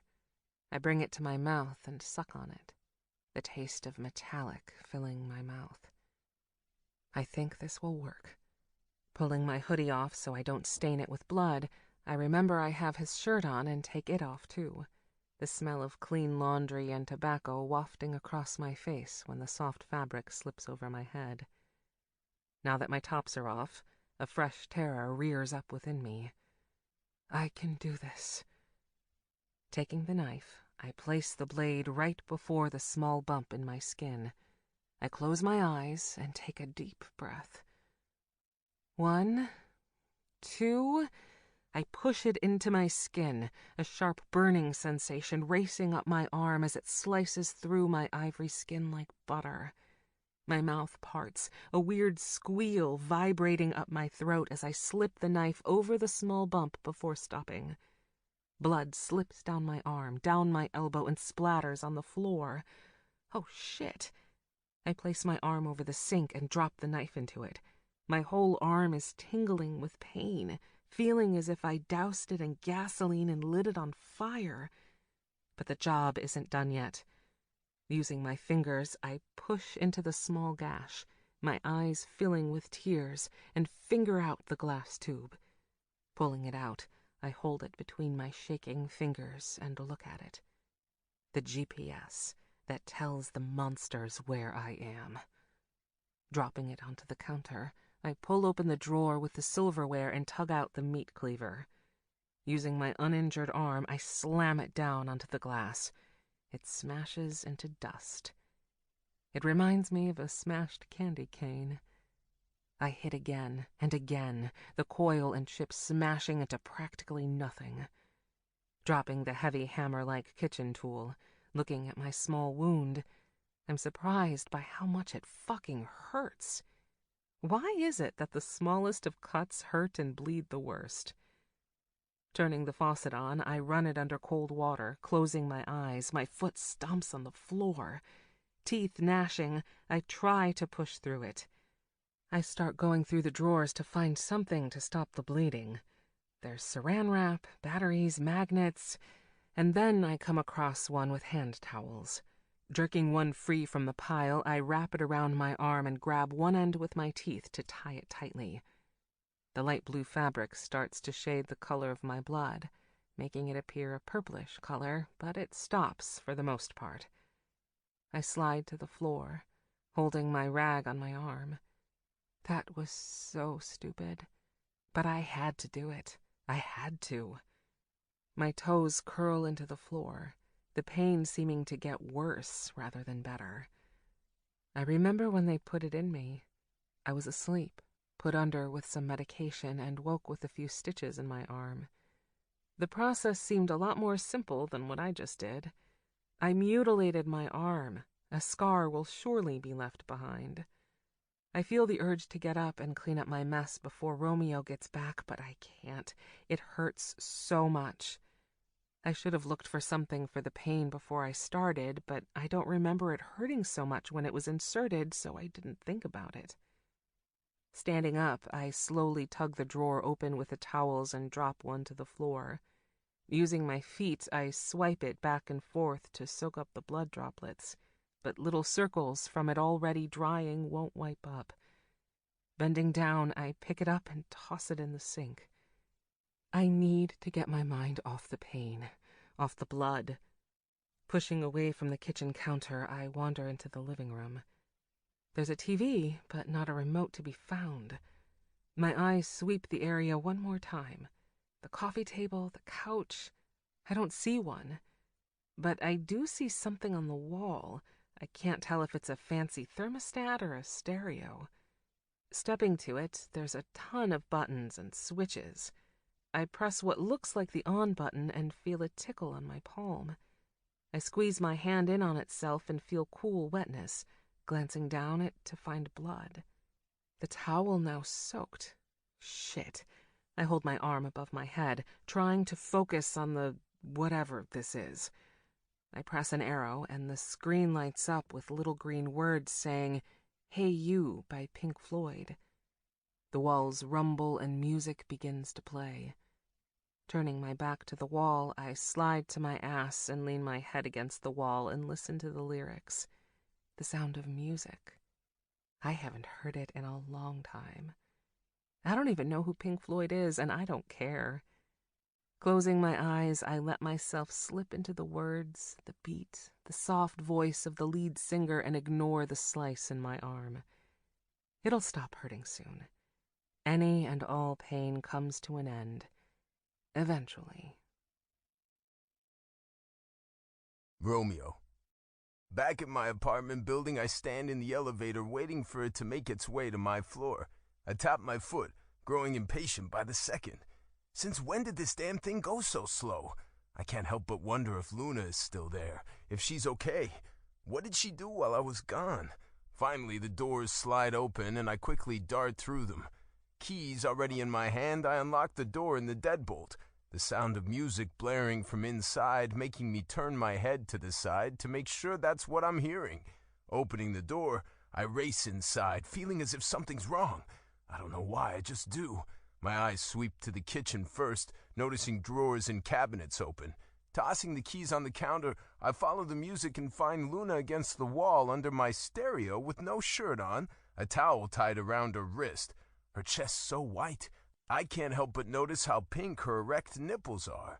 I rush to her side and grab her injured arm. Did she cut herself on purpose? Why? I turn the music off and her head raises, her green eyes looking into mine. What did you do? I ask, anger and concern mixed together in my voice, making me sound like another man, but when my eyes fall to her bare breasts, I know I'm still the same old Romeo, the look of a naked woman making my heart double tap. Reaching behind me, I grab the buffalo check throw blanket from the couch and press it against her chest, covering her from my lingering eyes. She clears her throat, using her good hand to hold the blanket up. I notice white, silvery scars on her arms and across her chest, the marks telling a rough tale of her past. I cut it out. I cut out the GPS, she informs me. Mouth parted, it takes me a second to process what the fuck she just said. Her wrist in my hand, I undo the tied towel and find a small, deep cut in her arm. They chip women?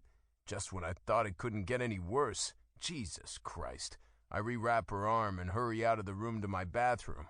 I have a small medical kit under the sink.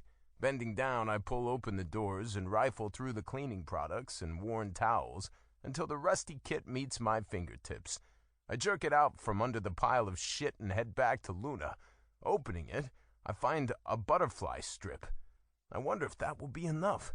Pushing Band-Aids, gauze, and scissors to the side, I notice the kit to be missing disinfectant.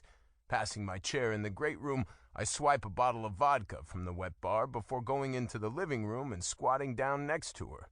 Taking her hand in my own, I pull off the rag. The cut is fleshy looking, at least half an inch deep and bleeding dark red blood when pressure is not applied. I pour a little alcohol on it. She squirms, her toes curling in on themselves. You should have told me, I say coldly. I could have gotten this out better or called someone. She needs to learn to trust me. I didn't know you cared. Her words equally chilly. My eyes snap to hers, both of us staring at each other but not saying a word. Shaking my head, I look back down at the wound. Dabbing the leftover dampness with the hand towel, I place the butterfly strip onto her cut, closing it. Sitting on my ass, I put the neck of the bottle of vodka to my lips and take a long pull, my mouth filling with alcohol before I swallow and lower it back down. She leans up and takes it from my hand, her emerald irises looking over the rim of the bottle as she takes a tiny sip, makes a face, and then takes one more sip before handing it back. I used to think I was petty and selfish for keeping women at a distance, not wanting to get involved or afraid I'd end up breaking their heart in the end. I haven't had Luna in my care long, and I can definitely say, without a doubt, how much trouble they are. Here I was thinking I was the worst of the equation. If Luna is anything to go by, women are fucking crazy. My eyes skim over her creamy, bare shoulders, her collarbone, and I have the urge to reach out and run a finger over her skin. I look away. The last thing the poor girl needs is me eye-fucking her. How bad does it hurt? I ask, standing up. Glancing down before I leave the room, she shrugs. Going into the kitchen, I see the knife in the sink, something smashed to dust on my counter. I grab her hoodie, my eyes lingering on the scene before me. I used to think I was a monster for the things I did and even felt, but looking at the smashed GPS on my counter, a sudden chill runs down my spine. So what the fuck does that say? Back inside the living room, I toss the hoodie at her. She barely catches it. Dress, now, I demand, needing her to put something on so I can remain a gentleman. It's taking every restraint I have not to make a move on her. I've never had a half-naked woman around and not had her underneath me. It's a fault of mine, I suppose, always thinking about fucking. She unravels it and slides her arms into each sleeve. I get a flash of her breasts and cute belly button before she pulls the sweatshirt over her head and covers her body up. She reaches behind her neck, freeing her hair from the collar. So is your lady friend okay? She asks, coming to a stand. Tilting my head to the side, I sense a tone of jealousy. Why else would she ask? The corner of my lip curls up, fighting a smile. That lady friend was my mother, and yes, she is fine, I inform her, sitting down on the couch. Her face is stoic, and she crosses her arms. Oh, I didn't. She stumbles on her words. I ignore her flustered state and pick the pillow up to find the remote to the TV, turning it on. What about you? Do you have family? I dig. She sits in the chair across from me, folding her legs Indian style. Her neck muscles flex as she stares at the screen. I don't have a family. I don't have anyone. Her head slowly turns before pinning me with sallow eyes. I should have asked. I know she doesn't have parents. I was informed of that information at the state hospital when we were kids. I was told she killed her parents. I open my mouth to ask if it's true, but think better of it.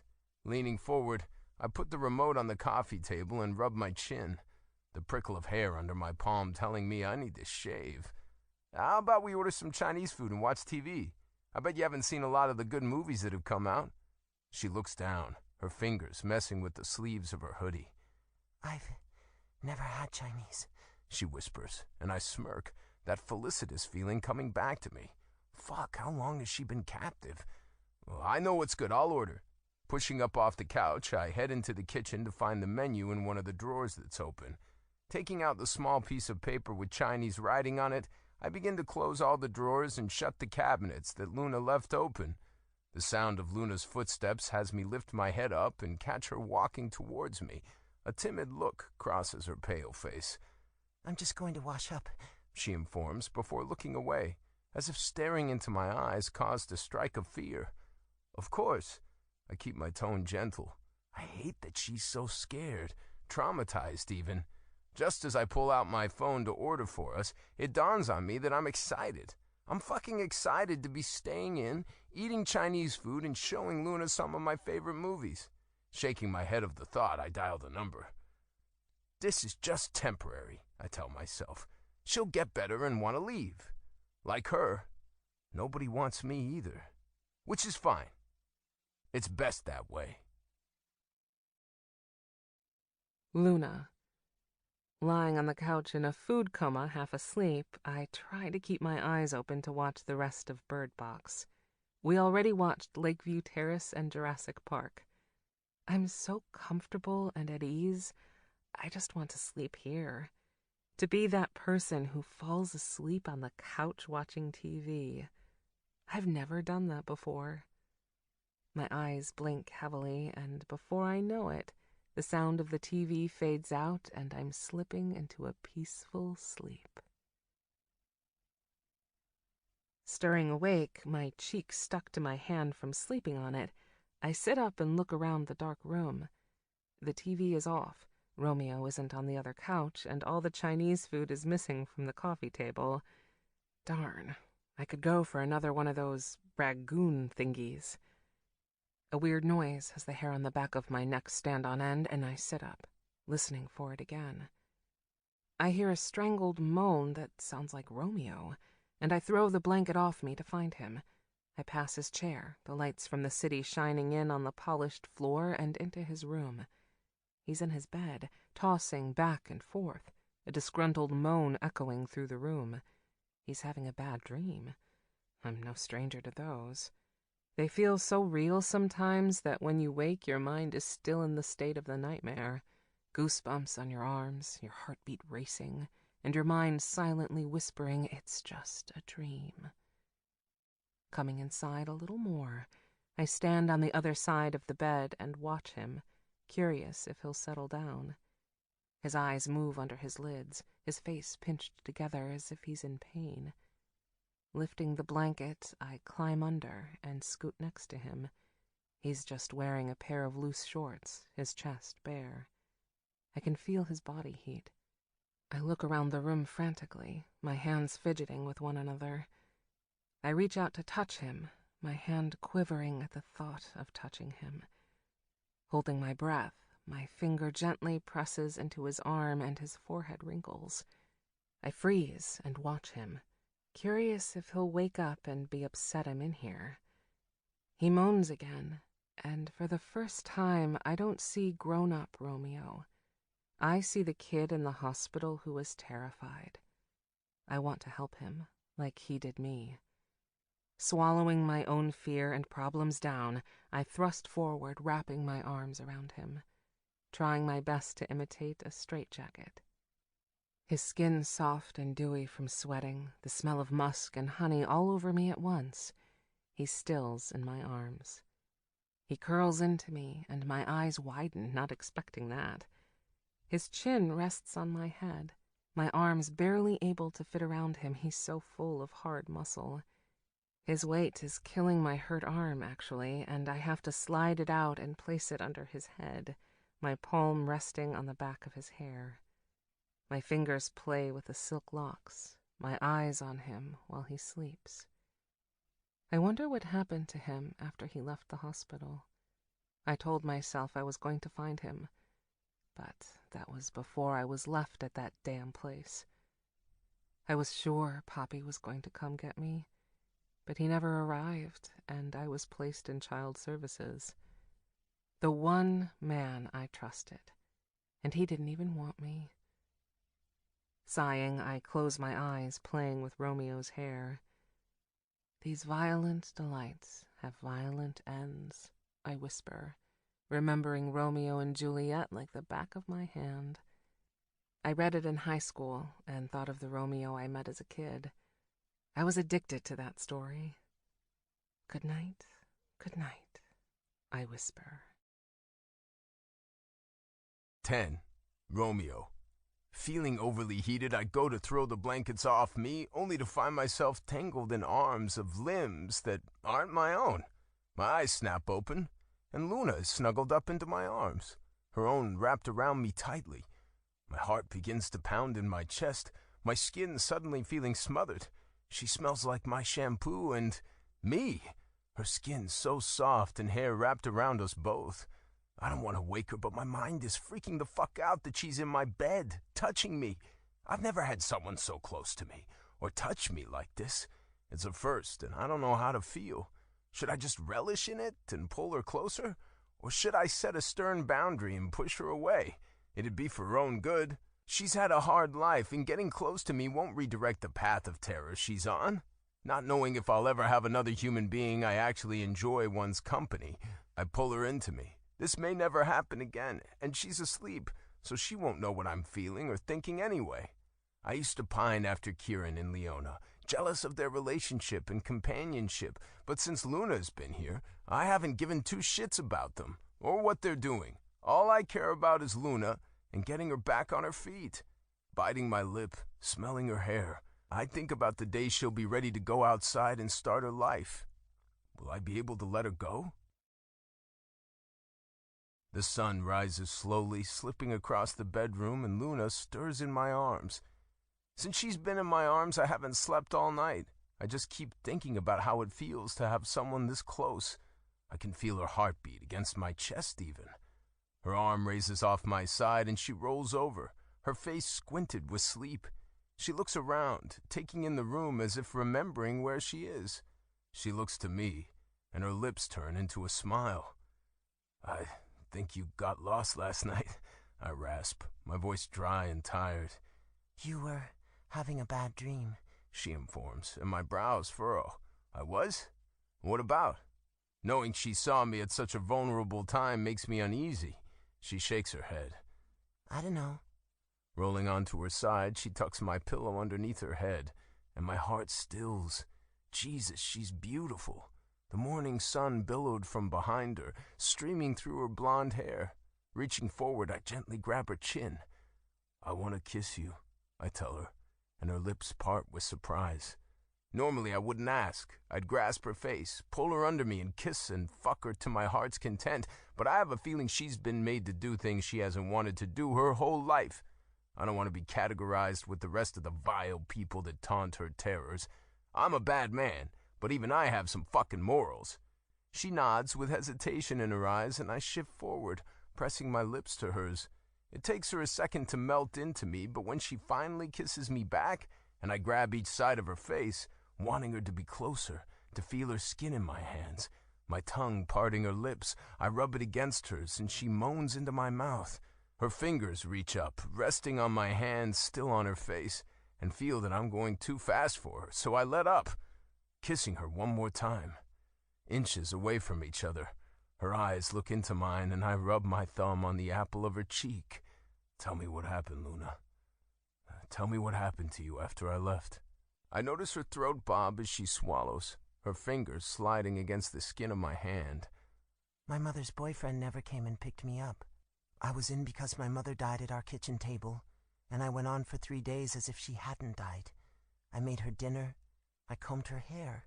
She stops, inhaling a sharp breath. I was put in an orphanage, and it was hell.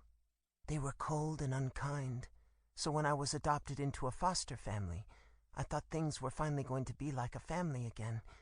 She blinks, looking away from me. I was wrong.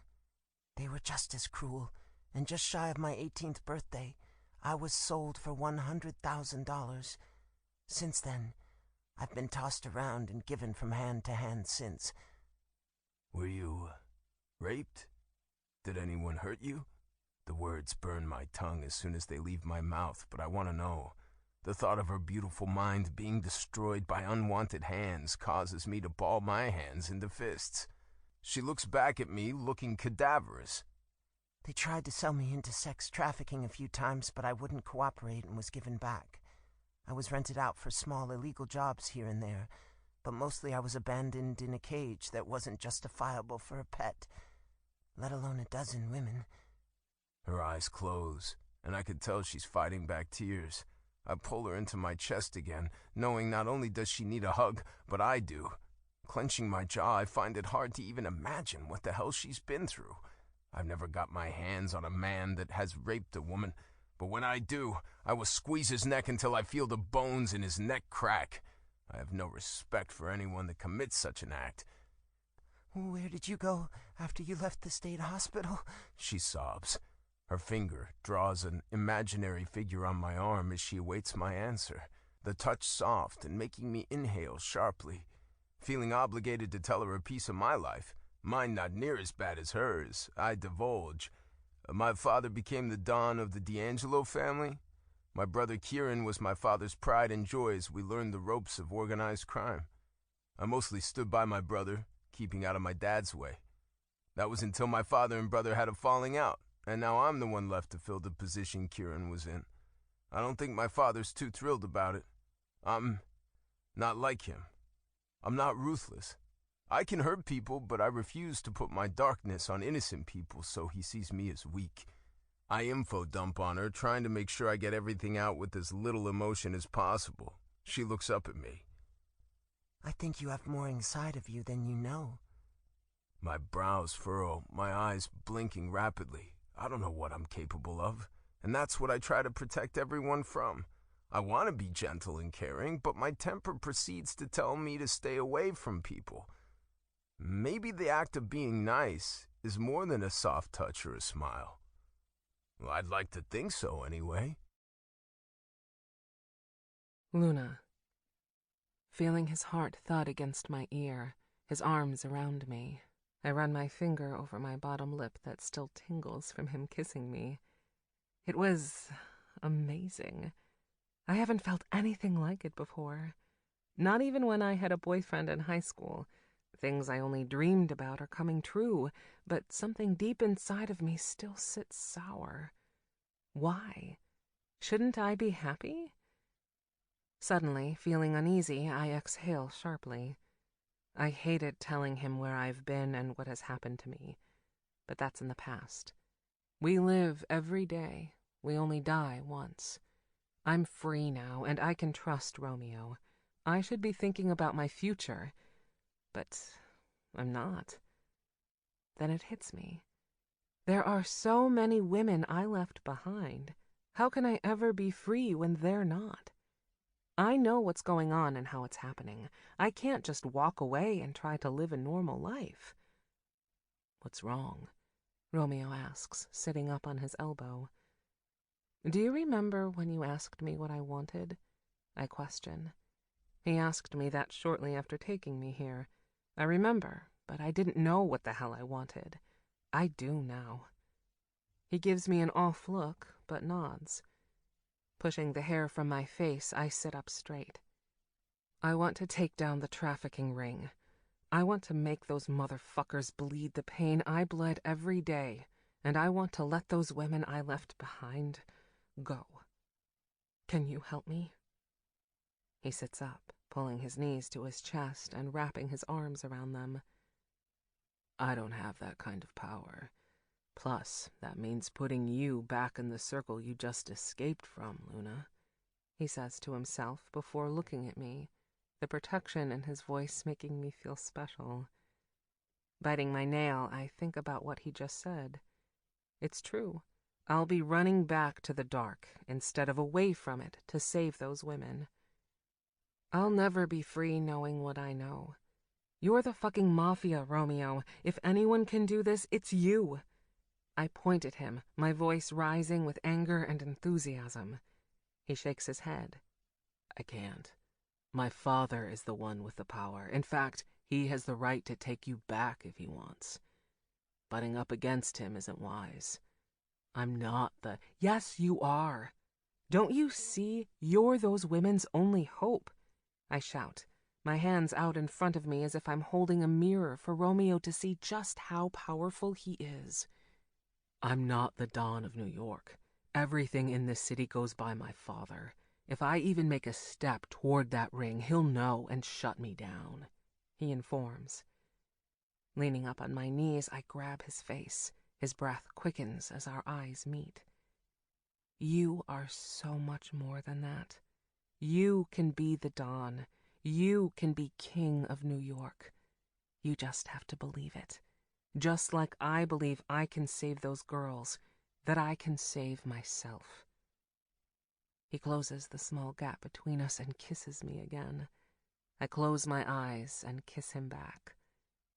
We're going to do this, together. So, what are you going to do? I whisper against his lips. Save the fucking day. He smiles before deepening the kiss. 11. Romeo. Standing in the kitchen, eating a banana, I contemplate everything Luna just said. How she was left in that state hospital, her foster family selling her. She's been betrayed by everyone she's ever known, and now she wants revenge. I don't blame her. I could do it for her, she's right. I do have the resources to make her desire a reality. I guess I just never saw myself as anything other than the other son. Kieran always took the jobs Dad ordered, and I went along and did my part. I finished my banana and tossed the peel into the overflowing trash next to the kitchen island. My feet picking up crumbs and dirt, I decided it might be a good time to turn on the robot vacuum. I don't have a maid. I don't like people in here in my space before Luna came along. So the closest thing I have to house cleaning is the Roomba. Grabbing the remote, I turn it on and hear the little motor start up as it begins sweeping up the hardwood floors. Crossing my legs, I place my hand on the counter and watch the robot move about as I think about the dangerous job I'm contemplating. Where do we even start? Actually, where do I start? I don't want Luna to do this. It's too risky. What if we go in there over our heads? Not only will they have a field day with me being the son of Emilio D'Angelo, but they'll take Luna back into the ring. A place I don't think many women escape, if at all. Her captors will take it out on her, making what she thought was a rough life look like a walk in the park. She won't be invisible anymore. The rain splashing against the window from a hard side wind has me staring at it, rivulets of water rushing down the glass. It's been raining all day. The sound of dainty little footsteps has me look up to find Luna coming out of my room, with freshly washed hair and wearing a light pink silk robe that I got her. She sits on a stool, resting her head on her hand, her brows furrow. My eyes fall to her lips. I just want to lie in bed and stare at them all day, to have my hands explore her body and feel her skin against mine. But I'll never admit it, not out loud. I've never been scared of anything in my life, but the things she's making me feel lately, they terrify me. What will life be like when this job is over and she can be on her own, out there without me? What will I do? Will I long for an actual relationship now that I've experienced a taste of it? Or will I just gag Denise more, wanting to get farther away from it? I can hear you thinking, she says with a little sarcasm, and I smirk. She's come a long way in just a couple days. Just about your plan, I reply, opening the fridge. I grab the gallon of milk and take a large swig. It helps wash down the banana, but I need something stronger to help shift this plan into action. Putting the gallon back into the fridge, my eyes sweep across my wet bar, the need for a drink growing stronger by the second before meeting her gaze. I really don't want you a part of this, I explain. Her face doesn't change. She's not budging. She's being fucking stubborn. Flower, I've seen you hold a gun, and... Wait! What did you call me? She interrupts me. I retract my words, unsure of what I said. You called me... Flower, she says with an unreadable tone. I did? I did. What the fuck is happening to me? Now I have a pet name for her? Rounding the island, I reach for a glass on the wet bar and pour myself a small drink. Neither of us saying anything as I finish it in one swallow and set it back down. Turning, my hands behind me on the bar, I inhale. You're the biggest ray of sunshine in my corner of darkness, Luna, I explain, and her cheeks redden with the flattery. My eyes drift anywhere but in her direction, the words I spoke feeling cliché, but honest. She slides off the stool and walks up to me. I look down at her up at me. She wraps her arms around me, and like a lit candle, my flame of anxiety is snuffed, and I relax into her. Why am I so relaxed around her? She lays her head on my chest, and I raise my hand to cup her head. The feeling of her touching me still so foreign, but I like it too. It's hard for me to explain. You can teach me to shoot a gun, she mumbles.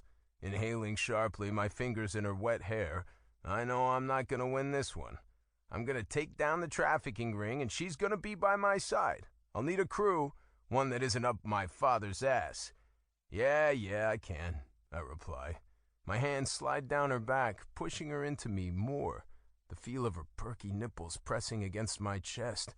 I can't help the hardness of my cock. I want her. I want her real fucking bad. But I'll jerk myself off 1,000,000 times before pushing Luna into something she's not ready for. I'll wait. For her. Today, we lie around and I put something into motion, I tell her. She pushes away from me, ready to object, and I cut her off. You need to learn to trust me if we're going to do this. My tone grim. You can't do a simple job without loyalty, let alone something as massive as the one we're about to walk into. She closes her mouth and nods. Flicking my finger under her chin, I push her mouth where I want it, lean down, and kiss her again. She closes her eyes, and I pick her up, her legs wrapping around me. Deepening the kiss, I groan into her mouth. My now hard cock presses against the bottom of her ass, and I desperately want to move the silk of her robe to the side and slip into her heat. I need her off me.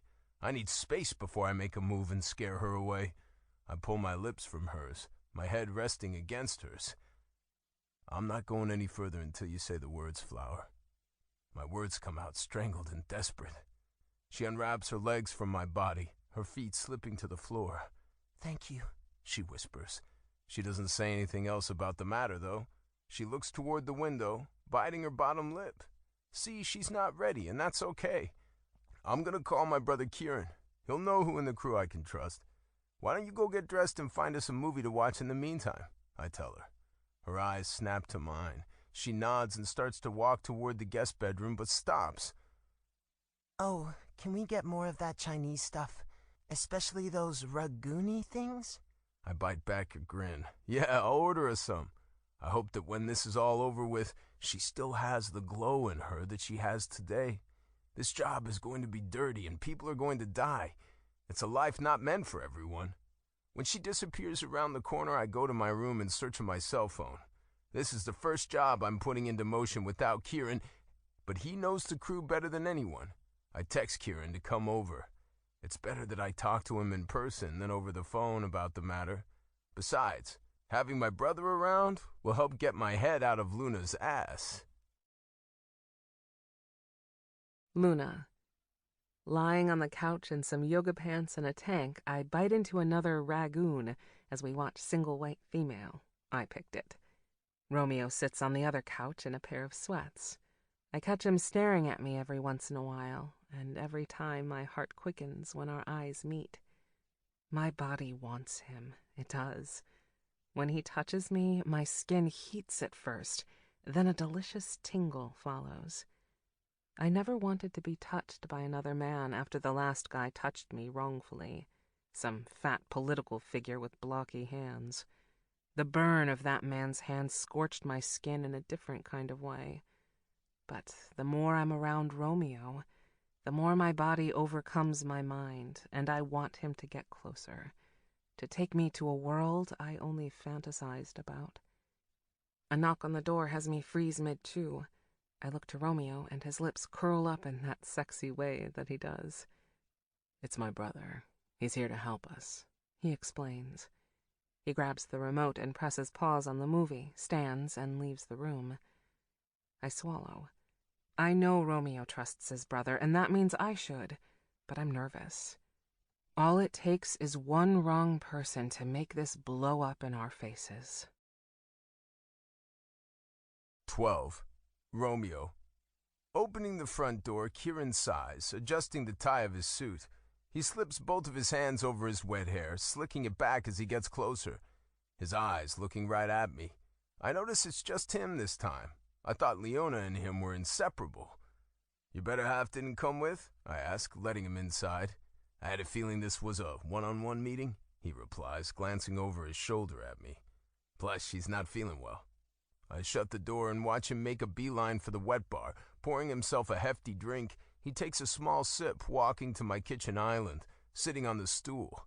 "Talk to me, little brother," he requests, the lights in the ceiling casting down a light on him, shadowing his features. I open my mouth to start, but then notice Luna standing at the threshold of the living room, her outfit fit for running around Central Park. Those tight yoga pants were a good idea. They outline her figure beautifully. I tilt my head in a gesture, telling her to come in. Sensing someone else in the room, Kieran looks over his shoulder. He sits straighter.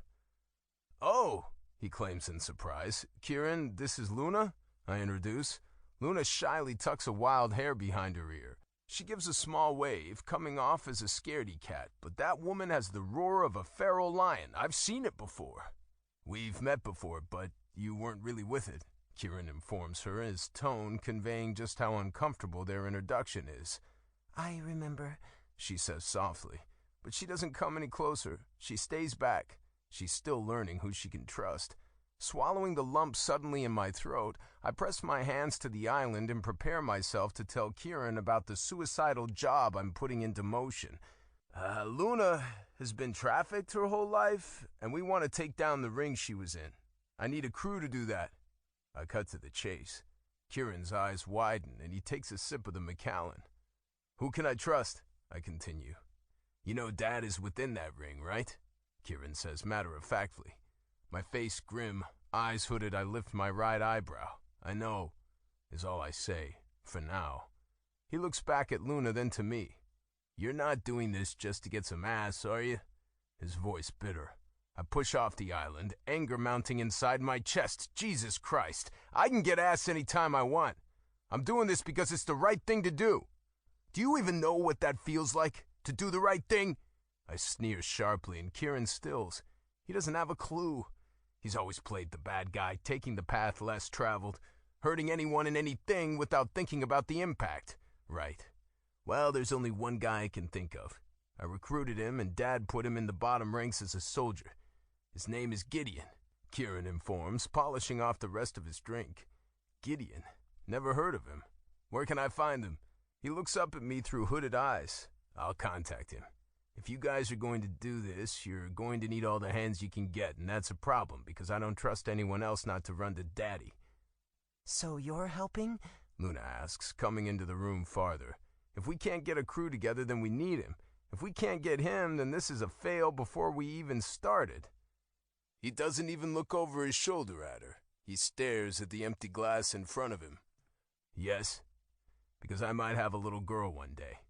And if something as vile as trafficking is in my city, then I want it shut down. His eyes snap to mine, and I give him a look. He's never talked about having children before. Leona's pregnant, he says softly. My eyes widen, my mouth parting with surprise. Our family is at war, and then Leona gets pregnant? It will either bring us closer together or farther apart. Congrats, Uncle Romy. I laugh. He smirks, standing from the stool. Holy shit, I'm gonna be an uncle. The feeling I'm feeling right now is different. Now I'm not just doing this for Luna, but for my family. Straightening his suit jacket, he stares at Luna. She smiles sweetly. Congratulations on the baby, she tells him. He smirks in reply, coming around the island. He stops just beside me. Us standing side by side, you can see the physical resemblance, but if you knew both of us, you'd think otherwise. Keep your phone on, little brother. Yup, I reply. The smell of his expensive cologne lingers as he heads for the door, the sound of it shutting behind him as he leaves. I notice the room has become darker, the clouds outside giving little light to shine through as the storm moves in. Wow, Luna says on an exhale. This is happening. We're really going to do this. Her fingers fidget with each other, her face looking more pale than seconds ago. I walk around the island and pull her close to me, my hand rubbing up and down her back. I can't help but notice our touching doesn't bother me anymore. In fact, I find myself seeking the feel of her skin next to mine. Yes, we are. What about your dad? She asks, her head against my chest. My nostrils flare, thinking about what I'm going to have to do to my dad to keep him out of my way. I'll take care of it, I clip. Luna. Sitting on the floor on one side of the coffee table, Romeo on the other, I laugh at something he said. Neither of us paying attention to what's on TV at this point. We've both been drinking, and I feel really good right now. My lips numb, vision a little hazy, and Romeo looks so sexy in just a pair of sweats, a smile on his face and hair in his eyes. I think I want to go further than just kissing. I know I do. I'm definitely attracted to him. Who wouldn't be? The liquid courage makes me overlook my hard past and has me wanting to make a bold move. Standing up, I walk over to the radio and turn it on. "What are you doing?" he questions, taking the bottle from the table and sipping from it. Touching the screen, listening for a song that feels right, ignoring him. A beat has my fingers stop, and I look at the screen. Makin' Good Love by Avant. I turn on my heel and glance at Romeo. A devil and angel arguing inside my head. One saying, I'm not ready for this. The other saying, seize the moment.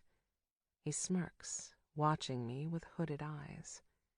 Rocking my hips, hands above my head, I dance toward him, his eyes on me the whole time. Stepping over his lap, I straddle him and sit on him. Both of my hands on his bare chest, I notice my arm is quivering from the nerves building inside my chest. I haven't willingly touched a man since my high school days. "Romeo," I say huskily. He stares at me, those honey brown eyes burning through my last restraint. "Take me." Using his feet, he kicks the coffee table, pushing it into the couch. He's on his knees, me underneath him in seconds. My breath quickens, eyes widening. Hovering over me, he kisses me, but only for a second before his lips are on my neck. Holding his face, his scratchy facial hair under my palms, my body comes alive like it never has before. My breath is taken away, his attentive lips on my neck making my eyes flutter. His hands grasp my wrists, pinning them above my head, his fingers trailing down the inner skin of my arm, making sure to skip over my cut. His touch tickles, but feels so good at the same time. I want him to do that everywhere, for his touch to erase the haunting traces left behind by vile men before him. His lips lower to my chest, kissing the skin and the dip of my shirt. Yes, I want more. One of my legs arch, my knee resting on his hip. Both of his hands grab the bottom of my shirt, pulling it up over my head. He throws it over his shoulder and rubs both of my tits with the palms of his hand, my nipples so hard they almost hurt. Ducking his head downward, his face in between my breasts, he kisses and sucks the skin. A supple moan escapes my lips as he slips the pink bud into his warm mouth, my arousal dampening my pants. I've never felt so adored, so cherished before. Are all men like this, or just Romeo? His head lowers, his breath against my belly button before his teeth grab the elastic of my yoga pants. He snaps it with his teeth, and my back arches off the floor, my thigh feeling his hard length. I ignite, my movements shaky as I shimmy my pants down my hips, and he quickly removes them. I shove his down using my feet. He grabs my thigh and kisses the sensitive skin on the inside, and I drag my hand down from above my head, down my face. God, his touch is amazing, erasing all the evil that has laid a finger upon my flesh before him. Spreading my legs wide, he dips in between my thighs and sucks my clit into his warm mouth. I buck upward, nearly sitting fully upward, my fingers in his hair. I breathe heavily. My head lolls back as he licks and sucks my wetness into his mouth. I can feel it, that sweet climax rising, building just to have me crash into a state of ecstasy. But he pulls away. "Don't move," he whispers huskily. Standing up, his cock hard and erect, I notice a small dark circle of pubic hair surrounding it. Warmth blossoms inside of me, making me feel giddy. He walks away, and I lie back down on the floor, a nervous smile on my face. I've only dreamed of this happening, and it's actually a reality. He comes back in with a condom now on his cock. He drops to his knees, grasps me by the hips to position me right where he wants me, and slowly pushes inside of me. I wince and moan as he fills me and stretches me. His hand slides up my back, putting me into a sitting position in his lap. I slide my hands around his neck and use my feet to push myself up and down onto his length. His mouth parts, his eyes staring right into mine. Both of his hands on my ass, he helps me thrust upon him. Up and down, in and out, never breaking eye contact. I feel that intense pressure build inside of me again.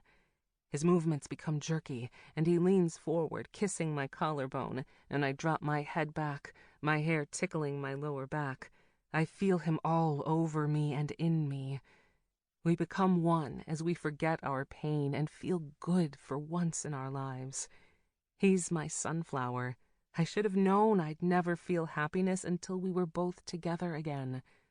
My hands fall back, grasping at the throw blanket as an orgasm crashes into me so hard I hold my breath. He growls, biting my skin, and I know he's coming seconds after me. Leaning up, out of breath, I cup his cheek and his hand slides up my back. Another sweet and sexy song coming onto the radio, rain splashing against the window from the hostile storm just outside. Neither of us wanting to break away from another, he stands, keeping me in his arms, and he walks across the great room, passing his chair and into his room. He lays me on the bed, my back now on the plush sheets. Sitting up on my elbows, I watch him tug the condom off his cock and go into the bathroom. I lay back, staring at the ceiling, a crash of thunder outside making me jump. He comes out of the bathroom and climbs over me, kissing me once again. I smell like him, the scent of musk making my clit buzz for another round. If we're going to put our life at risk taking down the trafficking ring, we might as well use the time wisely, and I couldn't think of a better way than him on top of me. Romeo, The sound of my phone ringing has me stir awake. On the fourth ring, I finally pull away from the warm body wrapped around me, Luna, and snatch my phone off the nightstand. I'm exhausted, probably dehydrated from all the exertion. Luna and I fucked 3 times, and it was unlike anything I've ever experienced. Maybe because I let her touch me. I wanted to hear her moan and breathe heavily, so the gag stayed in the drawer. It was a first for me, and her. Hello? I rasp into the phone, the sun just barely rising and casting a glare into the room. Hello, sir. My name is Gideon. I was told to call you. A shaky older male voice says on the other end of the line. Sitting on the edge of the bed, my head leaning on my hand, my eyes are closed, I remember Kieran saying the man's name I should have on our crew is Gideon. Yeah, I need you to help me with a job, but nobody can know about it, I explain, needing to make sure that's not a problem. In the right world of the Mafia game, every member of the crew would be loyal to their Don, but since Kieran left, things have been split and unloyal. If I'm getting paid, just tell me when and where, he says, his tone more confident now. 2 hours, I'll text you the address. I pull the phone away from my face and hang up. I'll meet him at target practice, get a feel of him, see if he's someone we can trust and work with.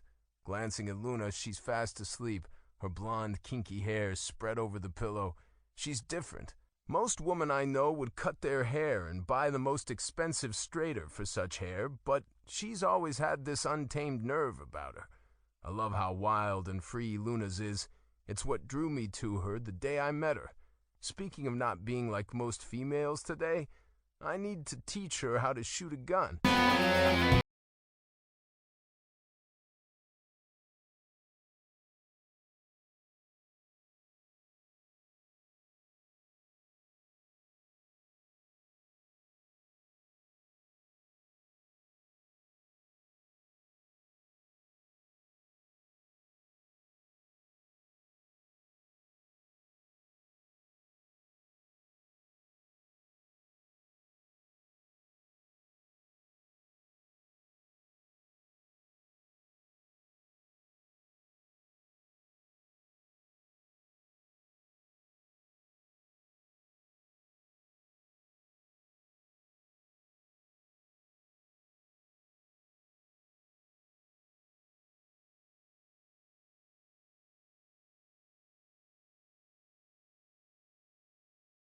A cigarette hanging from his lips.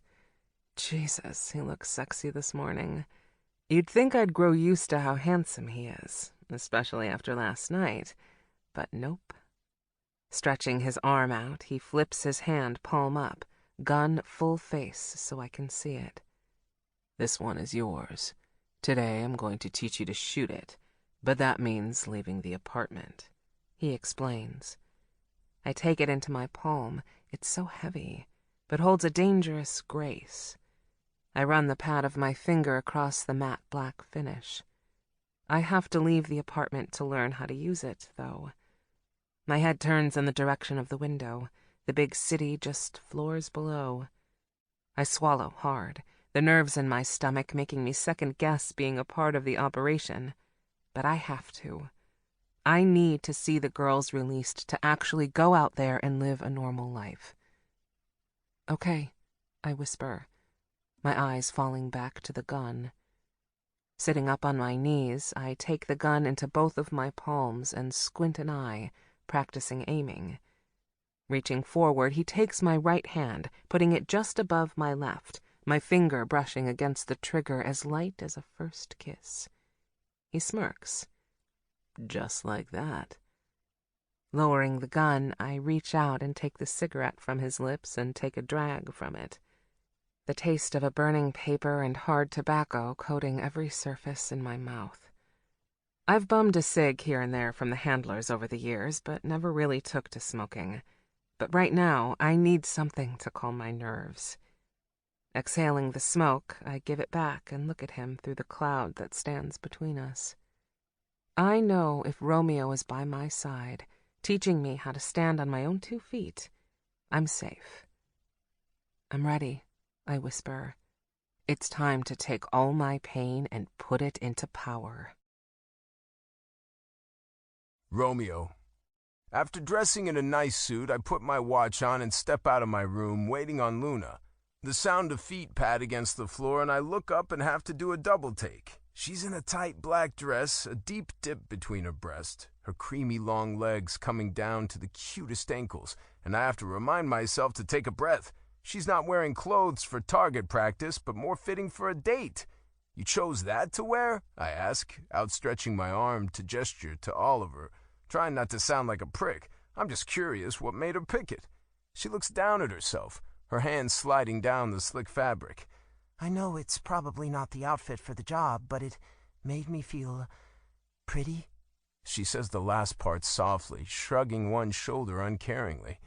I want to tell her to redress, to put something else on, but it's not because it's not the right outfit. It's because men might stare at her, and I don't want to be that jealous man. I'm not on my meds right now, and I might just end up snapping someone's neck in broad daylight. So I smile instead. You should wear it then. I don't have any shoes, though. She sticks her foot up in the air and wiggles her toes. Shit, I mumble. That may have people staring at her in a different way. Rubbing my chin, I ponder what to do about the situation. We will have to make a stop and grab some shoes then, I assure her.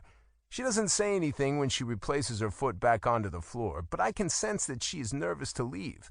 Hell, it was just days ago she was cowering in the corner of her room. This is a big step. Are you ready? I ask, eyeing her closely. This is the first time she will be out there without a chip in her arm since she's been here with me. As ready as I'll ever be, she whispers, turning herself to look at the front door. Coming up behind her, I press my hand to the small of her back. I'll kill anyone that comes near you without permission, understand? The corner of her full lips turn upward, but they don't quite make a full smile. Seeing how scared she is at the thought of stepping foot into the public makes me want to do this job even more. These fuckers are going down, and the best part is, I haven't taken my medicine, so who knows how crazy shit will get. Opening the front door, a waft of the hall air comes inside, brushing across her face, strands of her hair flying to the side. Her shoulders rise, and she lifts one foot to step outside and the next until she is in the hall. She looks around, her neck muscles tense. There's not much to see. There's the neighbor's door, gold and cream tones on the carpet runner on the floor, and some ceiling lights leading the way up and down the hall. This way, I tell her, motioning her to the elevator at the end of the hall. She starts walking that way, looking over her shoulder every few seconds. She's terrified, and there's nothing I can do to make it go away. She's going to have to find her own confidence. Inside the elevator, the door is shut and it jerks before lowering. She jumps with fear and grabs onto the handle mounted to the side of the wall. She slowly stands straight, her face turning red with embarrassment. I don't say anything. I adjust my watch on my wrist, letting her work the kinks out of her fear. The double doors finally open and we walk out into the lobby. Janet is behind the desk with her feet kicked up on the desk. She glances our way and then does a double take. Her feet fall to the floor. This ought to be great. Who the hell is this? She asks loudly, dropping her smut book to the counter. Luna looks up at me, an unsure look of what to do, and I put my hand on the small of her back again. Just a simple touch to reassure her that everything is okay. Janet, this is my friend Luna, I introduce. She stands up and walks toward us, and I'm actually surprised. I've never seen her get off her ass. She's wearing a black satin button-up blouse with tight jeans and bright blue heels. She looks like many women of New York, not someone working the lobby of an upscale apartment building. How come I've never seen you with a girl before? I thought you was gay. She smarts, placing her hand on her hip. I'm not gay, I inform with a sharp tongue, and I hear Luna's light laugh. This encourages Janet to cackle like a hyena. Wear your shoes, baby, she questions, looking down at Luna's feet. Feeling the need to get this over with, I step in front of Luna. That's where we're going to get some shoes. I push Luna toward the door of the garage, and Janet's face scowls. Oh, no, you don't want to walk out there without some kind of protection, baby. She turns, her hand hung out in front of her as if she was showing us an engagement ring, but her fingers are bare of jewelry, just really long fake nails that make me wonder how she does anything in them. She sashays to the desk and pulls out a black bag, propping it on her chair and unzipping it. She tugs out some black and white tennis shoes and holds them in her hand as she comes back to us, her heels click-clacking on the golden lobby floor. Wear these shoes until you get some. You can drop them off at the desk when you get back. She hands them to Luna, and she reaches out and takes them with a grateful look on her face, her cheeks turning a light pink. Thank you, Luna says so politely. I've lived here for years and Janet hasn't even given me a second glance, let alone talk to me as much as she's talked to Luna just now. What the hell? Why are you being so nice? I interrogate as Luna drops the shoes to the floor and slips a foot into each one. What you mean? I'm always nice. Her voice carries through the lobby and I scoff. She's never nice.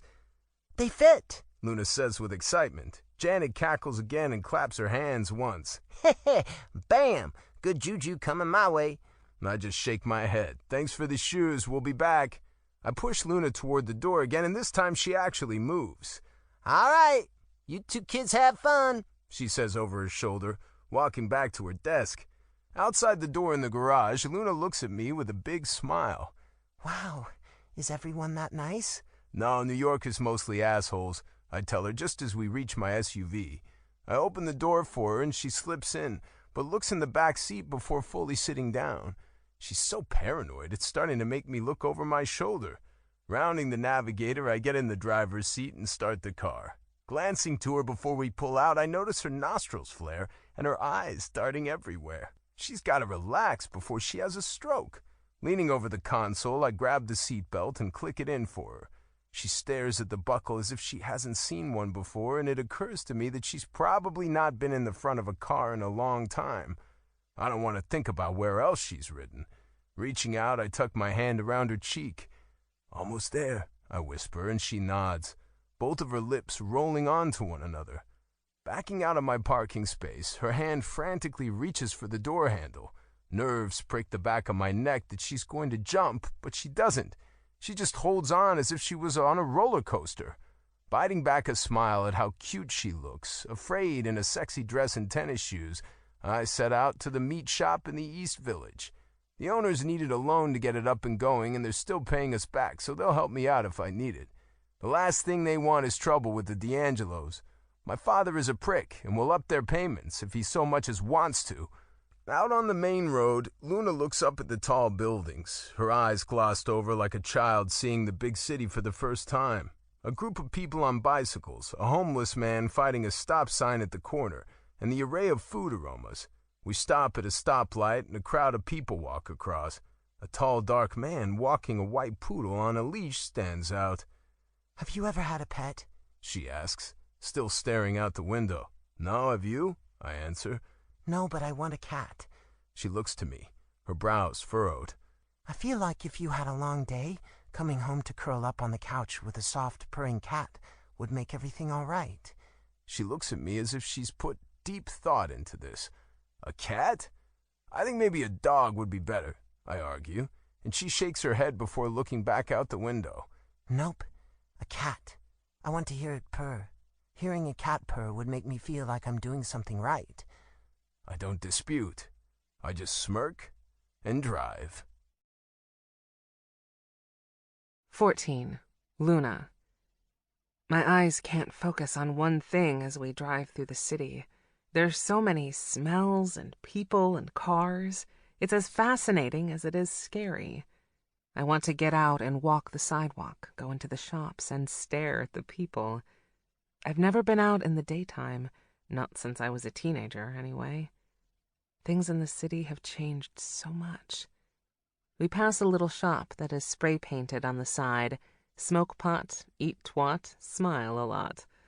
I can't help the little smirk that pulls at my lips. Some of the graffiti is horrible around here, and some is really artistic. And some, like this one, just makes me laugh. I feel sorry for whoever has to scrub that off, though. Romeo takes a left, and I look out the windshield at a light blue building with 2 big windows on one side and a glass door on the left. A big sign reads, Rising Star Meats. Are we getting food? I ask, a little confused why we're at a meat shop when we're supposed to be target practicing. I want to learn how to take care of myself. I need some independence, and learning to shoot a gun was the first step. No. I know the people here, and in the back they have meat culturing. It'll be the closest thing to actually shooting a human. Plus, me going to a shooting range will spark questions. That makes sense. He is in the Mafia. Him showing up with a woman days before a slew of bodies are dropped on the police department would make eyes turn. He opens the door, getting out, and my hand grazes my own handle. My heart beating so fast I feel like I may pass out. I'm so excited to be out here seeing everything. I'm terrified, too. The door suddenly opens, Romeo opening it for me. Inhaling a sharp breath, I take a step out onto the concrete. I'm assaulted with so many smells. I don't know which way to look. I smell cooked meat, garbage, Romeo's scent, and fresh air. It's so noisy out here, too. Cars zooming by, people hollering, a horn honking, and some kind of emergency siren down the way. I'm glued to the asphalt, overwhelmed by so many things happening around me. I could be tackled and thrown into a trunk at any second, and I wouldn't even see it coming. "I got you," he whispers into the back of my ear, and I blow out a steady breath. Romeo's here. He won't let anything happen to me. He presses his hand on the small of my back, ushering me toward the meat shop. A small black car pulls up, and Romeo stops, making me come to a halt as well. A short man wearing a clean black polo and slacks steps out, his shoes shiny. He has shorter hair than Romeo, the color more brown.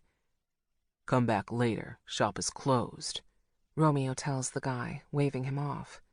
The man walks up to us, and I find myself stepping behind Romeo a little more, nervous that the man isn't going away so easily. "I'm Gideon," the stranger says, reaching out to shake Romeo's hand. Romeo doesn't shake it back. "Good. I need you out here to make sure nobody comes in. Can you do that?" Romeo says, his tone dark and facial expression fierce. "Yes, sir," Gideon accepts. Without another word, Romeo turns and we walk inside, a bell ringing to alert the staff of our presence. There are freezer displays showing red meats in different sizes and shapes, a scale on top of one, and there's a long rectangle banner hanging just above with the rations and prices. The smell of raw meat is almost too much. A skinny, tall man with a dark mole on his cheek comes from the back, wiping his hands on a bloody apron tied around his neck. "Romeo, I just made payment. I'm not here for that." Romeo cuts him off in a tone I haven't heard before. In fact, the way Romeo holds himself when he walks to the counter is completely different. He's confident, face serious and dangerous looking. This is the Mafia Romeo. He talks to the man in a hushed whisper over the counter, and I can't help but cross my arms, a sudden chill in the air making me cold. Maybe I should have brought a sweater. They both step away from the counter, and the tall man walks out from behind the counter to the left, pushing open a door with a scratched-up circle window. "Follow me," the butcher man says to us. Romeo reaches back, taking my hand, his palm warm, and we follow the man. Now in the back of the shop, my eyes sweep past torsos of meat, a man grasping a cleaver hacking at it like something out of a scary movie, and an old lady wearing a hairnet wraps up cuts in parchment paper on the other side. The man jerks open a large silver door in the back of the store, and we go inside. It's cooler. It's a fridge of some sort with large hooks holding flanks of meat. We pass several before the man grabs a hold of one that is more brown than pink and is on the smaller size than the others. "This one, it's perfect," he says, looking to Romeo for approval. Romeo inspects, looks it over. "This will do. Thank you, Greer," Romeo says, and the man leaves us. Romeo pulls open the flaps of his suit jacket, and I notice for the first time a holster holding 2 guns. He pulls one out, handing it to me. "Step back a few steps," he instructs, coming behind me. "Look down the barrel and line up the marks. See them?" His finger comes into my vision, pointing at the notches at the very end of the gun. I squint an eye, lining them up. "Wait," he says, stepping away from me. I hear the noise of metal, and I look to what he's doing. He's grabbed a cleaver off a metal cart and slams it into the body of hanging meat. Tugging it free, he slices into it again, leaving a big indented X on the flesh. He tosses the cleaver to the floor and looks back at me. "Hit the target," he instructs, standing back beside me. Re-squinting my eye down the barrel, my finger trembling over the trigger, I stare at the X, purse my lips, and then thrust my finger back on the trigger. The gun jerks in my hand, the sound so loud it echoes through the fridge, and the bullet slices the side of the flank. The smell of sulfur and metallic wafting around me. Gunpowder. I lower the gun. Shit, I was way off. "Try again," Romeo demands. Re-aiming, I hold the gun tightly and pull the trigger, this time not so nervous to do it. I get closer to the axe, but I'm still off. Romeo grabs my hands, tilting the gun upward some. "Again," he commands. Holding my breath, I stare at the X, imagining Poppy, foster parents, and handlers. Almost too much to imagine at once. I let out a breath and fire the fucking gun, the bullet jamming right into the X. I laugh, lowering the gun to look at Romeo. He's standing to the side, his arms across his chest, his hand cupping his chin. He smirks. "Do it again," he instructs. And I do. I nail the X every fucking time until we are out of bullets. Romeo shows me how to reload, how to cock it, and where the safety is. Holding the cold steel in my hands and knowing how to use it now, I feel safer. I don't want to give it back. "Can I keep it?" I ask, looking up at him. "Where are you going to put it? In your shoes?" he asks, and I look down at my dress. I have no panties on or anything to hold it. "You make a point." Scowling, I hand it back to him. He opens the big silver door and we step into the shop, that bloody smell back and making me scrunch my nose up. Seeing this makes me never want to eat meat again. We pass the man throwing a cleaver into a body of meat and into the lobby until we are outside. The noise and smell back, I start looking around, amazed by life. Gideon turns to face Romeo, both of them talking in a whisper I can't hear. Gideon just keeps nodding, taking orders from Romeo. Seeing this side of Romeo makes me feel even more confident about the job we're preparing for. He's like a fucking king. Everyone looking at him as if he holds the power. They part ways, Gideon getting into his car and driving away. "Everything okay?" I ask, being nosy mostly. "Yeah. So, we need to get you some shoes, and then we can head back," he informs, opening the door for me. I slip into my seat, putting on my seatbelt. "We're going shopping?" I ask with surprise. I know I need shoes, but I figured he'd just order them like he did my clothes. I've never been shopping before. I wonder where he's taking me. Romeo. Pulling up to the Fifth Avenue entrance of Saks, I look at the tall building. I've never been inside, but passed by many times. Luna looks all around, her mind everywhere at once. Getting out, the smell of smog in the city. I open Luna's door and help her out. Taking her hand, we walk into the building, coming to a guard dressed in a suit. I give him a curt nod and walk farther in. First floor looks to be nothing but perfume, jewelry, and stuff like that. I find a board that says what each floor is and find shoes to be on the 6th. "This way," I instruct, taking Luna to the escalators. This place is huge, a woman's fantasy for sure. Reaching the 6th floor, there are circular sofas and club chairs. There are a few women trying on shoes and sales ladies who are dressed very nicely helping them. "What do we do?" Luna whispers, looking at the shoe department. "Let's take a seat on that sofa. Someone will come help us. I guess. I don't really know." We pass glass displays with high heels and shoes I've never seen before until we come to the couch. Luna sits down, looking around her. I take a seat next to her, and before we can even settle in our seats, a lady with medium-length hair and a blush blouse comes to us. Hi there. Looking for something special today? She asks, looking right at me. I glance to Luna, curious if she had her eye on anything. I don't know where to start, she says shyly. Well, what size are you? She questions. Luna looks to me with a quizzical look. Sliding off the couch, I kneel before her and take the tennis shoe off and look inside. She said the shoe was a perfect fit before. She's an 8, I informed the sales lady. Perfect. I'll bring a few options out and we can go from there. She glances back at me, her lashes touching her eyebrows.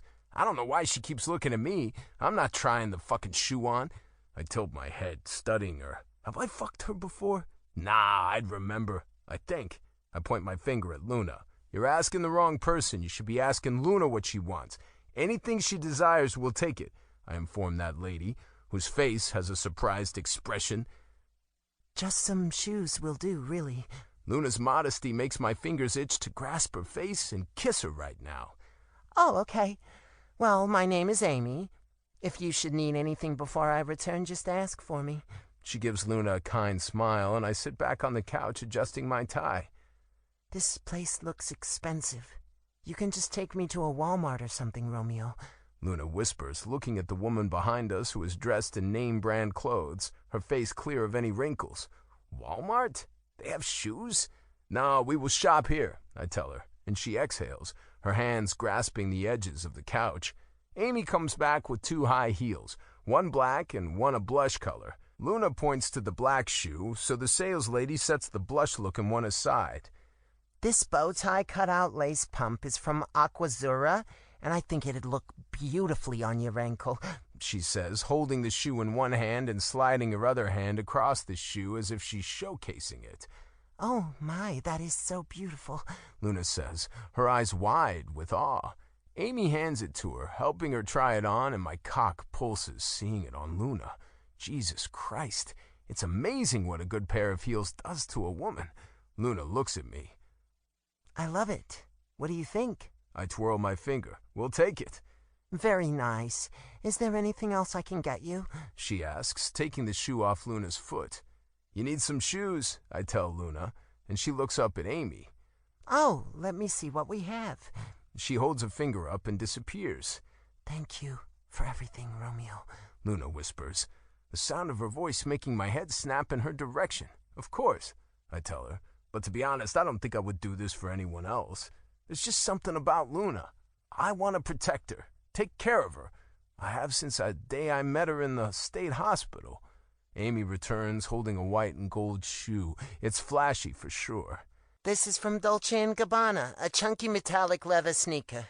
She helps Luna try it on, a smile on her face. It's a favorite for sure, Amy continues.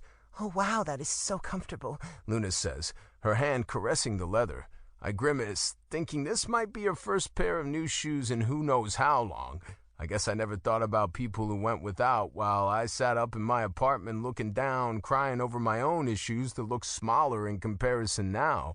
Sitting up, I tell Amy, we'll take 2 pairs in the same size. 2? Luna looks at me with confusion. I ignore it for now. All right, I'll have these right up front when you're ready, Amy says, taking back the shoe. She goes to the front to box up our purchases, and Luna puts on Janet's sneaker. I got a pair for Janet, for letting us use hers today, I explain to Luna, and her mouth parts. Her eyes looking at me as if I'm some romantic. I'm not. It's just the right thing to do, right? We both stand and head to check out. I hand the lady my card, and my phone rings. I wonder if it's Gideon with that info I asked him to find already. Sliding it out of my slacks to find it's my mom calling, I answer it. Hey. Hey, honey. I was thinking about having a family dinner. Do you think Kieran will bring Leona? She asks. She seems to be sober. I don't know, Mom. You'll have to ask him. I can tell you if Dad is coming, he won't be. I look to Luna, curious if I should bring her to dinner, but there's a lot of things happening in the next few days. All right. I'll give him a call. I'm just nervous, I guess. She huffs into the phone. Call him, he won't bite. Not you, anyway. I smile, hanging up the phone. The lady tries to hand me the bag of shoes, and I step out of the way so Luna can take them. They're hers. We go down the escalators and back to the car. She slips off her sneakers and puts on the heels before I even get the engine started. Jesus Christ, I mutter, wanting to take her in the back seat right now. What? She prods. Tonight you were wearing just those in my bed, I tell her, and her cheeks turn red. A shy smile on her face. I might have been a little forward, but fuck me. What's a man to do when a girl he's crushing after wears something like that? A beautiful woman like Luna, dressed in a black dress, sneakers, and holding a gun, tests a man's restraint. Put her in heels and he's done for. She's a wet fucking dream. Back at the apartment, we park and head inside. Janet is behind her desk, reading. Taking the bag from Luna, I grab Janet's old shoes and the new ones I just bought. I set them on the counter and her eyes slowly slide upward. What's that? She questions, dropping her book. For you? As a thank you for letting her wear your shoes? I inform and become anxious for some reason. What if she doesn't like them? What if she takes me buying her shoes wrong? I didn't think about that. Maybe I shouldn't have gotten them. She opens the box and her mouth pop open. Holy shit! Is that Dolce & Gabbana? She shouts, taking the shoe from the box. Luna laughs and I can't help the curl in my lip at her excitement. Have a nice evening, Janet, I smoothly state, turning back to Luna, who is standing by the elevator. Wait! You want to borrow my car next? Ha!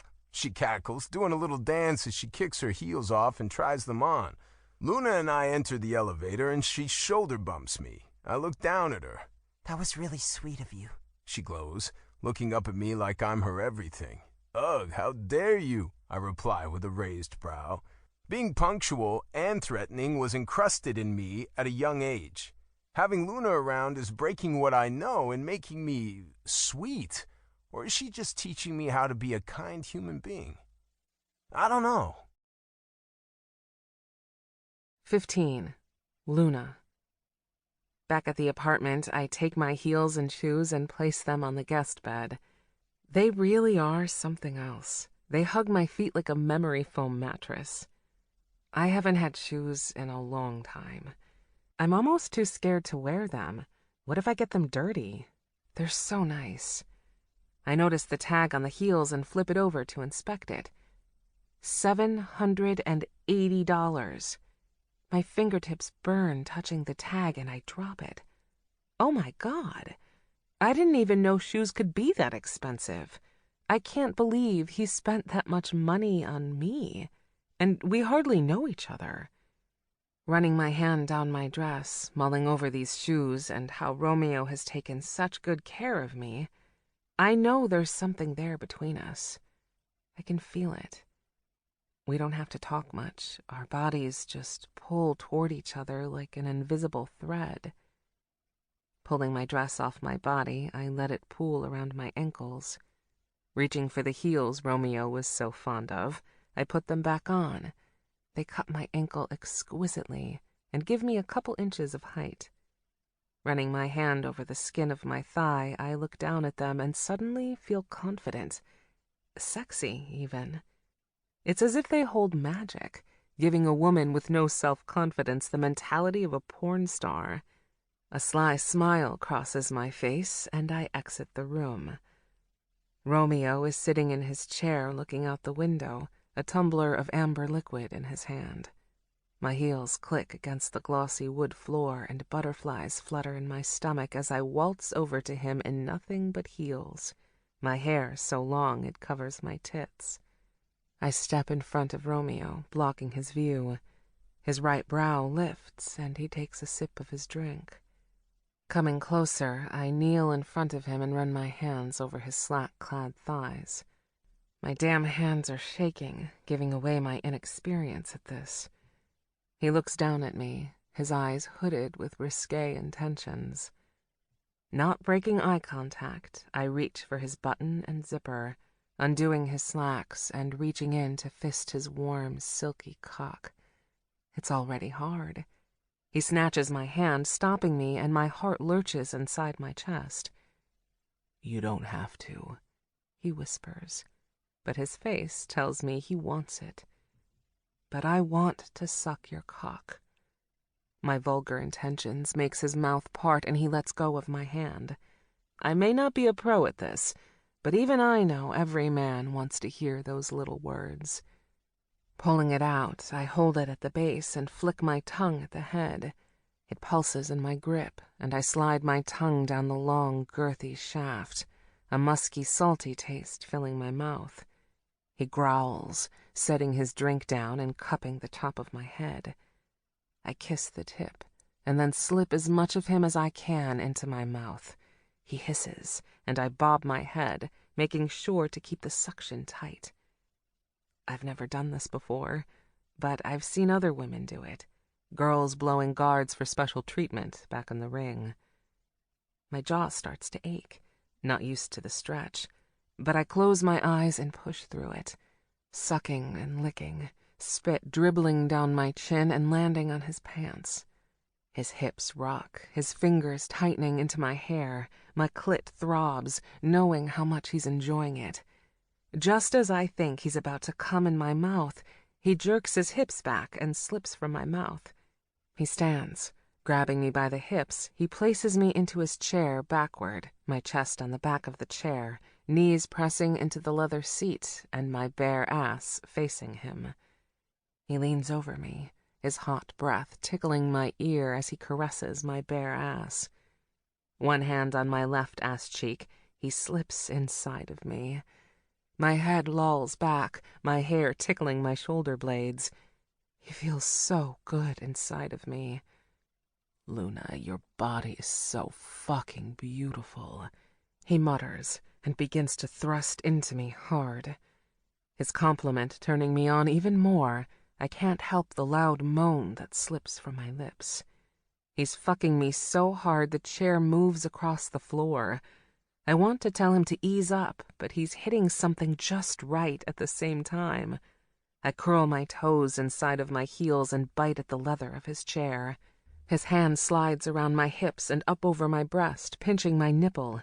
Like a blast of lightning, I fall into a pit of satisfaction. Squeezing my eyes closed, I see stars as I nearly hyperventilate, coming through the orgasm. He growls, digging his hand into my skin as he comes, his nose in the back of my hair. "Fuck, what are you doing to me, flower?"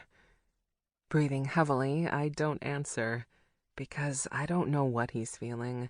I don't even know what I'm feeling, because I'm just starting to defrost and become human again. His phone rings, and I look at it laying on the floor. It must have slipped out of his pocket. He steps back, pulling up his briefs and grabbing the phone. "Hello?" he answers, out of breath. "Really?" His face scowls, his eyes locking with mine. A tickle down my thigh snaps me back to the fact his cum is sliding down my leg. Stepping off his chair, I hurry to the bathroom to clean up.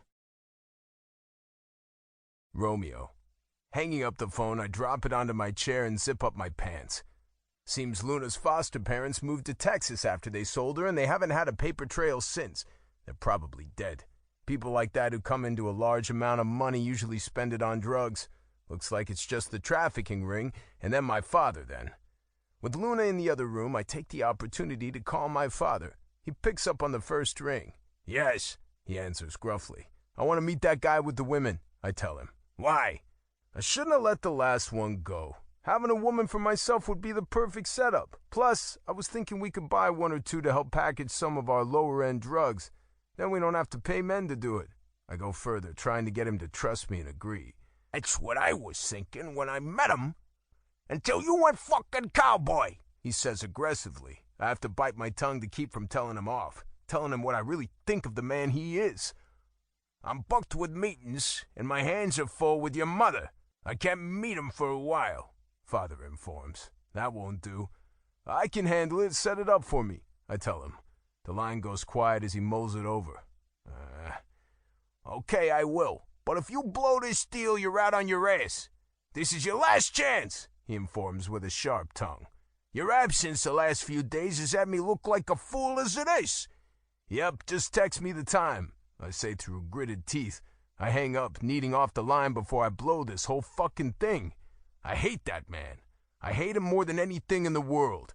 He's a disgusting pig, and for him to be alive and representing the D'Angelo family is a fucking mockery.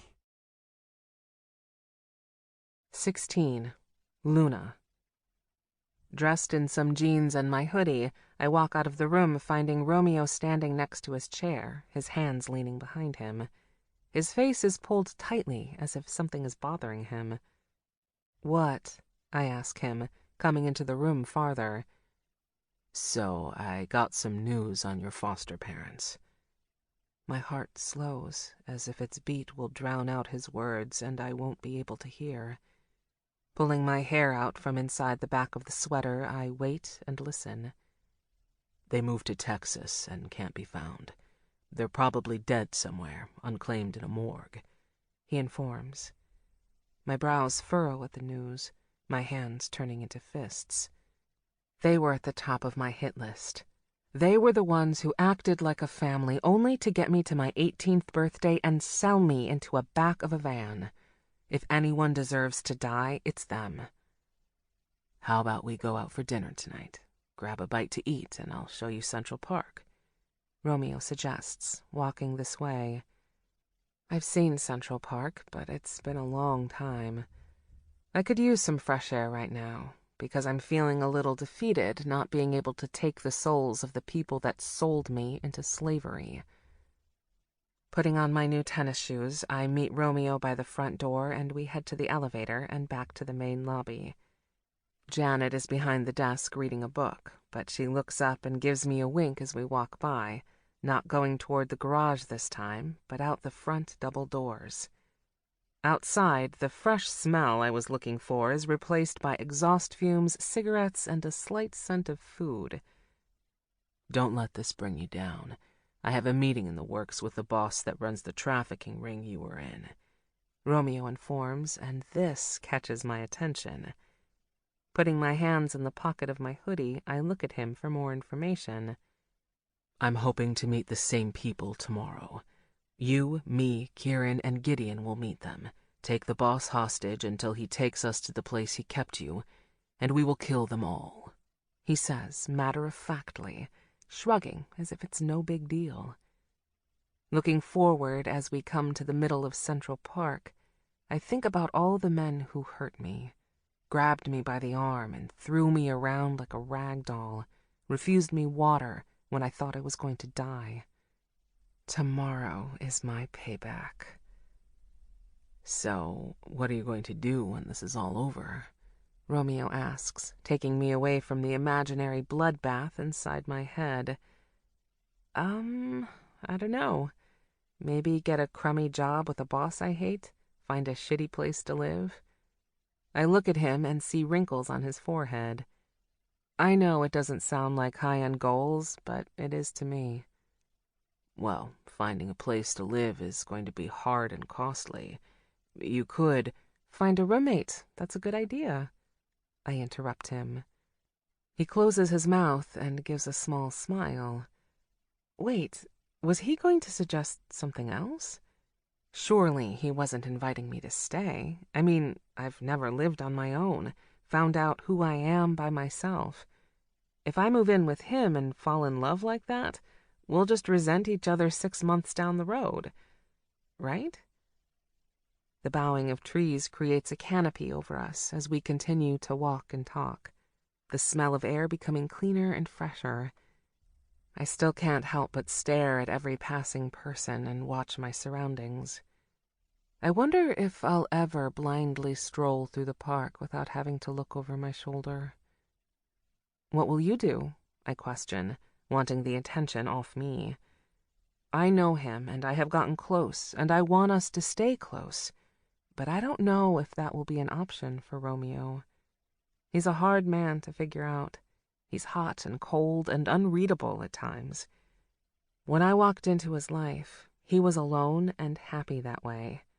Going back to his old ways, he might decide being done with me is for the best. "I still gotta figure that out. I'll know soon enough," he informs quietly. He lifts his arm and points in front of him. I follow his direction and see a hot dog stand. I haven't had one of those in forever. Yes, I smile and follow him over to the smell of steamy pork. The man behind the cart grins with yellow teeth, his denim blue hat matching his overalls. 2, one with just ketchup and... He looks to me, waiting for me to tell the man what I want on mine. Oh, I want everything, I tell the guy, and he loads mine up with ketchup, mustard, relish, and onions. Romeo pays the man, and we continue to walk, eating our hot dogs. Another person walks by us with a dog, and I stare at it. I want a pet. Thunder crackles above us, and I look up to the sky. Seeing just a hint of gray clouds through the trees, a plunge of darkness takes over Central Park. Taking another bite, we both stop.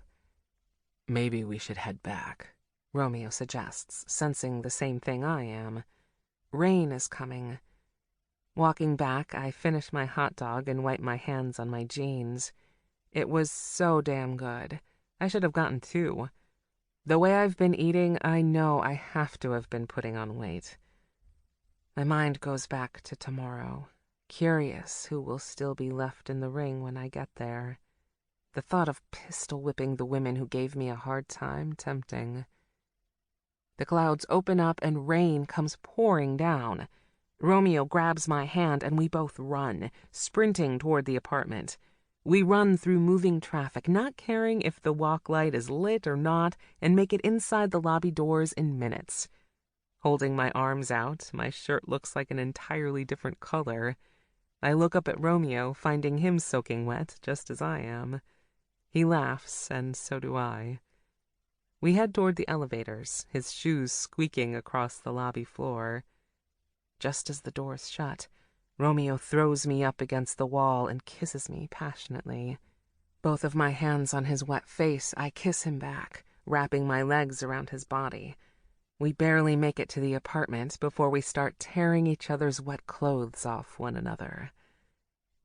Just because I want to get out there and live a life I've never had doesn't mean Romeo is going to forget about me, does it? Because this feels like goodbye sex. I can't explain how I know. I just do. Romeo. My phone dings multiple times, waking me from my sleep. Pulling my arm out from under Luna's naked body, I grab the phone and squint as the screen lights up. It's Dad. Same place. At dusk. I text Kieran and Gideon the same thing and drop the phone back onto the nightstand and curl into Luna. The clock is ticking, and I don't want to think about it. Kissing the back of Luna's neck, the sweet smell of her skin, I wrap my hand around her flat stomach and circle her soft clit with my thumb. She stirs awake, and I pull her on top of me, wanting one more taste before the job comes, and this is over. 17. Romeo.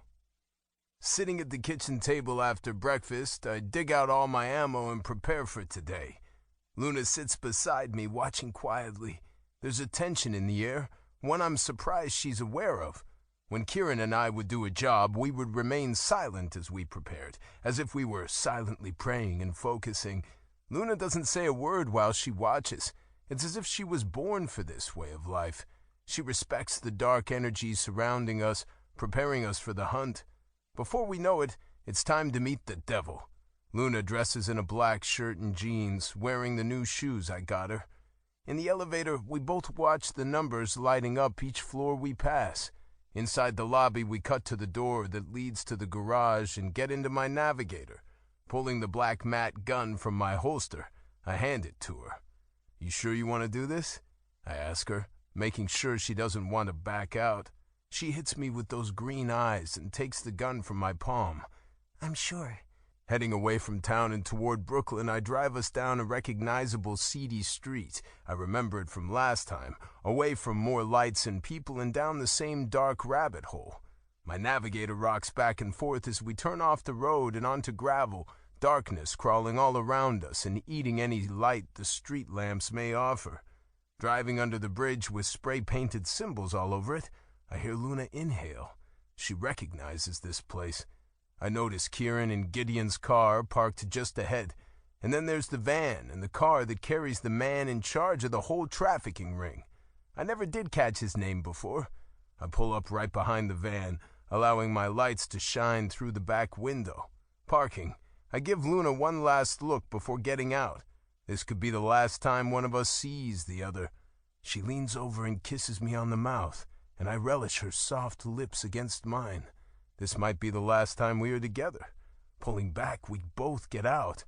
Walking away from my car and getting closer to the others, Kieran and Gideon's headlights shine enough light for me to see the boss get out of his car. He's wearing a long tan coat with a scarf around his neck, the men behind him in dark slacks and white button-ups just like last time. He smiles, clasping his hands as if he was praying. I see you liked my girl, he says, looking at Luna like she's a prized pig. Raising my gun, I point it right at him. That's all it takes for me to want to kill him. His girl? She was never his. Enough with the small talk. Where's your ring? I grit through clenched teeth, and 2 sounds of gunfire go off. Kieran and Gideon shooting the bodyguards in cold blood. The boss screams, frantically holding his hands up like a fucking pussy. You'll not kill Yoba. I'll do whatever you want. He weeps, his native tongue so thick it's annoying. Luna takes the opportunity to go to the van, a perplexed look on her face as she opens the doors. I can hear the women cry and startle from here. Go! She shouts. The women sit there shocked. She reaches in and drags one out. I said fucking go! This is your chance! She repeats, and the women start wailing and jumping out of the van. They scurry into the night like little ants. My gun still aimed at Yoba. I shove it into his head harder. Get into the van, I gnash. A beast I try to keep locked up is coming out to play tonight. I can feel myself losing control. Wait! Let's think about this, Yoba says, trying to bargain with me. My eyes narrow in on him, and I step up into his space, glaring down at him. If I think about this a second longer, you die here under this bridge, you piece of shit. Closing his eyes, he speaks another language and slowly slides 1 foot toward the van. Letting up on my gun, I allow him to climb into the now empty seats. The driver of the van looks at us with worry on his face. His hair is long and beard even longer. Kieran climbs into the passenger seat, looking at the driver with a menacing look, a gun in his hand. Take us to the ring. Now, Kieran tells him, pushing his gun into the side of his head. Just do it! Yoba hollers with panic. Luna. Driving into the darkness away from the city, I don't recognize anything as we head toward the ring. It's so dark, not even the moon is shining. I can't take my eyes off of Yoba. He's so small, a weakling of a man. How the hell did he become head of such a thing? My hand itches to grab his scarf and strangle him right here, to hear him cry and wail so loud it drowns out the women I've listened to every night for the past 4 years. Gideon follows close behind us, until lights just ahead make the pit of my stomach sit uneasy. There it is. Hell. An old shoe factory left abandoned, now turned into an underground slavery. We pull up to a chain-linked fence with barbed wire along the top, lights shining down from the roof to help escort us into the garage. We slip inside without a problem. All the guards must be inside. The driver pulls the van right into the area where the cage sits with most of the guards. Hunched down so my head doesn't hit the roof, I open the doors and jump out. The smell of body odor and piss bring me back. Romeo pushes Yoba out at gunpoint. A man wearing dark cargo jeans, a sweater, and a black scarf wrapped around the bottom of his face comes up to Yoba with an unreadable look, confused at what is going on. I recognize him instantly. He's one that makes the girls blow him for extra food and water. I just called him Freckled Face Guard because that's all I ever saw of him. Raising my gun, I aim and shoot. A bullet lodges right into his skull, and it also alerts the other guards of who the fuck is here. The sound of a gun going off in the van has me quickly looking behind me, finding Kieran getting out and adjusting his tie, the driver now leaning against the driver's door, blood all over the window. The girls scream, some of them jumping on the side of the fence yelling for me to save them. Gunfire goes off. the sound of bullets ricocheting off the metal of the building. I duck behind the van, trying to see where it's coming from. By the side of the cage, there are 2 men who sit there and play cards, I tell Romeo, and he takes a breath, stands, and walks out. He fires his gun left, then right. Kieran comes out of God knows where and begins to shoot behind him and beside him. They both look like something out of a movie, with their gun holsters and suits, shooting the bad guys without a worry that they might get hit with return fire. The smell of blood and gunpowder overtakes the sick women in the cage, and I notice I'm still hiding behind the van. Now is my chance to free them. Still ducking so I don't get noticed, I go behind the van and sprint to the cage where they keep a door locked with a deadbolt. Raising my gun, I shoot it, and it falls off to the concrete with a thud. I open the gate, and women come sprinting out, nearly running me over. Others hide in the corner, unsure of what to do. This is all they've ever known, and don't know where to go. I was one of those women not so long ago. Going inside, chills ride up my back, my eyes sweeping to where my cot used to be. I can't believe I'm back inside voluntarily. The ground is wet, probably from piss. There are blankets wadded up on the floor where women were trying to keep off the ground, and empty jugs of water. I pass a crate holding a bottle of pink nail polish. I frown, thinking about what that cost a woman. A moan has my neck snapping to the left, finding an old lady in the corner. She's scared to death. Walking to her, I squat in front of her. "You're free. You can go," I tell her softly. Grabbing the hand of an elderly lady, I help her toward the opening of the cage. "Go, run. Go to a shelter, but get that GPS out of your arm first," I inform her. Her old wrinkled face looks back at me with sympathy. I could see her being someone's grandma. Maybe she is.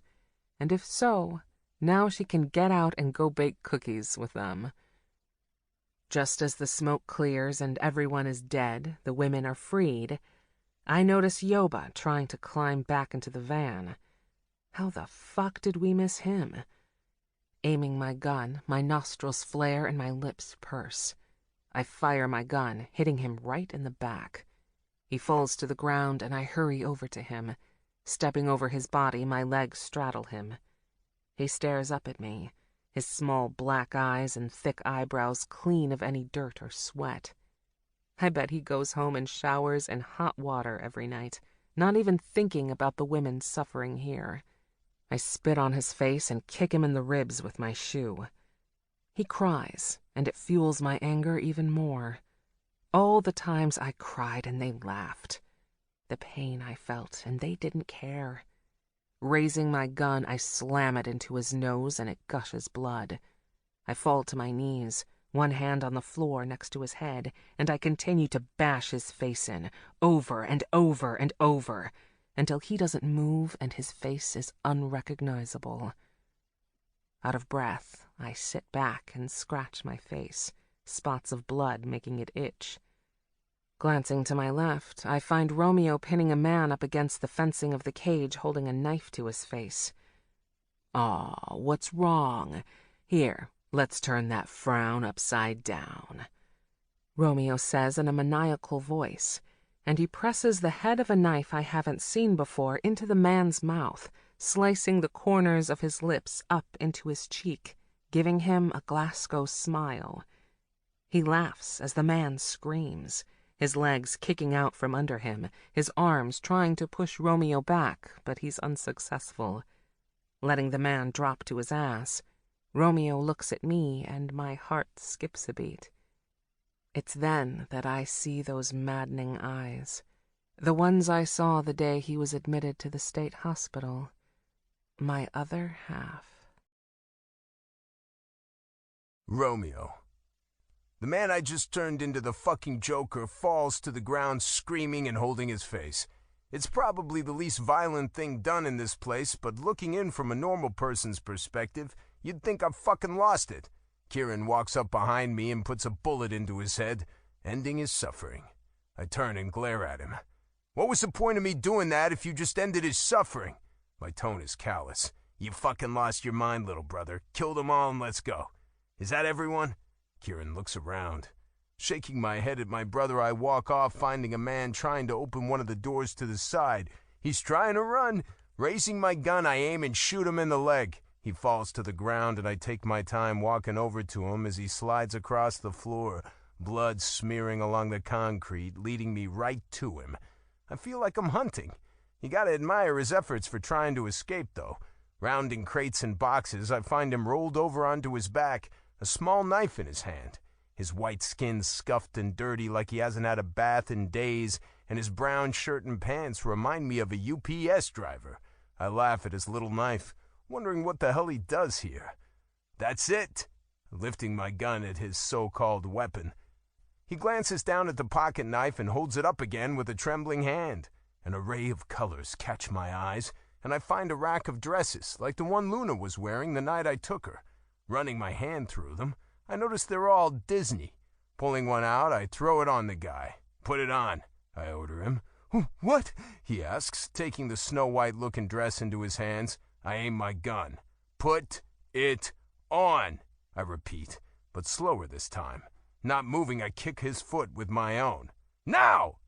He pulls it over his head, his arms through the sleeves, the dress nearly splitting at the seams and bulky over his own clothes. Hunching over, I laugh hard. He looks ridiculous. The maniacal villainy sound echoing through the building. Bending over, I snatch his knife from his grip and grab him by the arm, pulling him to his feet. Shoving him in front of me, holding him up because of his leg, I walk out to where Kieran and Luna are. Look who wants to join the party! I show tune and begin moving his arms back and forth as if he's dancing. La-dee-da, la-da, I sing, and Luna smiles, covering her mouth with her gun to keep from laughing. It warms my heart to see her happy, to know that the fuckers that hurt her are paying for it. I kick him in the back and he falls to his chest. You're a lousy date. And I shoot him in the back of the head, killing him. You were a way better princess, I tell Luna, giving her a wink. What the fuck is wrong with you? Kieran throws his hands up like he doesn't know what to do with me, his mouth parted, and I shrug in response. Is that everyone? Kieran asks, his face telling me he's not impressed with my antics. Maybe I am going a little mad, but the insane occasion calls for it just like a ball calls for fancy ball gowns. There's only Yoba left. I didn't kill him all the way. Luna tells us, and I can't help the smile that crosses my face. She's fucking beautiful. Her blonde, curly hair splattered with blood, her chest polka-dotted with crimson, and she holds that gun like a pro. Knife still in my hand, I walk over to Yoba, and he moans. Fuck, where are his eyes? I don't even know what I'm staring at, I joke, shoving his head with my shoe. He's the last one, Luna informs. Holding the bloody knife out, the one I took from the guard that tried to cut me, she takes it. Make him hurt, Flower, I tell her, and she swipes the knife from me. Holding it above her head like the fucking sword in the stone, she strikes down into his chest with such a force I swear I hear a rib crack. He gasps, his body bucking off the floor before blood dribbles out of his mouth. At least I think that's his mouth. His last breath gurgled before the Reaper directs him to hell. Looking around the place, it's empty. The women are gone and every guard is dead. We did it. Stepping around the van, we find Gideon, our getaway driver, waiting for us. Kieran slips into the front seat and Luna and I go into the back seat. Kieran turns in his seat and eyes me. What? I prod.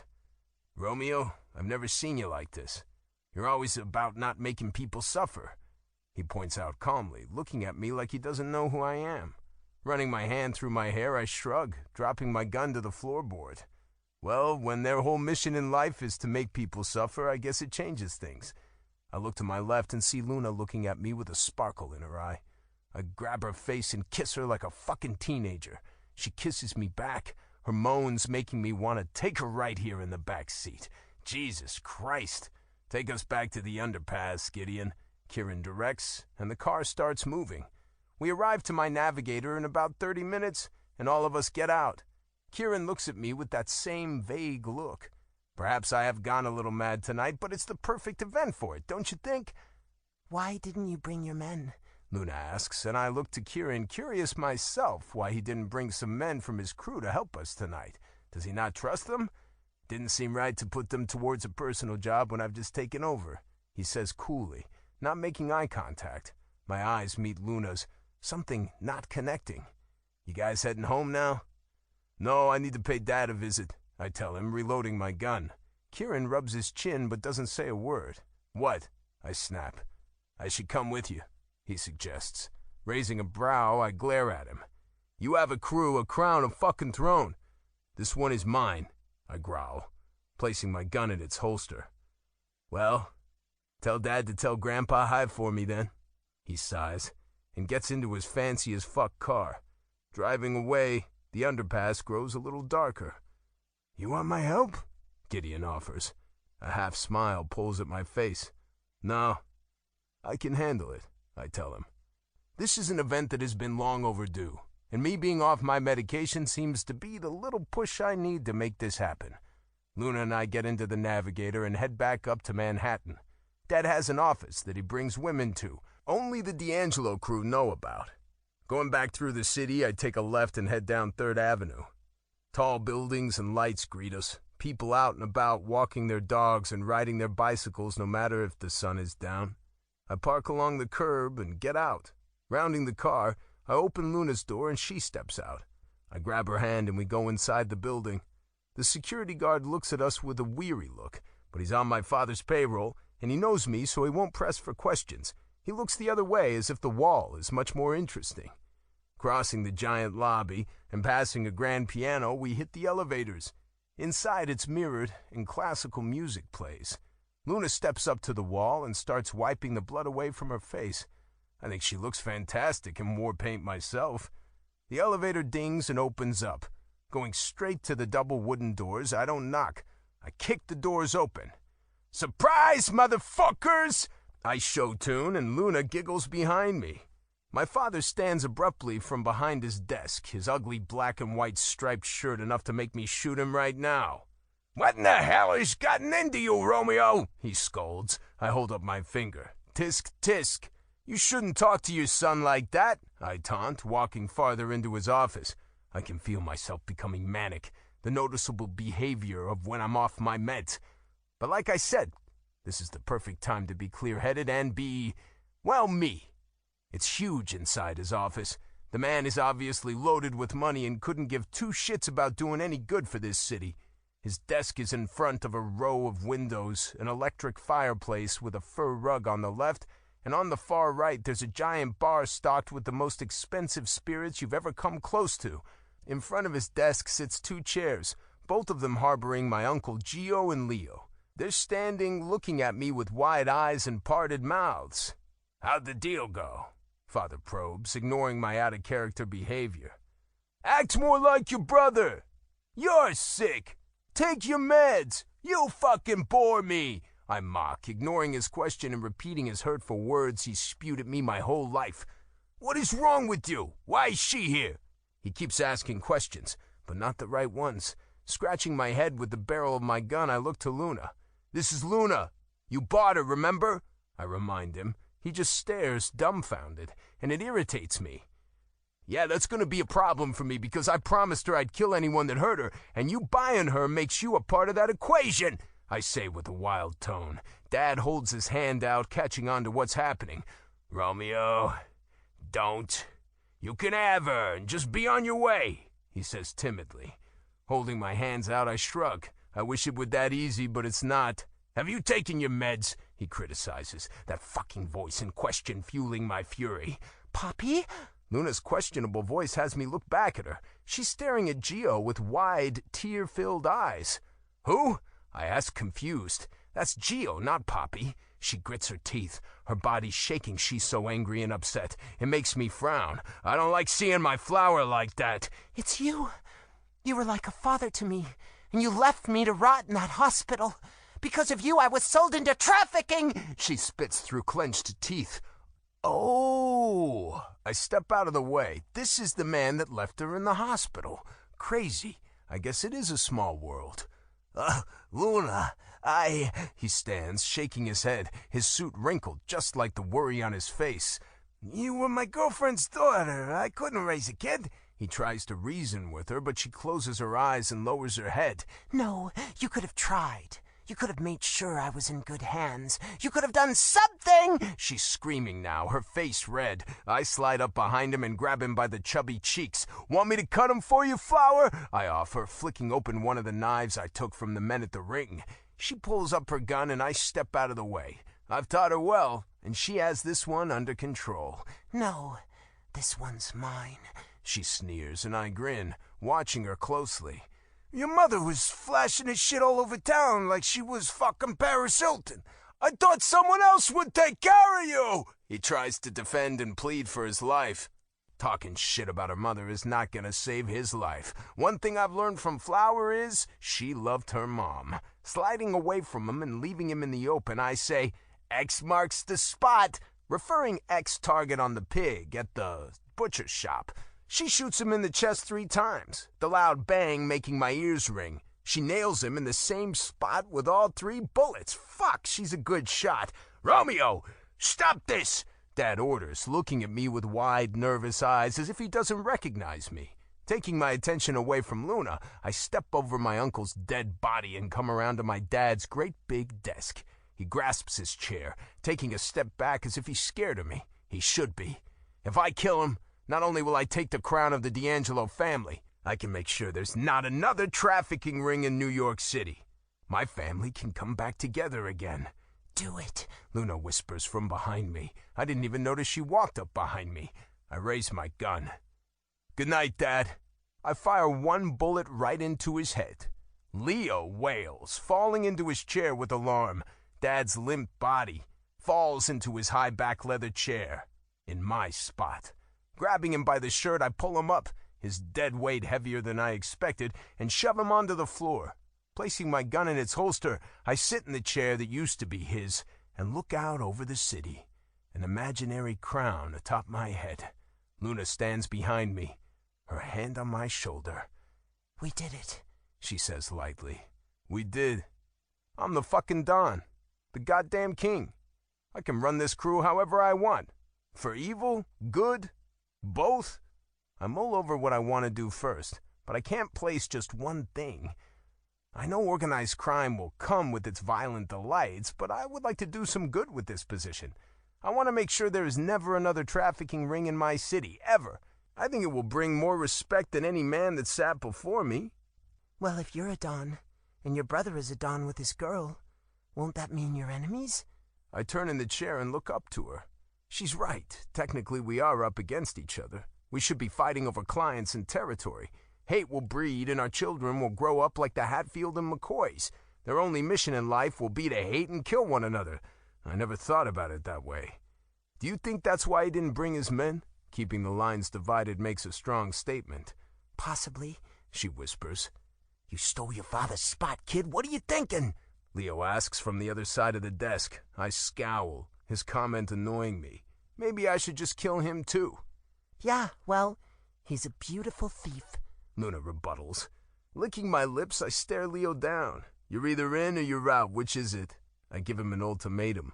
Take me as the new king or get out. He shakes his head and stands. No. I'm loyal to the D'Angelos. Always have, always will. Respect in his tone has me tilt my head to the side. Good, I clip. Welcome to the shit show, Uncle. 18. Luna. Riding back to the apartment, I feel different. I feel relaxed. Maybe because I'm safe. There's nobody out here that wants to take me in or try to sell me for money. I'm no longer an object, but a human being. With every last breath of the people we killed tonight, it pumped my lungs with life. I'm so grateful that I met Romeo. He brought me out of a darkness and into a light I never want to leave again. I couldn't have done any of this without him. Watching him drive back to the apartment, his window is down so a light breeze blows his hair around. He has one hand on the steering wheel and one on his thigh. He's covered in blood and chaos. One look at him and you'd guess he's crazy, but He's beautiful. I want to stay with him, to see what unfolds, but I know I need to get out there and find some independence. I don't want to be some girl that lives off of him not knowing what's out there. Otherwise, what was the point of escaping? Waking up this morning, I find Romeo out of bed already. His spot on the mattress from where he sleeps permanently dipped. I slide my hand over to find it cold. He's been up for a while. Slipping off the bed, the sheet wrapped around my naked body, I step out of the bedroom and find Romeo in the kitchen, putting an orange bottle of pills up into a cabinet above the stove. "Taking your meds?" I ask, sliding onto a stool at the kitchen island. He turns, his bare chest a little scratched up from the war last night. "It's for the best," he mutters, offering a bowl of sliced fruit for breakfast. He sets it between us. It occurs to me that I should probably see a doctor now that I'm out. Being kidnapped as long as I have, my emotions have been all over the place, but I didn't really have time to overthink if I was normal or not. Now that I'm free, that will change. I will change. Taking a slice of watermelon, I bite into it, the juice dripping down my chin. "So, what now?" he asks with a grim tone. Finishing my fruit, I lick my lips and stare back at him. I guess I go and live like a normal person. I shrug before sitting back on the stool. I need to find a place to stay and to work. He grabs a newspaper off the counter behind him and hands it to me. I'm excited for this new journey, but I feel like I'm leaving a part of myself behind. I feel a mixture of sad and happy. I don't know how to feel. "I thought you'd say that, so I made sure and had Janet get the morning's paper. There are a couple people looking for roommates in there," he informs, pointing his finger at the paper. Taking it, I feel bad for wanting to experience life. I feel like I'm leaving him. We are still going to be close, right? I question, my head tilted to the side. He gives a half smile. "Yeah. I plan on fully interrogating your roomie and your new job," he says, popping a piece of fruit into his mouth. I laugh, liking the sound of that. I'm glad he understands I need to see what it's like to be free, to see what it's like to be independent. But I'm going to miss him. I really hope we stay close friends.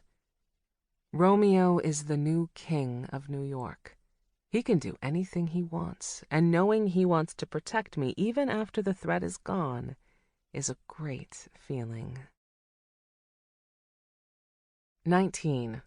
Luna. Pulling a cardboard box out of the back of Romeo's Navigator, I head toward the yellow door that is squeezed between a juice shop and an insurance company. Carrying the last box up the hard wooden steps, I take a left into the apartment, the smell of incense strong, and the vibrant colors from the couch curtains to whatever she has hanging on the wall nearly has me going into shock until I go into my room, where it's 3 brick walls and 1 creamy painted one. I set the box on the twin bed, my room much more subtle than the rest of the place. I don't know how I will decorate it. I'll have to wait until I get paid and go looking around to see what fascinates me. Romeo reaches the front door with a throw blanket from his couch in his hands, and my roommate steps out of her room and begins to hassle him. "Wait, I need to smudge that," she says with panic, waving around a roll of burning sage that looks like a giant joint. "Cassie, it's fine," I tell her, walking into the room. Ignoring me, she continues to wave the smoke around Romeo and the blanket, her red hair tied back in a braid with flowers, and her long wavy dress printed with rainbow designs. Romeo gives me a look, and I can tell he's 2 seconds away from shooting her. Snatching the blanket from his arms, Cassie takes a step back, eyeing Romeo. It's like she can sense his bloodlust. She's weird, I know, but it was either this or having a roommate that hoards everything. I couldn't even get in the door to find my room. Plus, Cassie got me a job at the Starbucks near Times Square, so she's the winner. I can't wait to be able to look out the window at Christmas time and watch everyone walk by in their puffy coats and hats. I'm out of here, Luna, but... He hesitates, and my heart begins to sink. This will be the first time without him. I'll call you, I promise, and he gives a tight-lipped smile before leaving and shutting the door behind him. Raising my arm, I chew on my nail nervously. I feel so alone all of a sudden, nervous even. Turning to see what Cassie is up to, I find her doing some yoga pose with that damn joint-looking thingy in her hand. Hey, do you want to watch a movie? Order some food? I ask her. She doesn't even look up. No, I do yoga for an hour, then read, take a bath, and go to sleep. I need my energy, she replies with a strained voice. My eyes sweep to the window behind the colorful couch. It can only be 6 in the evening. Really? I guess I'll unpack then. Going to my bare room, I grab a box and start to unpack some of my clothes. The quietness deafening. Romeo. Back in my apartment, I stand in the kitchen looking around. It's quiet as hell in here without Luna. Sighing, I head to my room and find a piece of paper on my made bed. Picking it up, it's a sketch of a sunflower.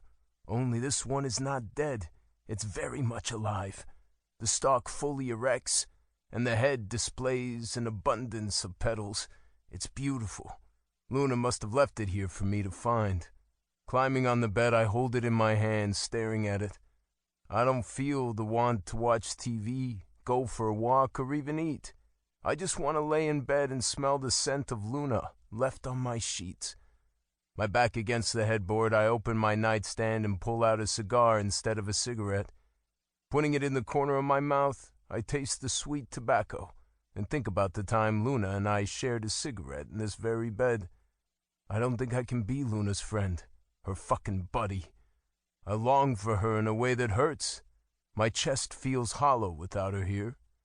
I'm either going to have her, or not at all. It's the only way. 20. Luna. So, you want a double shot of espresso? I ask the customer, a little confused, punching in the order on the computer. There's espresso, mocha, cappuccino, so many choices of coffee that I'm getting confused. He nods his head up and down very slowly as if I'm dumb. I sigh, but don't say anything. My feet are aching, and we've been so busy, I haven't even gotten the chance to people watch out the window. Plus, when I first started, the smell of coffee was amazing. Now it just gives me a headache. Oh, can you add a cake pop to that? The man asks, adjusting his thick glasses. I go to our fridge and pick up the only flavor we have left. Will birthday cake be okay? He frowns. Why is it this place is always out of shit? His tone is unfriendly. I tuck the cake pop back in its place and stand, adjusting my green apron. I'm sorry, sir, I'm new, I try to explain. They're always new, he grumbles. Cassie did say a lot of people up and quit here. I am starting to see why. I want my coffee for free for the trouble. His voice raises. What's wrong? Cassie asks, coming up behind me. He's mad there isn't another flavor of cake pop, I explain, frustrated, and the customer gasps. You're blaming me? He points to himself with a blocky hand. My eyes widen. I was just informing her of the situation, sir. I try to explain. Sir, please, calm down, Cassie says, taking over the order. Taking a step back, I blow out a tired breath. This is so hard. Why did I think I could do this? Slipping off to the back, I sit on a bag of beans and try to catch my breath. I can do this. This is what I wanted. Standing, I huff, remembering what it was like inside that cage not so long ago. I'm out here living the dream. I can take this asshole along with any other pansy that wants a complicated coffee order. 1 week later. After another long shift at the coffee shop, I head to the animal shelter. I had to take a cab to get here, and even though I know I'm safe, I can't help but keep looking over my shoulder. I know I can't have a pet. Cassie is allergic, but I just want to look. Pulling the door open to the building, the smell of dog and bleach wafts past me. I hear dogs barking from the back, and people are yelling so they can be heard at the counter as they sign papers to take home their new family member. A man sitting in the back with his feet propped up on the counter eating a bag of popcorn must notice my lost state, because when our eyes meet, he stands. "Can I help you?" he asks, rubbing his hands on his jeans. Stepping up to the counter, I get a better look at his blondish hair that falls just above his eyebrows, and soft blue eyes that match his polo. He has a boyish smile and a sharp chin. Hi. I just wanted to look around," I tell him, my eyes dropping to his name tag, Martin. "Yeah, just go through this door right here." He points to the blue metal door to the left of us. "Oh, okay." I tuck my hair behind my ear and head that way. He beats me to it and opens the door for me. "Are you a dog person or a cat person? Wait, let me guess." He turns, both of his hands up in the air, points at me like he has me figured out. "Dog." "Cat, actually." I shrug, even though I've never had a pet. I might get a cat and hate it, but I don't think so. He snaps his fingers. "I can't believe I got that wrong." His eyes linger on mine a second longer than normal, and he winks at me. He's flirting. Suddenly, not feeling his kindness, I cross my arms. He's nothing like Romeo. He's too boyish, not sharp enough around the edges, and there's no draw of attraction. "Here are the cats." He points his left hand to a doorway. "Thanks, I can take it from here," I tell him, passing him as quickly as I can. Hoping he took the hint, I look over my shoulder and see his mouth frown before walking back to the front. I exhale and look about the cages. Wow, there's so many of them. Maybe I could just sneak one into my room. My roommate would never find out, right? I find so many cats available for adoption, any color and many different shaped faces. A fluffy white one slides up against the cage and meows. It makes me smile. I bet it's playful. Stepping out of the cat section, I head to the dog side of the building, hearing them bark and whine before I even get inside. Strolling along, I glance into the cages. I feel for them. I know what it's like being in there. Suddenly, I bump into someone. Oh my, I'm so sorry. My hand frantically grabs at the man I bumped into, and honey brown eyes stare down at me. "Romeo?" I say with disbelief. He turns fully, adjusting his tie as he smiles at me. A mental attraction sings between us like we've never been apart, and I miss him all over again. "What are you doing here?" He looks to the dog in the cage, a golden retriever who looks really old. He's not even trying to get our attention. It's like he's given up on finding a home. It makes me sad being in here. It brings back too many memories. "I don't really know," he replies, with a strange look on his face. I nervously laugh, pulling my hair over my shoulder. "Yeah, I can't have any pets, but I thought I'd come look," I tell him. He doesn't say anything. "I tried calling," I inform him, curious if he was just busy or ignored it on purpose. His mouth opens, but he doesn't say anything. I knew us being friends after the move would be a long shot. I miss him, though, and I want to tell him that. An awkwardness falls between us, choking me of my words, and I suddenly feel the need to get away from him. I've missed him so much. He taught me to come out of a darkness and live a life he lived. Nobody lives like Romeo, though. So I've been stumbling a little, but I'm finding my own groove slowly but surely. "I gotta go," I tell him. His eyes look back at me like he wants to say something, but he doesn't. so I walk away. Romeo. In my kitchen, I open the drawer of condoms and the ball gag. I grab them and toss them in the trash. Just looking at them makes me scowl. I can't go back to that part of my life, not after Luna taught me what it's like to feel. She not only taught me how to walk in the light, but how to embrace my darkness. Speaking of darkness, reaching above the stove, I grab my meds and take them. Seeing Luna today made things worse. I was trying to move on, even ignoring her calls so I wouldn't hang on to the sound of her voice, but now all I want to do is go to my room and sleep. I'm having a low episode, not wanting to see the light or go outside even. It's been over a week and I still can't get back to normal. I should be in the office going over the ledger with Leo, but I just can't concentrate right now. My phone rings and I pull it out of my sweats. It's my mom. "Hey," I answer grimly. It's like moms sense when something is wrong with one of their kids. "So, I'm having Dad cremated. Do you know where he'd want to be spread, honey?" She asks, and I want to tell her the toilet, but she did love him at one time.